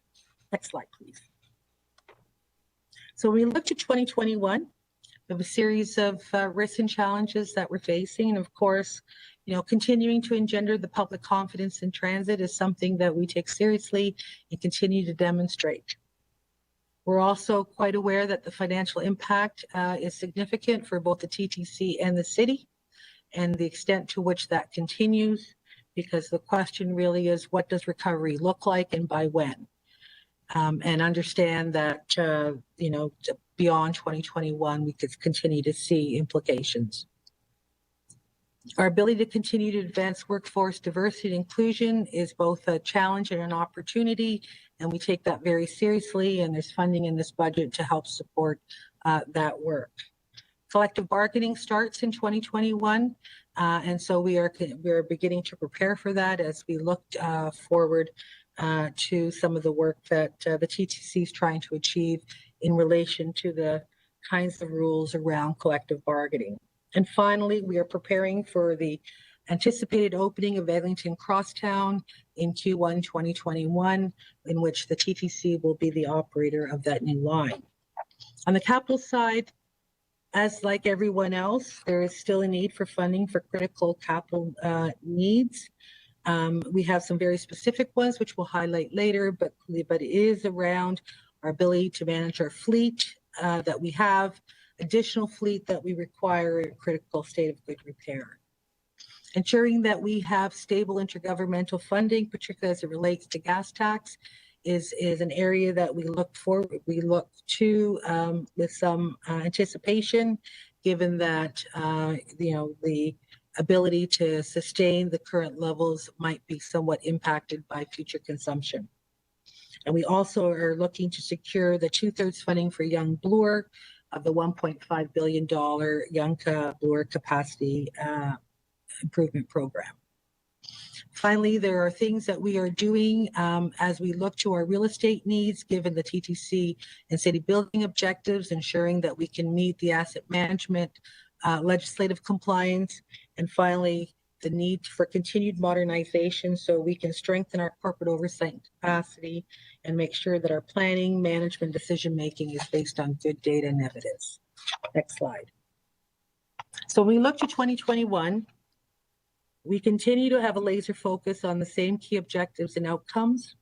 And as a result, our 21 budget is built on achieving these outcomes with the following key priorities. So a focus for us, of course, in 2021 is to ensure that we have a continued strong COVID response that ensures that safety of our staff and our customers is of utmost importance. And we look at we've adjusted our service based on those particular experiences. We're investing in new vehicles so that all the improvements we've made in vehicle reliability can be sustained. And finally, we have capital investments to help support the same objective. In terms of our fiscal sustainability, we continue to advance our business transformation initiatives and the efficiency savings through that and through the implementation of our Auditor General recommendations. And as I mentioned, we prepare for collective bargaining.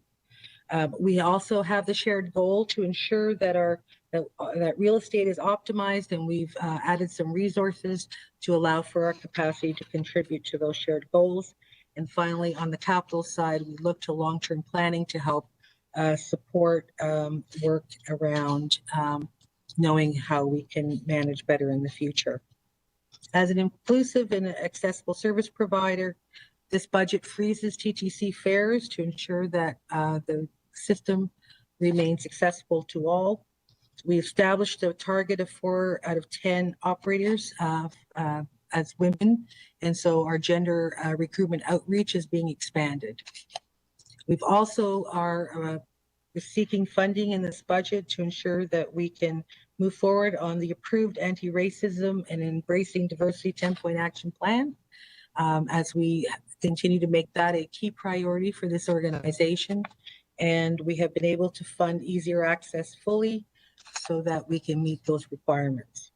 Finally, in terms of system resiliency, we continue to work on a fare policy and 10-year collection strategy that will help support us in the future. We prepare for Eglinton startup, and we're looking to other ways of thinking about our service through advancing service integration with partners and looking at new ways of thinking about service delivery with an automated shuttle trial. Next slide. So this is our 2021 budget. On the revenue side, of course, it's much lower given the COVID impacts at $566 million. Our gross expenditures are $2.1 billion, and as a result, the TTC operating budget's almost $1.6 billion. The city's funding share is zero. Is not zero. Is the same as last year with a 0% increase. The COVID-19 impact of $796 is completely the increase that you're seeing as a result of the anticipated revenue loss and additional costs for 2021. On the capital side, the capital budget for 2021 is $1.3 billion. And the 10-year plan is $11.9 billion, primarily funded from recoverable debt, which essentially is the city building fund funding that City Council has provided in its dedication of transit funding. Next slide. So for 2021, what we're seeing again is a demand responsive service that preserves priority services and ensures that we have bus service to meet the demand there at 101% and puts more buses on key routes. And it also looks at augmenting safety in that services by including increased vehicle disinfection. This budget keeps the TTC affordable by not having a fare increase, so it remains at 2020 rates. As I mentioned, we are maintaining the city's budget, city's funding level at 2020 levels, and $13 million in net savings have been reinvested in new and enhanced priorities. We're also adding $1.1 billion in unfunded capital works, of which 95% is for critical state of good repair work. And this also enables us to purchase 300 buses, 181 Wheel-Trans buses, and 13 streetcars in alignment with the fleet procurement plan that the TTC board approved. So now to the operating budget in a bit more detail. So $2.1 billion budget, of which 94% is allocated to our conventional service. And the funding that's in this budget allows us to enhance our safety and reliability by making maintenance investments to preserve the performance improvements from previous years. We're reversing some 2020 reserve draws that ensures that we can contain that stability, and it reflects $69.5 million in efficiencies with no impact on service. And finally, the 101% of pre-pandemic services we've provided to ensure that our bus service is protected to meet the kind of demand that we have seen in 2020.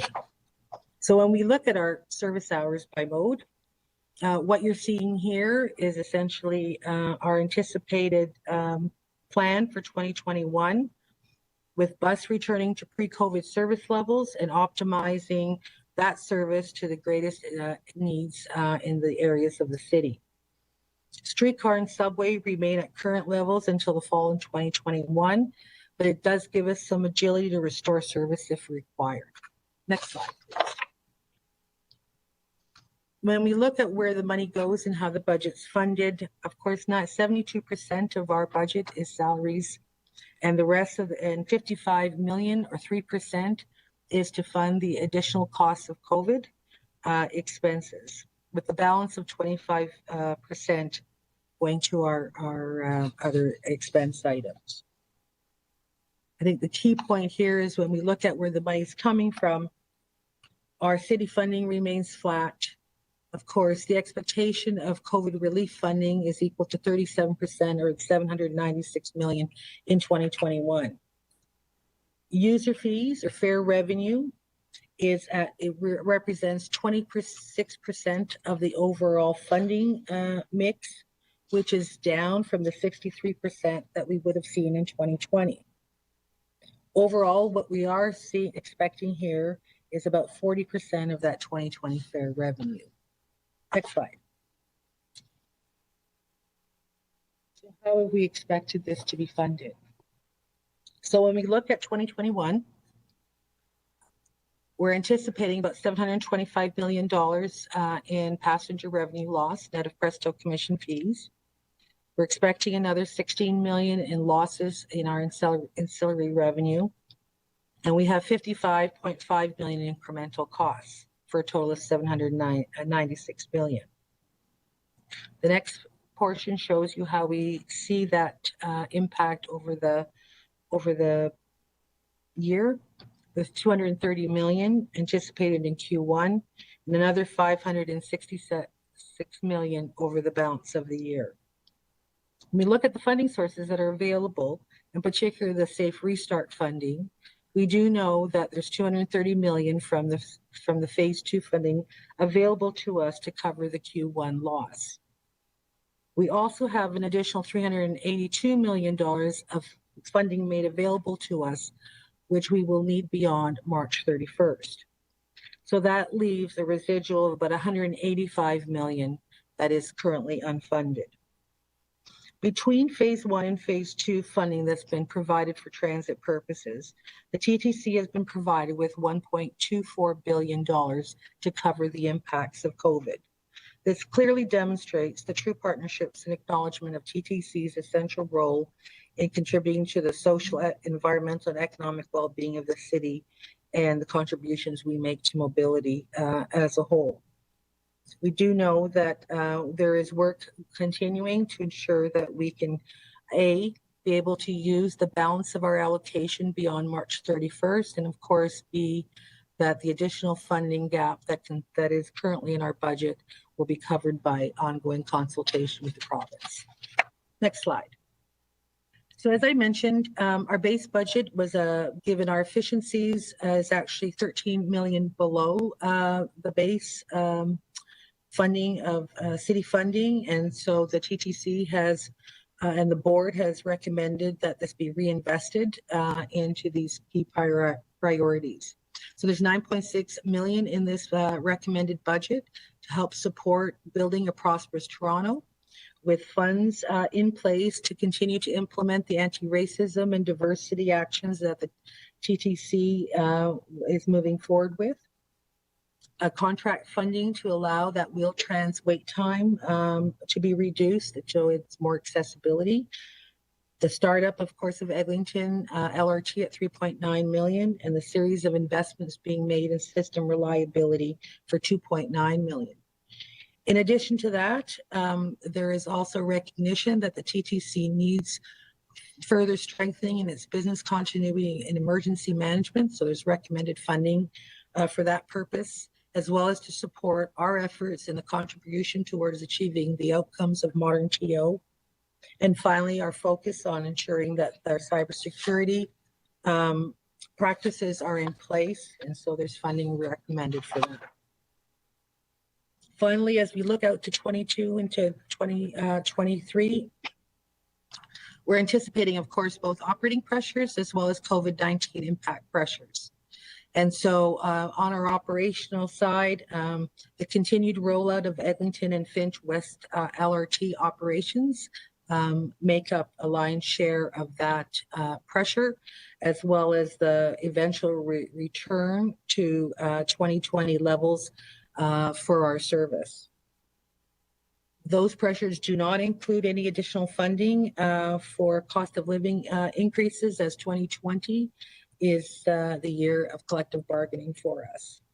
When we look to those COVID impacts, these are directional, and we'll continue. We continue to review and model our estimates based on our current forecast of experience. We're seeing a continued shortfall that will have an impact of a minimum of about 341 million in 2022 and 131 million in 2023. Of course, that assumes that we will see increased ridership.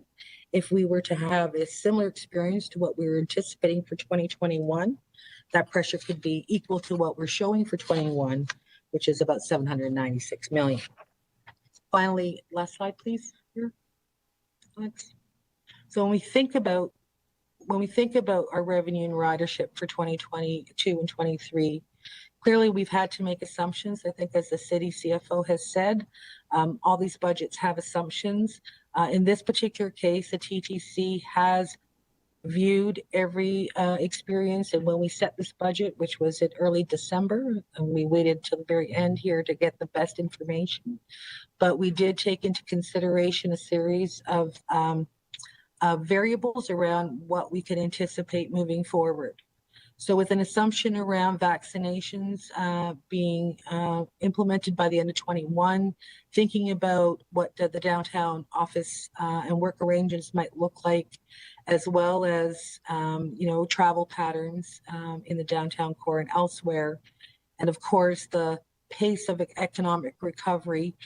These have all been factored into our anticipated forecast moving forward. So what we're showing here is that we expect to be at around 70% on average in 2022 in terms of our pre-COVID normal, and by 2023 up to about 90%. But of course, these will be revisited as we speak. Okay, let's move to capital. So the TTC has a capital asset inventory of 19.4 billion to deliver our services.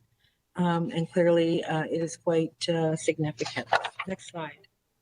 And as a result, back in 2019, we looked hard at our capital needs, and for the first time came out with a capital investment plan that laid out the TTC's needs over a 15-year period, so that we could be really clear, aware around what our needs were, that we could be able to show really what the, focus in on what our state of good repair requirements were, and what kinds of projects really improved our capacity to support growth. And quite importantly, to be able to distinguish between what's funded and not funded, and the value of investing and the risk of failing to invest. And finally, of course, it helps us, do long-term planning. Next slide. So we have seen the benefits of this, because in 2020, through the Toronto-Ontario Transit Partnership Agreement, there was a recognition for the need for critical unfunded subway state of good repair. We had our Bloor-Yonge Capacity Improvement Project deemed a priority project by all three orders of government. As a result, City Council approved a tax levy increase that raised an additional 4.7 billion in 2020 that contributed to transit and was dedicated to our capital needs. And with that, we have moved in the use of those funds, and we achieved approval by the board for a fleet procurement strategy and plan. We've begun all the early works on the Bloor-Yonge Capacity Improvement, Line 1 and Line 2, and ATC Line 2 capital projects. We were able to have the ability then to accelerate critical asbestos removal, given we had the added funding and other state of good repair work. Next slide. So for 2021, we took a little bit of a different approach to the way we thought about our 10-year and 15-year program. So we recalibrated our 10-year plan. We reviewed all our capital requirements based on stage gating, the estimates and such. And we identified any new and emergent capital priorities and moved that through an intake process. We created an investment panel that reviewed all that. For those that we could add to the program, they were added to our 10-year capital plan. And then those that couldn't were updated and used to update our capital investment plan. As a result of all of that work, we were able to create funding room of about $787,000, and combined with eligible DC funding of another $323,000, we added $1.1 billion unfunded capital priorities, of which 95% is going to state of good repair. So our capital investment plan in 2021 is $37.8 billion, and you can see here by mode, which about 56% is attributable to just our subway lines. And of course, by category, you can see about 61% is attributable to health and safety and state of good repair. Next slide. So when we look at the capital investment plan we had last year, a lot of the expenditures were front-end loaded in the first 10-year period, but given the work that we did on examining our scope, our timing, our assumptions, what you see in this year's 10-year capital plan is a recalibration of the need and the project interdependencies. And as a result, we see changes moving from the front to the back of the program that's now more aligned with our priorities. Next slide. So the 10-year capital plan, as a result of the work that we've done, does continue to increase the steady state funding for essential state of good repair. Annually, we have been able to look at more of our SLGR work to ensure that there's money in each of the 10 years, as opposed to what had happened previously, where there was more upfront loading of the funds with nothing at the back that allows staff to plan. It has allowed us to bring funding in to meet our legislative requirements, most notably our Easier Access program, with our final two major stations, Warden and Islington, being fully funded. And it's been aligned with our fleet procurement plan as we begin to start to procure some of our new fleet. I'd also like to highlight that we continue to work through our ability to advance on business modernization, and we've been able to actually bring forward some funding for COVID-related capital works, in addition to right-sizing the assumptions around some of the major projects listed there. Next slide. So our capital program is $11.9 billion, and you can see on the left where the money goes. Most of it, of course, is 66% is health and safety and legislated. Our service improvements are 27%, and that reflects these major investments in our Line 1 and Line 2 capacity enhancement projects. Most of the funding, of course, is coming from the city through recoverable debt, at 56% being allocated, and this reflects the city building funds that council has dedicated to TTC. And that makes up the lion's share of the funding. But I must say that we also have funding from the provincial and federal governments, with most of it coming from gas tax. Next slide. $11.9 billion here is just of our capital program is identified according to our different types of works. And you can see the types, the varied types of capital projects that this plan has. Next slide. Provides you with another view of our capital funding once again, and you will notice that we do have funding in for PTIF 2 funding from the provincial and federal government for their shares of the Young Bloor capacity enhancement project, but yet this funding is to be secured. So when we look at what has been funded and we look at our capital investment plan, what you see in the 10 years here is what our 10-year funded portion of our capital investment plan is. And then you look at our total requirement in the first 10-year period, another almost $4 billion is not funded. When we then look at the funding that we can anticipate in the other 5 years, that gives us another over $2 billion of funding. And as a result, when we add what's sitting in our outer 5 years, it indicates that we have about 23 billion of unfunded. When we look at it, next slide, please. In terms of some of our key priorities, we still have some health and legislative items that need to be addressed.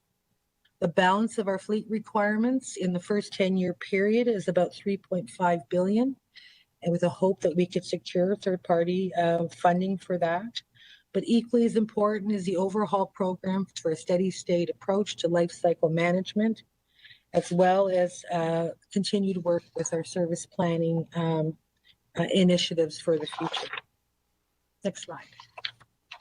So finally, when we look at what has been funded and what's not funded, our state of good repair backlog funding over the 10-year period is demonstrated here. When we then take our total backlog, you can see that's the green line.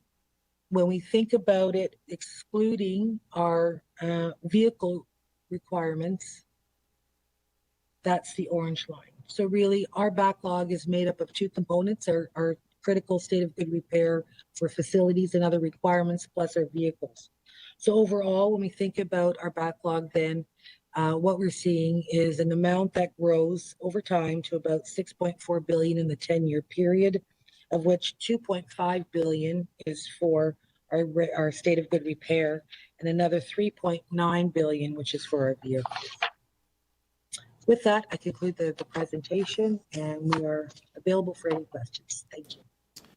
Thank you very much, Josie and your team. We'll now open it up to questions. Do we have any outside councillors? Councillor Perks for questions. I'll get this one out of the way first, and I hope I can get just a very quick little answer, which is a number. What is the total amount budgeted in 2021 for fare enforcement and special constables? If you don't have it now, you can just email me. Will do. Okay, thank you. So did I understand you correctly that just in this year, we're $129 million short in funding for our capital plan? It was on your last. Through the chair, 129 million. I'm sure you got the number. We're not short. Oh, I thought it was capital? In your. Okay, I've misunderstood. Did I see the numbers that 12% and 22% respectively are the provincial and federal contribution to our capital plan? That's correct. Through the chair, yes. Is there any other large city transit system in the OECD that receives that little money as a percentage for its capital plan? Not that we're aware of. Thank you. Did I understand you correctly that we do not have written funding commitments from the federal and provincial government to allow us to meet the requirements in the 5 and 10-year service plan for purchase of vehicles? So through the chair, we received 1.1 billion through the city's increase in the link fund last year, and the board has approved us proceeding on that basis. That is a portion of what we need, and so the balance is something that we are hoping we might see through the budget of the provincial federal budget, so that the full needs are being met over the next 10-year period. And I imagine the comment for the 10-year period for state of good repair is similar? Yes? Yes. And Bloor Young? So Bloor Young, all three orders of government agreed that it was a priority project at 1.5 billion. The city share of 500 million was funded through the increase in the city building fund. We do have the priority commitment, but we have not secured funding from either the province or the feds yet. So our fleet plan, our state of good repair plan, and our Bloor Young plan, all of which, you know, we've been told over and over and over again, should come ahead of any capital expansion. We don't have full funding for this in this budget. That shortfall from other orders of government is on top of the $856 million which the CFO told us we need in order to balance this budget? So through the chair, we have on the young blower, that would be true. On the fleet, we have funded what we can proceed with. The rest sits at an unfunded item below the line. But the issue with the fleet, if I understand it, is some of those procurements need long lead times. So if we don't have a commitment in 2021, we can't buy in 2022. That would be true for trains, in particular, or subway trains. Streetcars as well. Streetcars, but we are moving on the capacity, at least with what we have funding for, and then we will look to see whether we can add to any kind of order contract should we be successful in getting any additional funding. But so what I'm trying to understand, and I think you said yes for subways, is if we don't have the money committed now for subways, and I believe it's true for streetcars, we can't buy in 2022.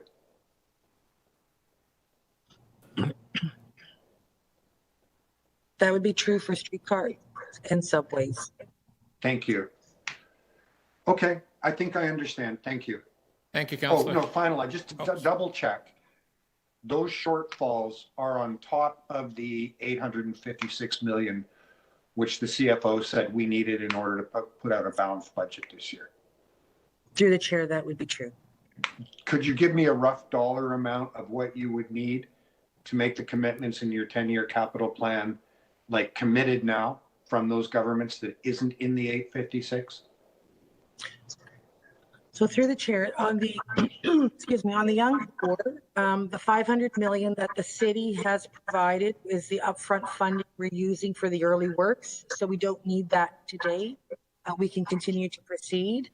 In terms of the procurement of fleet, I believe that the security of funds for for subways in particular, would be something that we need in 2021. Can you give me a ballpark dollar figure? I'll get that for you. Thank you. That's my time. Thank you, Councillor. We'll take it into committee. Okay, questions from committee. We'll start with Councillor Bradford. Oh, okay. Go ahead. Councillor Bradford. Okay, thank you, Mr. Chair, and thank you for the very comprehensive presentation there, Josie. Just a couple of questions. Sorry. Service levels. Within the overall ridership changes that we saw in the presentation, are we seeing TTC weekday peaks and weekend service level peaks? And how are we responding to those changing travel patterns with respect to our service levels?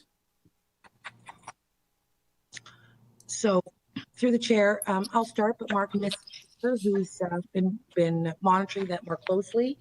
But clearly, we've been looking at how we deploy our service so that we can actually meet the needs at the times that we're seeing the needs.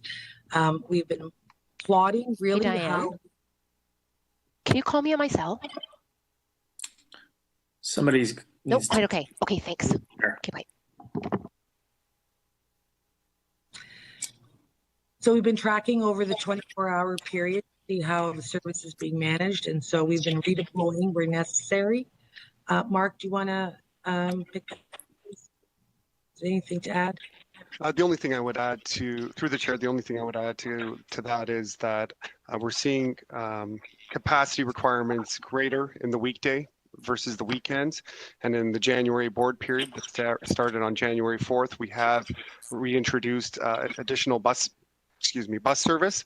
And so that's the reintroduction of express routes that were previously suspended.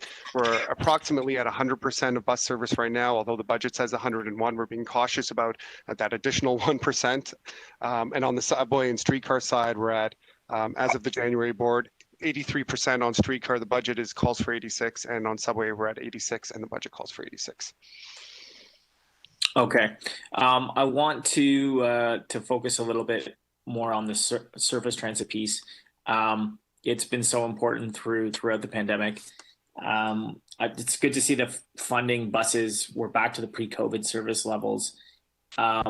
Since the budget was finalized, or the drafts of the budget, with the additional restrictions that have been implemented, what are we seeing in response to ridership demand in on our surface transit routes over the past couple of weeks since we've entered this last phase here of lockdown?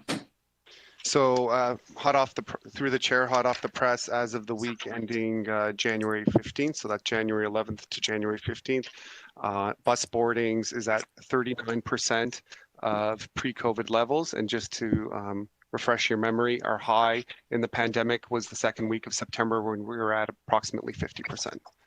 On streetcar, so go ahead. No, you go. And on the streetcar, which is also a surface mode, we're at 25%. And when as of the week ending January 15th, in that second week of September, we're approximately, if memory serves me correctly, about 38 or 39%. Okay, so actually it's still, we've talked about number of 40% has been sort of like the average for buses over a number of the months over the past year. And so we're still fairly close to that. We're not seeing the levels dip into the low 20s or high teens like we did in March or April of last year. That is correct. Okay, so with respect to the 2021 service levels, it's obviously difficult to project. Do you have the flexibility to ensure that we have enough buses for folks to have adequate physical distancing on those busiest surface routes as service starts to ramp back up?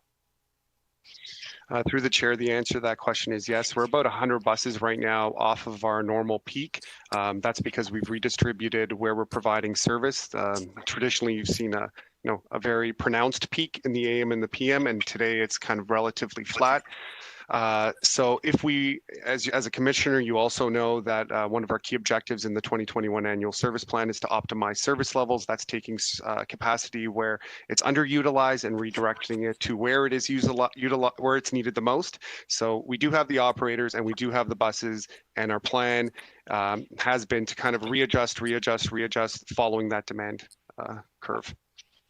Okay, I'd like to touch on some of the work we're doing around diversity and inclusion. It's good to see that is we have the 10-point diversity plan and that is funded for this coming year. Could you talk about some of the programs within that 10-point plan that will actually be happening in 2021? That's your last question, Councillor. Oh, okay, thank you. And so through the chair, it's Josie here. The 10-point action plan sees us doing a series of things. I think first and foremostly, what the TTC has done is that it's looked at its organizational structure and has actually identified the need for a chief diversity and culture officer. And so that's the first piece of work so that we can put a sharp lens onto that. We are looking at a series of programs that will be looking at how we recruit women in diversity for transit operations. We have outreach and recruitment strategies. As I indicated, we started that in 2020 and will continue. We have a lot of organizational training and frontline training in which we are ensuring that that lens is being placed. Another thing that we're doing is looking at our procurement policy, so it's grounded in equity and diversity. And with our revenue protection and special constable services, we are also focusing on a diversity approach in there. And finally, we're learning from international best practices and developing strategic partnerships. One of the things that we also just did is there's the Conference of Minority Transportation Officials, and we have the first international chapter that was established in the Toronto region, and the TTC is managing that. And so there's funding in this budget, 5 positions that will allow us to have a specific efforts for working with anti-Indigenous racism training to help remove barriers in employment and delivery. racial equity education training, customer and employee engagement, and also looking at an accessibility consultant and human rights policy partner. All of those to help reflect the kind of work that we're doing. Thank you, Josie. Thanks very much. Thank you, Mr. Chair. Anyone else for questions? Councillor Carroll. Hi, thanks, Mr. Chair. Yes, if we could go back to the vehicle purchase, I know you were answering some questions on this for Councillor Perks. With respect to the first tranche that went out there in this year's budget, the commission approved and sent that out the door. I understood there were some negotiations left to do, but are those funds committed to the point where they could not be part of this, filling the shortfall by going into the city's capital program? Those orders are too far down the road for that. Am I correct?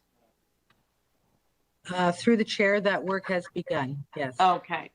So the front end orders have gone out, and I know you already answered for Councillor Perks that the additional vehicles needed are a matter for the federal government, and they're not part of the 856 million quoted as the gap in the budget. They're something over and above an intergovernmental thing that we would be trying to get.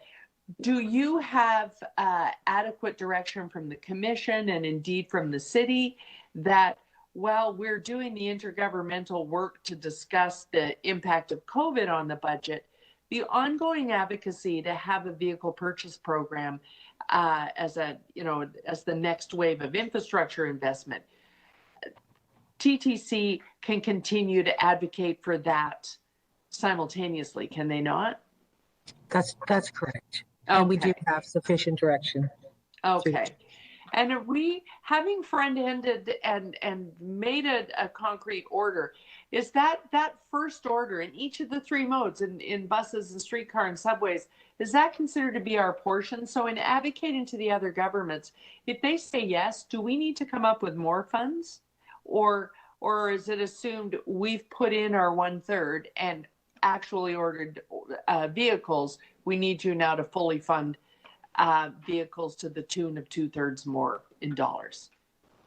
So through the chair, it's more the latter. If you recall the procurement strategy, we identified the need, we identified what the funding capacity we had built into the budget would allow us to actually purchase. So for example, on streetcar procurement, we identified the need for 60 streetcars, of which the 140 million built into this plan allows us to purchase 13. So we would continue with the 13 with the hope that potentially there would be sufficient funding for the full 60 streetcar order. Okay. And I started to ask this and then ran out of time in the commission, but I want to make sure that it's sufficiently resourced. We've talked a lot in the commission about the impacts of lockdowns are different depending on the mode. For instance, the subway systems being very empty because there isn't that large commute going on downtown have become a place where people seek refuge. And that creates new challenges for our constable forces, our transit enforcement officers. We've had to learn sensitive approaches to figure out what to do about those folks. Is this budget sufficiently resourced for additional training of those people, for the kind of help they're going to need as people begin to return to work post vaccination of the general population by summer, surely by fall? We need to start promoting ridership, come back to ridership. And if that's the case, we will need to take a sensitive approach to those folks that are seeking refuge daily on the system. Do you think there are enough resources? Do we have a transition fund, if you will, that helps us get back to a heavy ridership on the system, everyone having the confidence to do so, and those that are having trouble, do we have sufficient resources that there's someone to collaborate with our experts in shelter, housing, and support? So through the chair, our $55 million COVID expense does take into account some capacity for us to continue that work. As I indicated, in 2020, we did work with our partners for the Streets to Homes so that our transit enforcement staff had that capacity to support those seeking refuge in the stations. And we continue to look at the various means in which we can actually focus in on that kind of support and education and transition to kind of pre-normal. Right. And so the last question then is, we talk about the capital pieces that aren't part of the 856 million, but if we find that it's not enough and we need additional resources in this area, the area of dealing with, who's on the system right now while it's at very low ridership, who's seeking refuge there.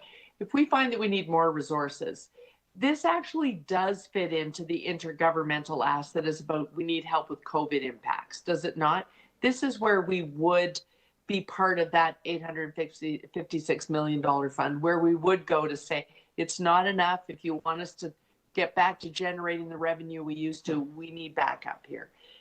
It would be part of that basket at that point, would it not? We would identify any kind of direct COVID impact activity, which has been kind of the criteria for determining what's eligible in terms of expenses. We bring that kind of information back to the board and identify that within the realm of our COVID response. Okay, Thank you, Councillor. thank you. Thanks, Mr. Chair. Thank you. Any more questions? I'll just wait for the screen here.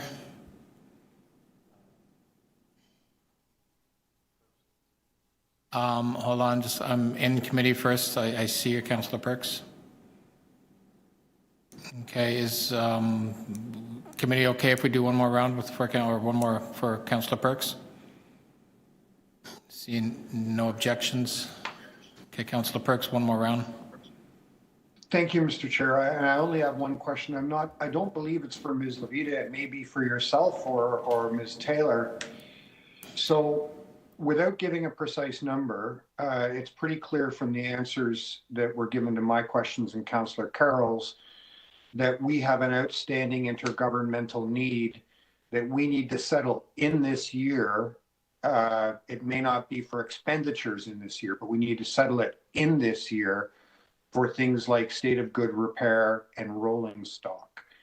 How do I get information that can make sure that before I vote on the budget, that 2021 need for TTC state of good repair is in front of council in a way we can understand?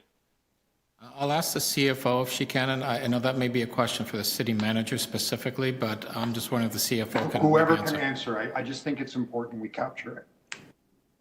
Through you, Mr. Chair. So, Councillor, I think you've made a very good differentiation between the 856 that was identified earlier, which is the COVID support, which is in operating dollars. So I think the question you're asking is about the capital need. And the work that's being done, Josie mentioned the work that she's doing with the intergovernmental folks that are advocating with the other levels of government, along with the work that she's currently doing. If you're asking for a very specific number, I'll defer to Josie to identify exactly what is needed from the streetcar and the bus capital repair. And state of good repair. And I appreciate it might not be something we can do today. I just want to know how to frame the question in a way that we get an answer so that when we're voting on a budget that includes operating capital, a 2021 plan and 10-year plan, that all of us have in our minds what the real need from other governments is that we need to secure this year, whether it's COVID or capital going forward. And is there a way we can get that number before we vote on the budget? Through you, Mr. Chair, absolutely, Councillor. That is something we can summarize for you. Could you draft the language for the right kind of briefing note? Through you, Mr. Chair, Councillor, I'd be more than happy to help you. Thank you so much. Thank you, Councillor. And yeah, I don't think there's any more questions of staff. Hold on. No, seeing none again. Josie, thank you very much, and give our best to Rick and the entire team. for the work you've been doing in an incredibly challenging year. Thank you. Thank you, everyone. Have a good day. Okay, next we have Toronto Police Service with presentation. We'll probably take a minute or two to set up.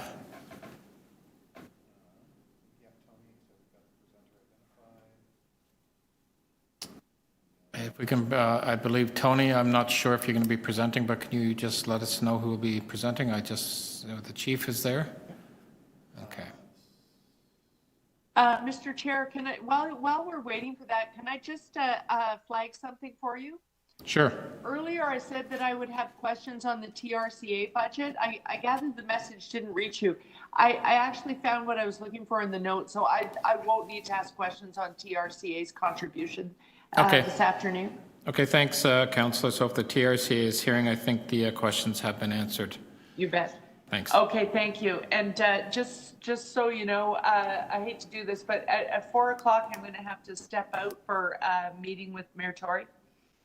Okay, sounds good. I think we'll still have quorum. Yes, we will have quorum.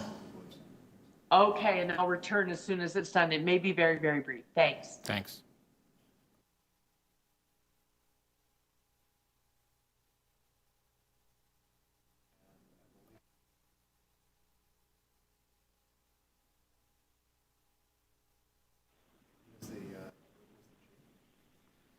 I don't know who from the Toronto Police will be presenting, but if you can just acknowledge yourselves, and whenever you're ready, you can begin.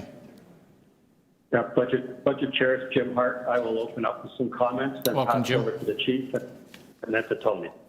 Okay, thank you, Jim. It's all yours. Okay, Chair, committee members, visiting councillors, thanks for the opportunity to introduce the 2021 police budgets today. These budgets were approved unanimously by our board on January the 13th. On the line with me today is Chief Raymer, CAO Tony Veneziano, Savini Dhaliwal, Director of Finance and Business Management, Cindy Grant, Manager of Budget and Financial Analysis, and Ryan Teschner, the board's Executive Director and Chief of Staff. The budget before you today has the following key themes: listening to the community, police reform, doing things differently, progressively, and creatively, and doing a lot more without asking for more. Over the last year, the Police Service Board has continually sought public input on reimagining what community safety means. This included an unprecedented 4 days of town halls in August 2020. The service is coming forward today with a proposed budget that achieves a fiscally responsible 0% increase for the third time in the last 5 years. That means $46 million in costs are being absorbed in the 2021 budget. You'll also hear from the service that in addition to achieving a 0% increase, it will be delivering additional community safety services in several priority areas at an approximate annual cost of $10 million. That will not result in any financial impact on the taxpayer.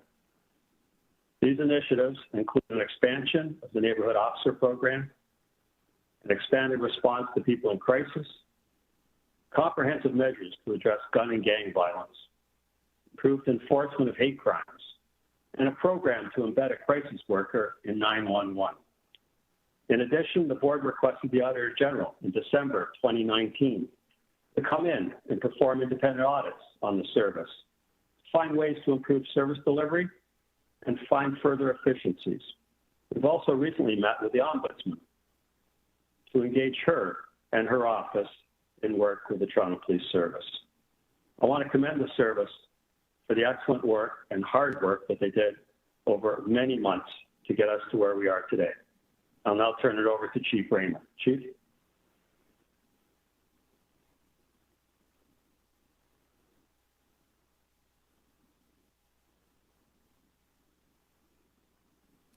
Yeah, we're not hearing, Chief, I don't know if you are on the line. We can't hear you presently. Okay. Sorry about that. Here we go again. Perfect. Thank you. Good afternoon, councillors and all those joining us virtually. As Chair Hart said in his remark, the proposed budget this year is very much a reflection of what we have heard from the community. whether that means proposing an expanded neighborhood policing or working with our hospital partners towards achieving a 24/7 mental health crisis response. The service continues to reform, modernize, and adapt, and be guided by the 81 recommendations from our board, which includes input from councillors and community members. We are also continuing to explore alternative service delivery to ensure that the service is detasking where we can and ensuring the most efficient use of all of our resources. These are challenging and difficult times for our city and its residents as we fight the pandemic together. We recognize the virus's impact on the city's budget has been significant. And this is one of the reasons why with this budget, we believe it's critical for the Toronto Police Service to try to do more without asking for more. This is what Torontonians expect, and under my leadership, this is what the service will deliver. I will now ask our finance team, led by Tony Veneziano, Chief Administrative Officer for the service, to take you through our presentation, and we will be pleased to answer questions afterwards. Thank you. Thank you, Chief, and good afternoon, Mr. Chair and Budget Committee members. This has been an exceptionally challenging and difficult budget process for the city, and the Toronto Police Service is no exception.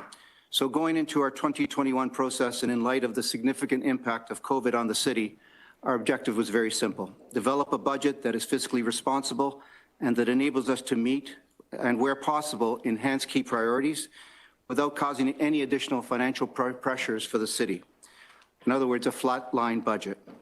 Our direction to our management team was very clear: contain costs and absorb new pressures wherever possible, identify opportunities to achieve and enhance key public safety priorities for the service and ultimately the city through the reallocation of existing resources, implement police reform initiatives and continue to modernize, no new initiatives unless they save money or increase revenue, and ensure that the public safety priorities of Torontonians are taken into account. And so what is before you today is a budget that we believe is fiscally responsible and at the same time enables us to meet our obligation to provide adequate and effective policing services to the city. I'm now going to turn it over to our Director of Finance and Business Management, Savina Dhaliwal, to take the committee through our budget. Go ahead, Savina. Good afternoon, everyone. So this budget, as has been mentioned now by the CAO, the Chief and the Chair, is really a reflection of the direction set out by the board, and that was informed by City Council recommendations, public input and feedback. There are three overarching directives and recommendations that are reflected in this budget. Firstly, the Police Services Act. So we are obligated under the PSA to deliver adequate and effective police services that must include at minimum crime prevention, law enforcement, assistance to victims of crime, public order maintenance, and emergency response. Secondly, the board had unanimously approved a set of police reforms, which also incorporated City Council's recommendations in August of 2020 that are aimed at improving trust with our communities, building greater accountability, transparency, effectiveness, and efficiencies in the way we do our work. And lastly, the service has been on an ongoing modernization journey over the last number of years, guided by the 2017 Way Forward report.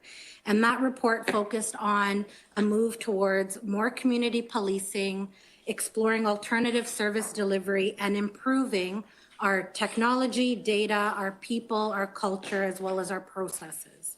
And so collectively, through the implementation of these directives and recommendations, the service strives to be a modern, transparent, and accountable organization that is there when the communities and the public need us most, that's collaborative with our partners, that's trusted by the public, and that's adequately resourced and trained to deal with the day-to-day complexities of our diverse city and deliver intelligence-led and technology-enabled policing services that are efficient, effective, and affordable. And so just at a glance, the numbers that we'll go through together, this slide basically is just a preview of that. Our operating budget remains at its 2020 level, which did require us to absorb $46 million of pressures in 2021.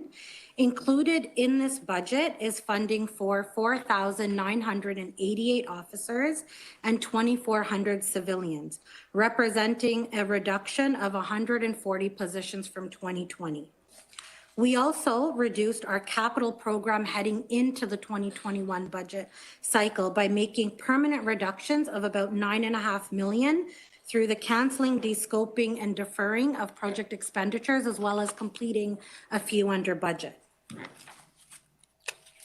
And so collectively, both of these budgets represent about $55 million in costs that were absorbed or avoided as part of the 2021 budget cycle. And that doesn't include the additional $10 million opportunity costs that the chair alluded to when it comes to reallocating our existing resources. And so reflecting a 0% increase for the third time in 5 years wasn't easy to do. And in addition to the 46 million in 2021, that piece of it really built on over 100 million of cost avoidance from previous years, including an overall reduction of 400 positions since 2010, which that by itself represents 40 to 50 million dollars annually. And so it does get harder and harder every year because our budget is 90% people. And so with that comes a significant amount of non-discretionary costs associated with benefits, salaries, as well as collectively bargained items. But this budget does need to be reviewed and considered in the context of the actions taken over the last number of years, as we have been on a journey to innovate, to create internal capacity, to absorb more pressures, and to do things differently. And so the figure on the right really represents where the budget illustratively could have been without many of these efforts had they not been taken. And examples of these efforts are, civilianization, detasking certain programs, a hiring moratorium.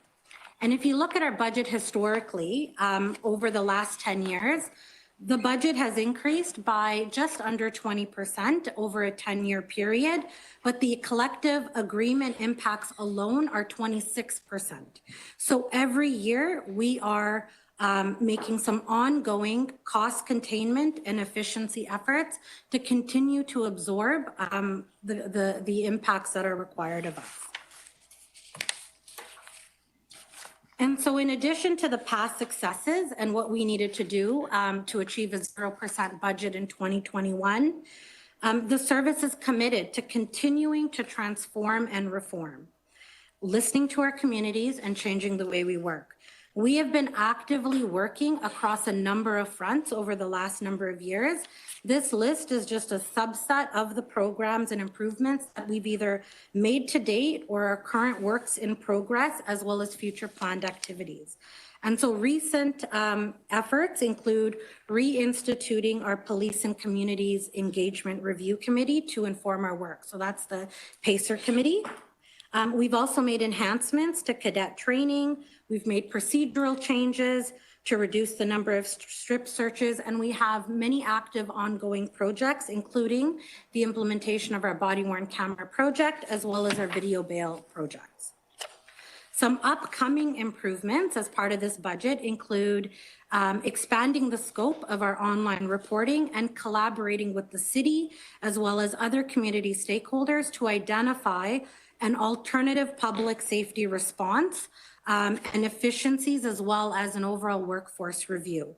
And so all of these projects collectively are being absorbed within our budget, and they're aimed at improving public trust, community relationships, building greater accountability, and delivering public safety services in the most efficient and effective manner going forward. And so with all these kind of cost containments and enhancements that we'll be talking about, in the backdrop of all of this, the services workload and the demand for public safety services continues to be influenced and pressured by its environment. The city is growing at an exceptional pace. And under normal circumstances, this is a tourism hub for North America. So in just a 4-year period, the city has grown in population to an equivalent of cities like Peterborough or Thunder Bay by approximately 140 to 150,000 residents. And this does not include the millions of daily commuters and visitors that come to the city and that also require the same level of public safety as our Toronto residents. And over this time period, while the population has increased, our staffing levels have decreased. So specifically, our uniform officers have reduced over about 300 from 2016 to 2019. And so what you can see in the middle graph is while our population increases and our staffing levels decrease, the population served per officer continues to be among the highest of all major North American cities. And even in the last few years, that span of coverage continues to grow. And so a growing city also translates to potentially more calls for 911. So similar trends can also be seen in the graph on the right in terms of the volumes of calls received for 2016 to 2019. While there is a noticeable dip in 2020, even when factoring that dip in, our calls into 911 have still increased over this 5-year period.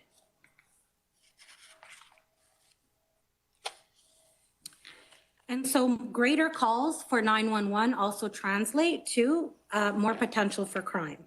And so you can see that reflected in our crime rates, especially from 2016 to 2019. And while 2020 again did see lower crime rates compared to 2019, over a 5-year period, a number of these indicators still continue to rise, especially when looking at shooting incidents, auto theft, and robbery. Calls related to persons in crisis also remain a significant concern, even into 2020, as these calls continue to increase significantly year over year. And so for now, when we look at 2020, it's really considered an anomaly. And under normal circumstances, we would have anticipated that crime rate potentially could have increased in some areas. But right now, if in terms of the 2020 experience and how that's impacting our internal capacity and our ability to resource, current year statistics need to take into consideration the previous year cases and crime rates, because many of these cases actually span in terms of workload over multiple years, in terms of investigative efforts as well as court-related time. In addition to that, our 2020 capacity is also being offset by higher incidences of sick and self-isolation, as well as greater enforcement efforts as a result of the pandemic. So any capacity, left as a result of lower crime and offsetting these other factors is really effort that can then be dedicated towards additional training, towards proactive efforts, as well as the reforms. And in terms of an investigative capability, which recently were in the news as the service has one of the highest clearance and solve rates of murders, as well as homicides in all of North America. Other key challenges that continue to influence the operational environment are more recent legislative impacts as well as the pandemic. So some of these legislative impacts represent the timeliness with which we need to do our work, and others are reflected more in terms of costs associated with health and member well-being. And so a key theme that was mentioned in this budget is around doing more, considerably more without asking for more, and in some cases with less. This budget reallocates approximately 100 existing resources towards a number of key community safety priority areas.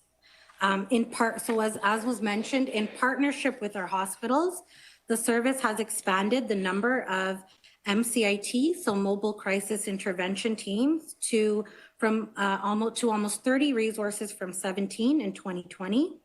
The service is also working on a proof of concept, placing 4 civilian crisis workers from a community agency to our 911 communication center in an effort to divert non-life-threatening calls to an alternative non-police response. In addition, more of our officers are receiving enhanced training when it comes to addressing crisis calls. And so combined, these efforts are expected to achieve 24-hour coverage for persons in crisis from the current level of 10 hours. We're also continuing our commitment to expand the neighborhood officer program. It currently serves approximately 33 neighborhoods, and we're looking to expand that by up to an additional 10 neighborhoods. As well, in support of Vision Zero, the service has dedicated a team of 18 officers to address road safety priorities, including driving complaints and traffic issues. We've also reallocated resources to achieve greater preventative and investigative capacity towards gang prevention and hate crimes, which saw a sharp rise this year, as well as shootings, all of which are ongoing concerns for our communities. And we also remain committed to the 70-30 reactive proactive priority response model. It is an international policing standard, as well as continuing to further our equity, inclusion, and human rights objectives. And so in this regard, we've augmented our training requirements for cadets and current members, including enhanced leadership and human rights related training to ensure that policing is delivered in a bias-free manner. And lastly, this budget reflects reform and transformation. There are ongoing projects that are part of the way forward, such as the Connected Officer Program, the Video Bail Project, expanding the scope of online reporting, and most recently, this budgeting, as I mentioned, it covers the implementation of the Body-Worn Camera Project. And so all of these priorities are intended to be responsive towards reforms and public safety needs of the community. We'll continue to listen and adjust as we go, but with a budget also that is almost 90% related to people, it's critical that we use the existing resources we have strategically and effectively and deploy them in a strategic manner towards community safety priorities. And so this table is a summary of the overall budget. What you'll see here is you'll see revenues of almost 150 million, gross expenditures of 1.2 billion. You'll see the COVID impact specifically called out for an overall budget approval that the board approved at 0%.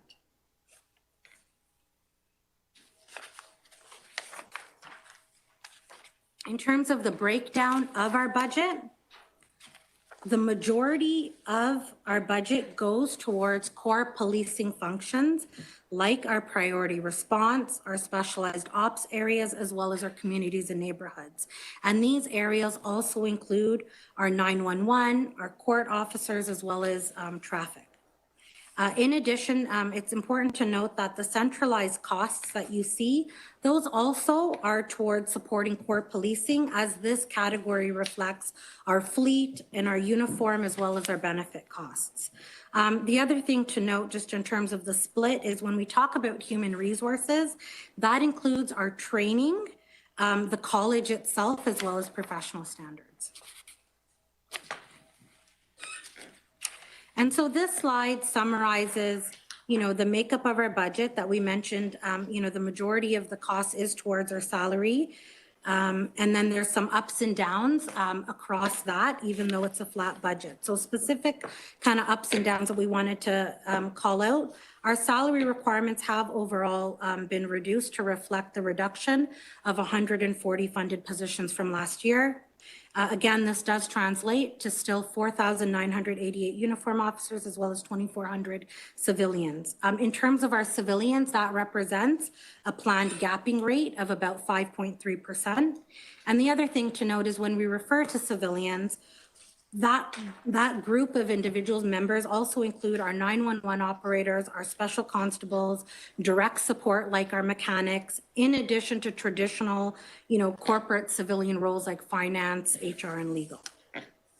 You'll also see that the benefits have gone up, even though we have a reduction in members, and that's primarily due to just standard industry cost estimates in terms of the uptake of our benefits, as well as increasing WSIB-related costs. You'll note that our contributions have come down. The 5 million is budget to budget. However, as part of our overall balancing strategies, the reserve contributions have actually come down by 10 million overall. And then lastly, you'll see that the collective agreement impacts of 17 million. Those impacts, among other things, were absorbed through reductions in various other areas. In terms of how we're funded, as I think most of us know, we're primarily funded through property tax, but there is a portion, approximately 60 million, that we do receive from other areas, including from the province, most notably the court prisoner transportation of 40 million. And so again, this is another summary of our budget. You'll see again, we've called out the COVID-19 impact separately to still arrive at an overall 0% budget and flat over 2020. And so achieving this budget, as was mentioned, it did require us to absorb $46 million of pressures in year to achieve this. Some of the key actions that we've taken to get to zero, we've mentioned the reduction in positions. We've reduced the contributions to some of our reserves by $10 million. We've also made a number of non-salary cuts across the service. So we went through a line by line, looked at our spending history, and really tried to scale back where we can in terms of non-salary spending, as well as an identification of other just alternative funding options in terms of grants, recoveries for Vision Zero, as well as our COVID-19 costs, and then some accounting and premium pay adjustments. Before we did all this, and while we did it, I mean, careful consideration was obviously taken before proposing these adjustments. However, despite making them, the budget does come with additional operational pressures and risks and dependencies that can't fully be predicted, such as crime rates and calls for service. And these will just have to be actively monitored and managed. However, what you'll also notice is that some of the adjustments we've made may be considered temporary in nature or bridging strategies that will potentially represent future budget pressures in terms of our outlook. However, when we look to the future, we have mentioned that there are a number of projects and that we are working to transform and execute on a number of reform initiatives that are aimed at improving public trust and community relationships, but it's also aimed at driving a more efficient and more effective public safety model.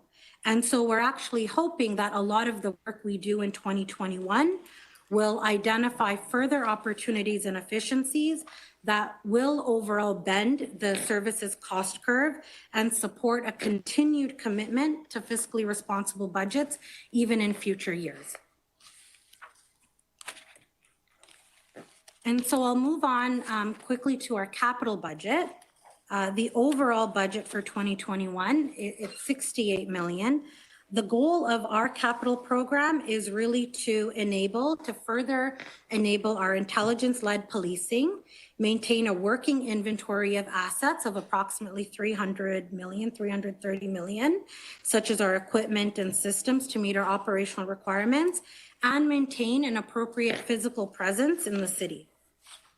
This program overall, it's primarily funded through debt funding, as well as operating budget contributions to our vehicle and equipment reserve. You'll also notice this program also reflects kind of our continued commitment to affordability. As I mentioned earlier, we made $9.5 million of permanent reductions to the program going into this 2021 budget cycle. In addition to that, we deferred an additional 9 million in debt funding requirements to future years. And so overall, this program has gone up over a 10-year program, over a 10-year overall view, about 22 million. However, most of those increases are in future years and they're associated with our facilities projects. And there are still a number of years in time and runway left to sort of adjust and contain those costs as much as possible. And so this slide really just provides at a glance some of the major categories of our capital programs. Facilities represents a significant part of this program. Major projects include our 5455 construction project, as well as our 13 and 53 building, as well as improvements to our 41 division. IT-related projects include investments towards our Analytics Center of Excellence, our Public Safety Data Portal, as well as enabling some of the remote work and virtualization. We've advanced some of that this year as a result of the pandemic. The equipment associated with the body-worn camera project is also included in the capital program, and the ongoing subscription piece is still part of our operating budget. In terms of our capacity to spend, so our 2020 spend rate was about 70%, 73% to be exact. And so in 2021, what you'll see is that we've recalibrated our program to better align with our ability to spend, taking into consideration the possible pace as a result of the pandemic and our 2020 experience. We also do take a stage gating approach to our projects as well. And in terms of future considerations as well as current constraints, we're looking at 2021 as a year to revisit our capital program overall, and specifically with a view to our facilities plan. And so to this end, there's kind of two big pieces that where work will happen this year that will inform future years. Specifically, NG 911. It's a federally mandated set of capabilities that we're required to implement to accommodate text and eventually videos as part of the emergency calls we receive. The current location for our communication center has really reached its maximum in terms of team capacity, as well as the ability to accommodate additional technology and infrastructure. And so this year, what's built into our capital program is really a needs assessment to look at what's required to accommodate the NG 911 capabilities. And then once that assessment is completed, the sizing and those requirements will then be built into future capital plans. However, we also are in parallel exploring multiple avenues in terms of cost sharing and funding opportunities with other levels of government, as well as in collaboration with our other emergency services partners. The second big piece is an overall long-term facilities plan where we are looking at what our current presence is and in what buildings, and trying to align those facilities with future needs and our future policing model. And that includes optimizing our space requirements and identifying efficiencies. And so that work is really in parallel with Create TO as well as City Finance to really identify a program where we can identify our needs, figure out the future facility requirements, and then identify an ability to unlock the value of some of these assets that we are currently housed in order to drive an overall sustainable budget across all of our budgets for the long term.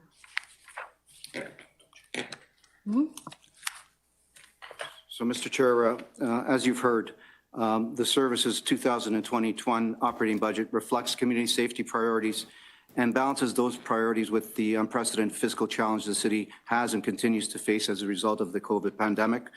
And it comes in at a 0% budget increase. The activities and initiatives that have been undertaken to change and transform the way the service does business haven't just started.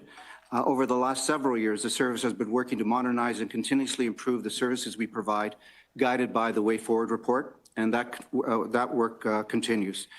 I want to reiterate that the service has reduced its complement by over 400 positions since 2010.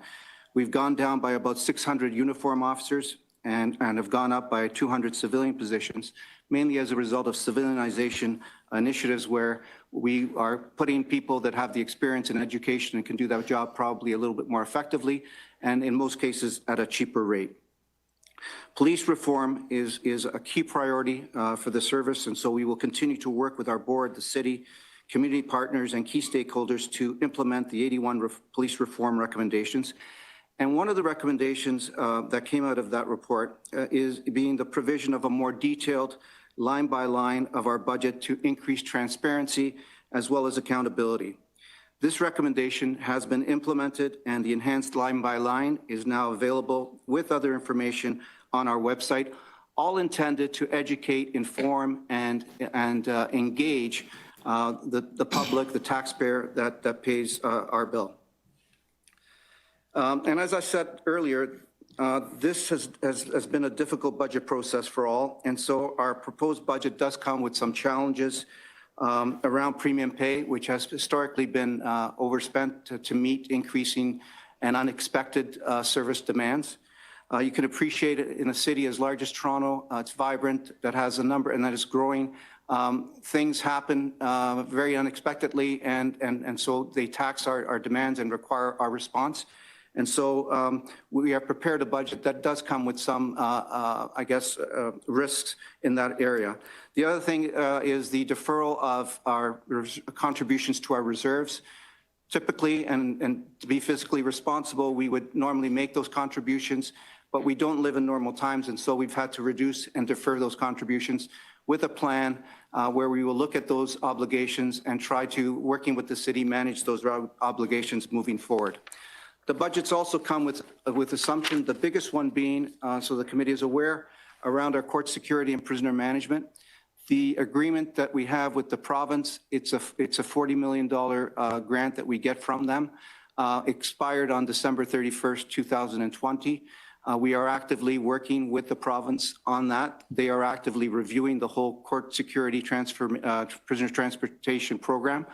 And so, again, we're assuming that we're going to get that money in 2021, and we'll know better down the line. Finally, I just want to take the opportunity to thank Savina Dhaliwal, our Director of Finance and Business Management, Cindy Grant, our Manager of Budget and Financial Analysis, and their respective team for the tremendous amount of work that they've done to get us where we are today. I also want to thank Steve Conforti and his team, who we've worked with very collaboratively and who have supported us along the way. And so, Mr. Chair, that concludes our presentation, and we'd be happy to answer any questions that the committee may have. Thank you very much for the presentation. Let's go to committee if there are any outside councillors. Just waiting for the grid. Okay, I don't see any outside councillors for questions, so let's bring it into committee. Questions from committee members? Pardon me, Mr. Budget Chief, I thought I saw Councillor Ford's hand up. I'm not too sure. Councillor Layton, no, I think Councillor Layton's. Any questions from councillors? Seeing none, thank you very much for the, oh, hold on, just Councillor Layton. My apologies. We can't hear you, Mike. Okay. Sorry, I'm going to wire myself in. Okay. How's that working?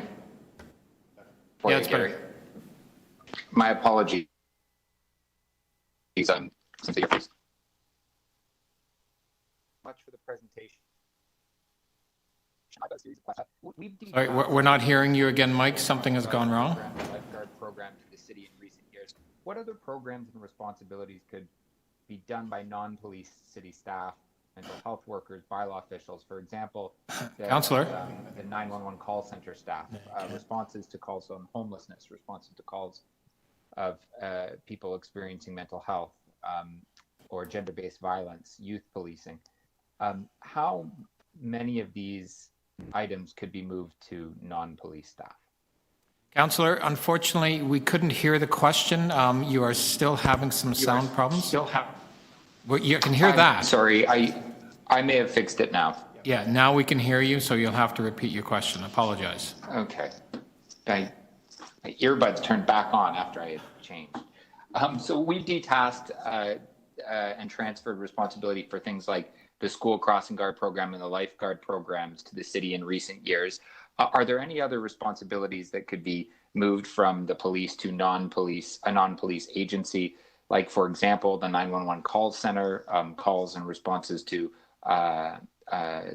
calls about homelessness, move that over to social workers or streets to homes. Are there any other programs that have not been discussed to this point about moving away from the police enforcement? We actively look for potential candidates for that very, you mentioned a couple of them, the school crossing guard, the lifeguard. We've diverted some calls to 311 that we used to handle. I think police reform and the work that comes out of that reform as part of the alternative service delivery models may actually identify other potential programs that could be done by others as opposed to the police. Responding to persons in crisis is obviously one that's being looked at, that I think Executive Committee will be getting a report on next week in terms of an alternative pilot that would go forward. So we're looking at, I don't have any specific examples at this point, but certainly it's an area that we're working on in conjunction with our board as well. So on page 5, it indicates that calls relating to opioid and mental health have seen significant increases from 2016 to 2019 in calls involving persons in crisis, overdose 66%, and threatening suicide 33%, with a continued increase into 2020 for both persons in crisis and overdoses. What percentage of overall call volumes are these calls? Persons in crisis, 30,000? About 30,000. Yeah, actually, I can answer that. Our persons in crisis calls are somewhere in the neighborhood of over 30,000. I can't give you the specific number now, but each year it's approximately just over 30,000. And what proportion of calls is that to 911? Or of police-related calls, sorry, of police-related calls.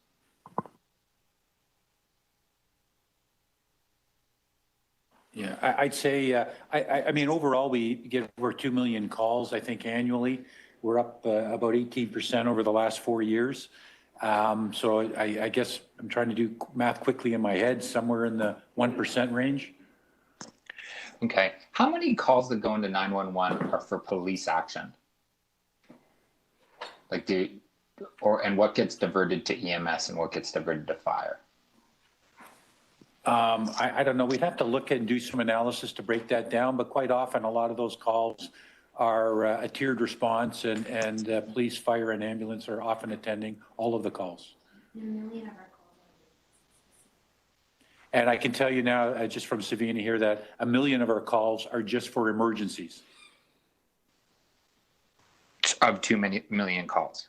Yes. So are for police-related emergencies or for fire-related emergencies, all emergencies together? Yeah. Yeah, all emergencies. And then what's the other 1 million calls? Non-emergencies.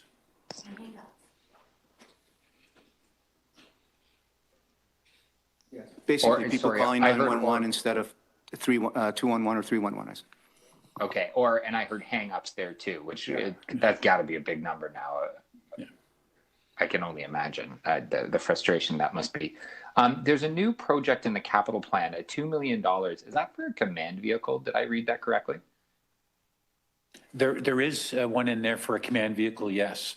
It's something that we use at major incidents, major shootings. The one we have it doesn't work very effectively. It's in need of repair. But more importantly, the technological equipment and requirements in there are insufficient. So when you think of an incident like the van attack or the shooting on Danforth, the equipment we have to actually have a command vehicle at site is very inadequate. You answered my second question related to that. Thank you. The contribution to reserves has decreased in order to decrease the overall budget. What reserves would these come from, and would the money still be needed in future budgets to replenish the reserves? Yeah, so through you, Mr. Chair, we've reduced about $1.5 million out of our healthcare, 2 million out of central sick, 5.5 out of our vehicle and equipment reserve, about 700,000 in our insurance, and $500,000 in legal. Yeah, some of this will represent future pressures that we'll need to, in terms of additional contributions we'll need to make to offset this. So some of this may just be pushed out into the future that is money that we'll need as well. The 1.5 million increase to body-worn cameras, is that in addition to what Council approved last year, or is that what council approved last year? So what the board approved was the implementation of a body-worn camera for about $5 million. About $1.5 million of that is what we can capitalize because it's hard devices. So that basically represents the incremental costs. So that I think in 2020 it was about $1.5 million, and now that annualizes to $5 million in 2021. Okay, so it was already. This isn't new money. Yes. So it's my last question. I have two tiny questions left. There's a $25 million in cost overruns for construction projects that's identified this year. Is that normal? There's 3 construction projects, $25 million. It's tough to tell what's normal, if the estimate was incorrect, if cost escalations in the sector where it fall. I'm just wondering if maybe we get Mike DeAndrea back here to let us know. They're not cost overruns because these are projects that have just started. It involves 41 division, the new 41 division, as well as the 54, 55 amalgamated division. We had a budget that was developed 3 years ago that was around 40. It's now, when we look at construction costs, gone up to 50.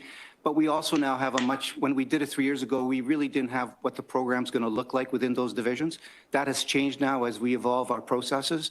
And so that reflects input from the architects, input from the construction manager in terms of what this is really going to cost. And so we've actually been prudent to not actually move ahead or at least slow down these projects until we had council approval to proceed through our budget. And the last question's about this new generation 911.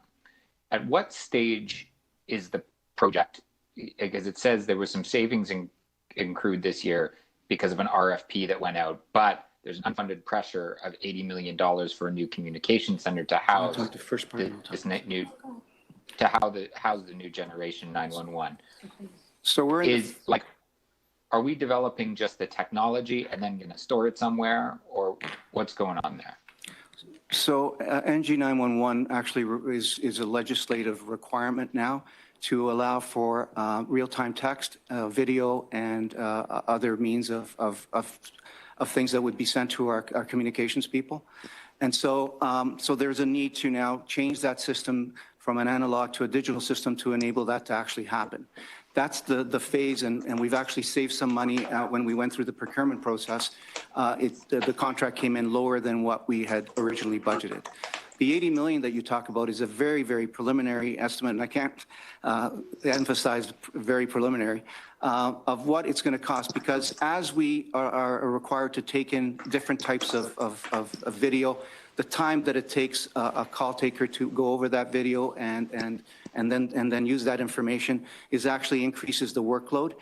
So we are in very constrained operations now in our current center. And so this is really to develop a new communication center. It's something that we certainly want to work on and see if there's any synergies that we could achieve with 311. So it's very preliminary at this point. It requires, we were going to be hiring a consultant to actually help us map that out and figure out exactly what we need, how big it needs to be, what it needs to include, and whether there are opportunities to leverage with other city programs on it. So if I may, is there a legal requirement that Toronto or that a police service be the ones to operate 911? Yes. So right now, and it's a CRTC requirement, right now we are the providers. I think who ends up doing that in the future, whether we continue to do that, right now it talks about police, but that could be different down the line in terms of that. So I don't know if the legal requirement points to police, because police usually provide that service. Thank you, Councillor. Okay, thank you.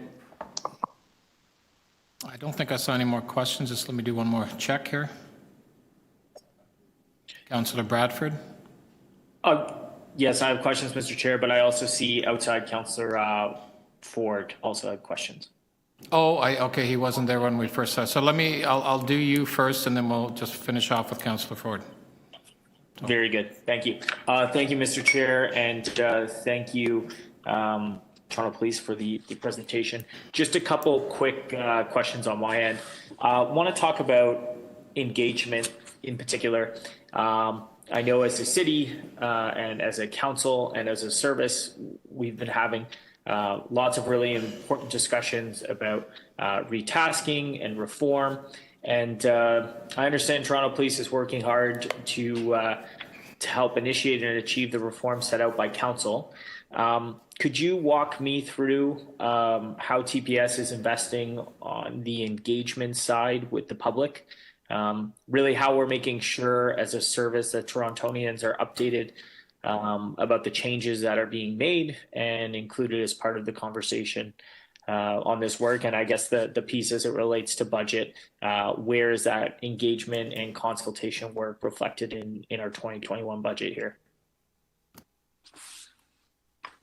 Councillor, I think there's a number of things, and I'll just start by mentioning too that the number one recommendation of our 81 recommendations in August is about looking at opportunities to detask, and all part of that is lots of discussion, including collaboration with the city on the community and safety aspect.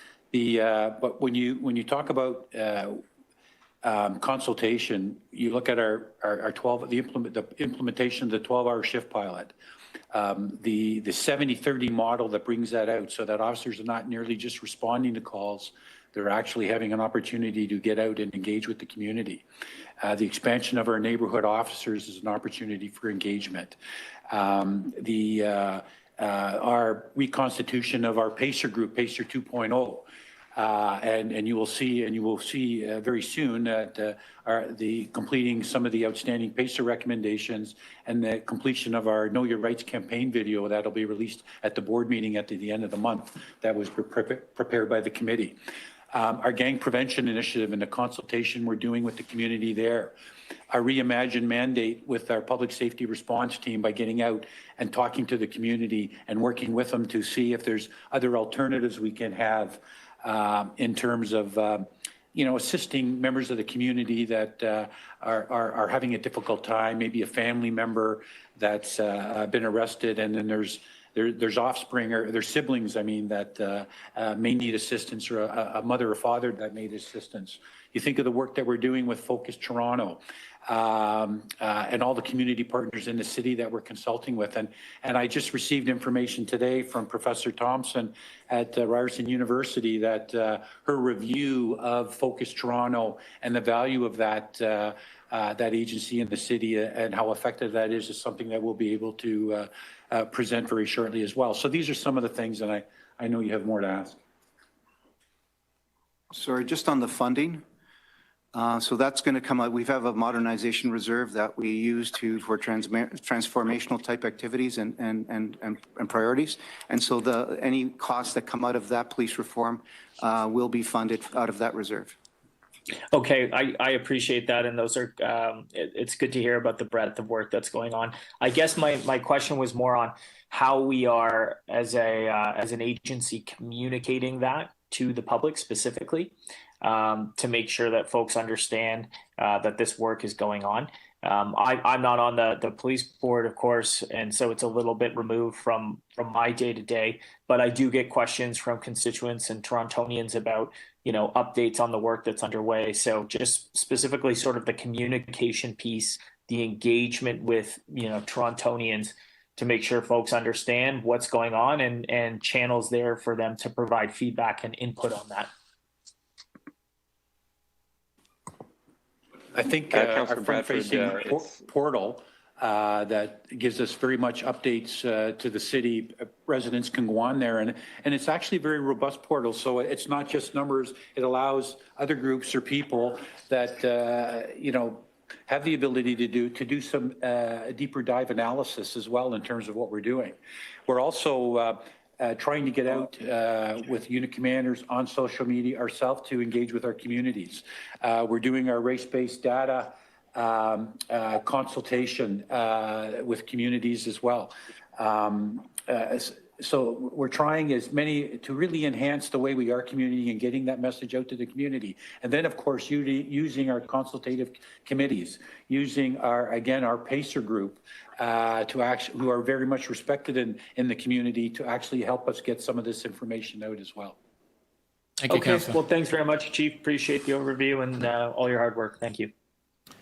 Thank you. I think we'll go finish up with Councillor Ford, who we'll just open it up to him. Thank you very much, Chief, for being here. So through you, Mr. Chair.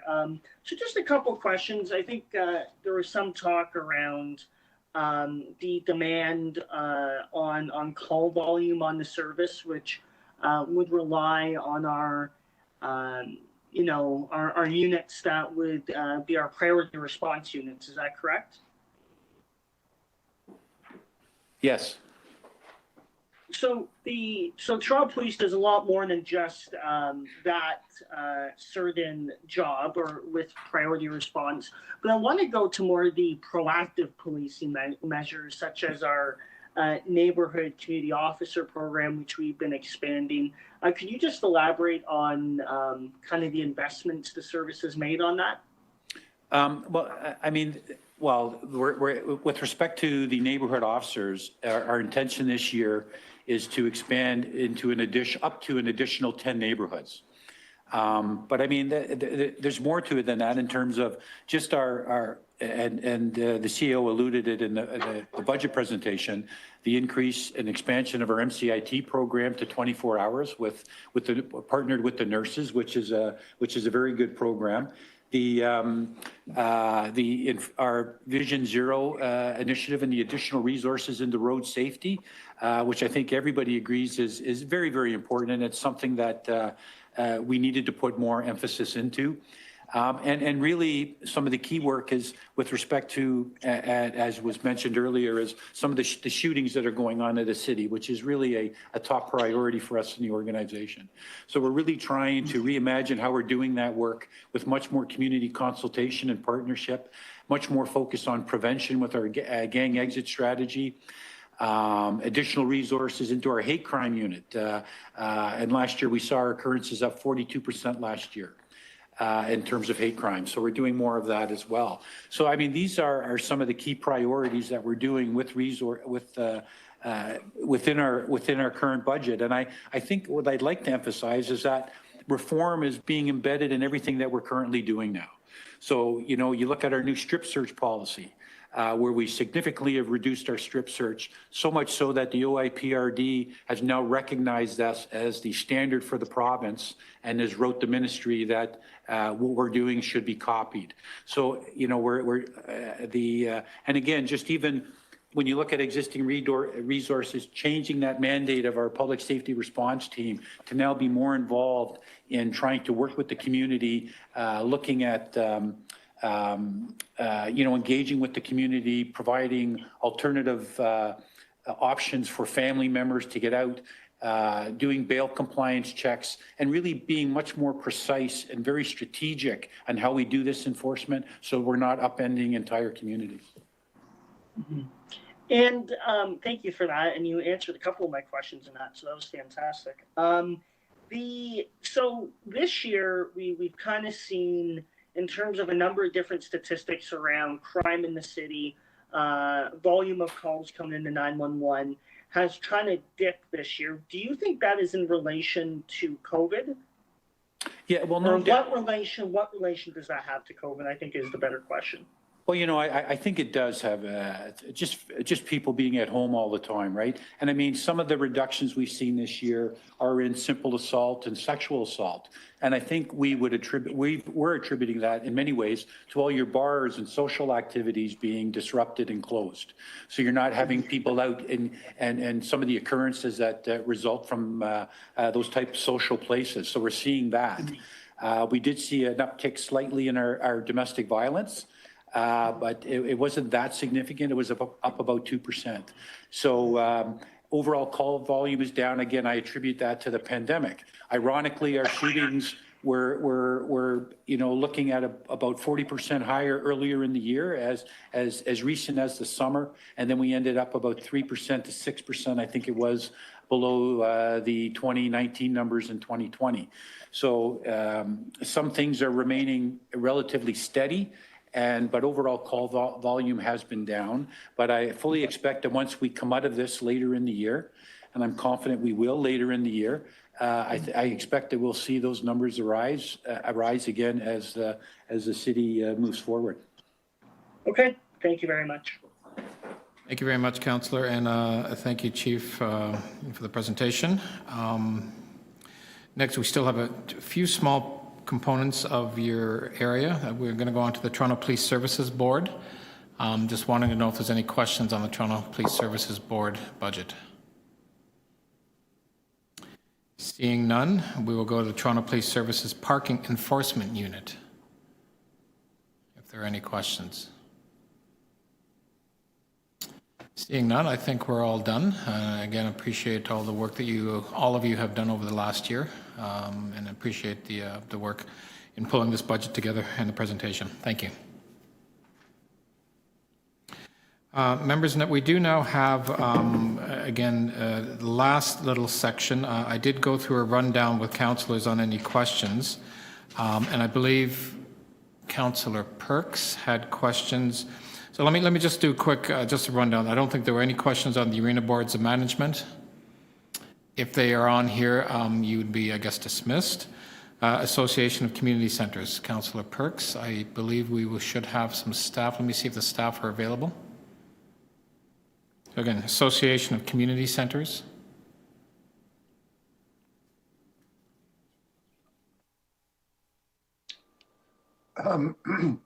Maybe I can just put my issue out there, and if staff can dig into it and get back to me, that would be sufficient for now.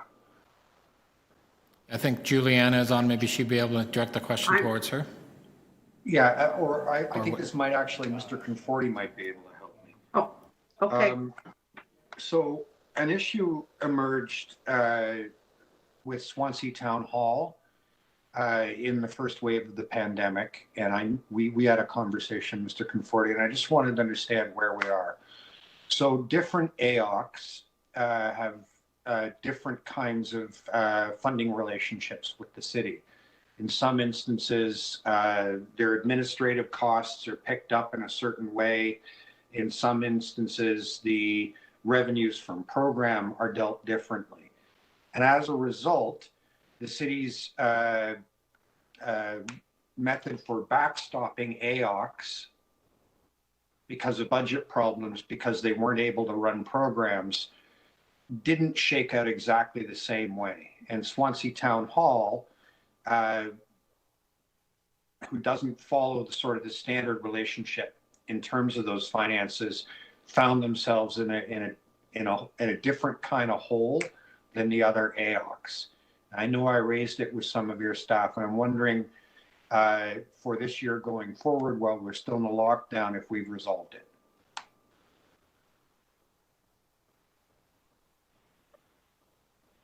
Through the chair, yes. So in 2020, we initiated a process early in the pandemic where we were working with all of our agencies, including the AOCs, to be able to understand their cash flow issues and ensure that there was an opportunity for them to make a request of the city for what we were deeming as emergency funding in the event that they were having cash flow concerns. So we did that on a monthly basis over the course of the entire year.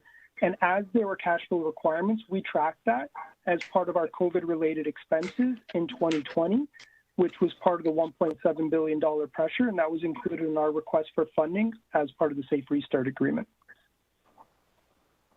No, I understood that part, but here's the part that we were trying to puzzle out, and I don't know if we've done it yet, and you may have to go and do a little bit of work behind the scenes to sort it out. So for all the other AOCs, 519, all of those, they have a different relationship with what we fund and don't fund from Swansea Town Hall. In one set, we have a particular revenue sharing agreement for the revenues from programs that works for all the AOCs, but isn't the same for Swansea Town Hall. And similarly, there's a difference in the way that administrative costs are funded and a difference in the way that reserves are managed.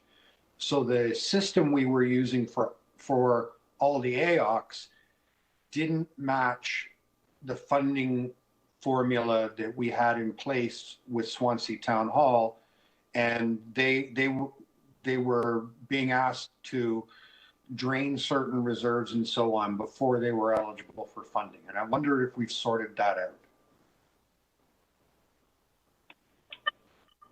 So through the chair, Councillor, I don't recall the specifics of each of the different areas, but I'll follow up on that. I do know that part of the work that we did this year was ensuring that we were addressing all of the COVID-related concerns for all of our AOCs. But let me follow up on the specifics. Thank you so much. That's all I needed. Thank you very much, Mr. Chair. Thank you very much, Councillor. I'm just going to do a quick rundown just to make sure there are no questions, as I don't think there are, but I should do this anyway. So let's work our way down. Exhibition Place. I don't think there are questions. Heritage Toronto, TO Live, Toronto Atmospheric Fund. Councillor Carroll had her questions answered with TRCA, Toronto Zoo, and Yonge and Dundas Square. Okay. Well, first of all, thanks everybody for all the work and the presentations and being here all day. Tomorrow, we will be finishing off the reviews. We will be having corporate services, create TO, finance and treasury, and city manager, legal, city clerk's office, city council, and office of the mayor. So that will be tomorrow. I would really request any councillors who have budget briefing, sorry, I lost my train of thought there. Briefing note requests to get them in, as clerks will attest to, it's usually a busy day, just organizing a lot of the volume, so it would be much appreciated if Matthew here beside me can start looking at them as quickly as possible so his day can be a little more manageable tomorrow. So as soon as you can get them in, that would be great. And we'll see everybody at 9:30 tomorrow morning. And have a great night. Thank you. Thank you, Chair.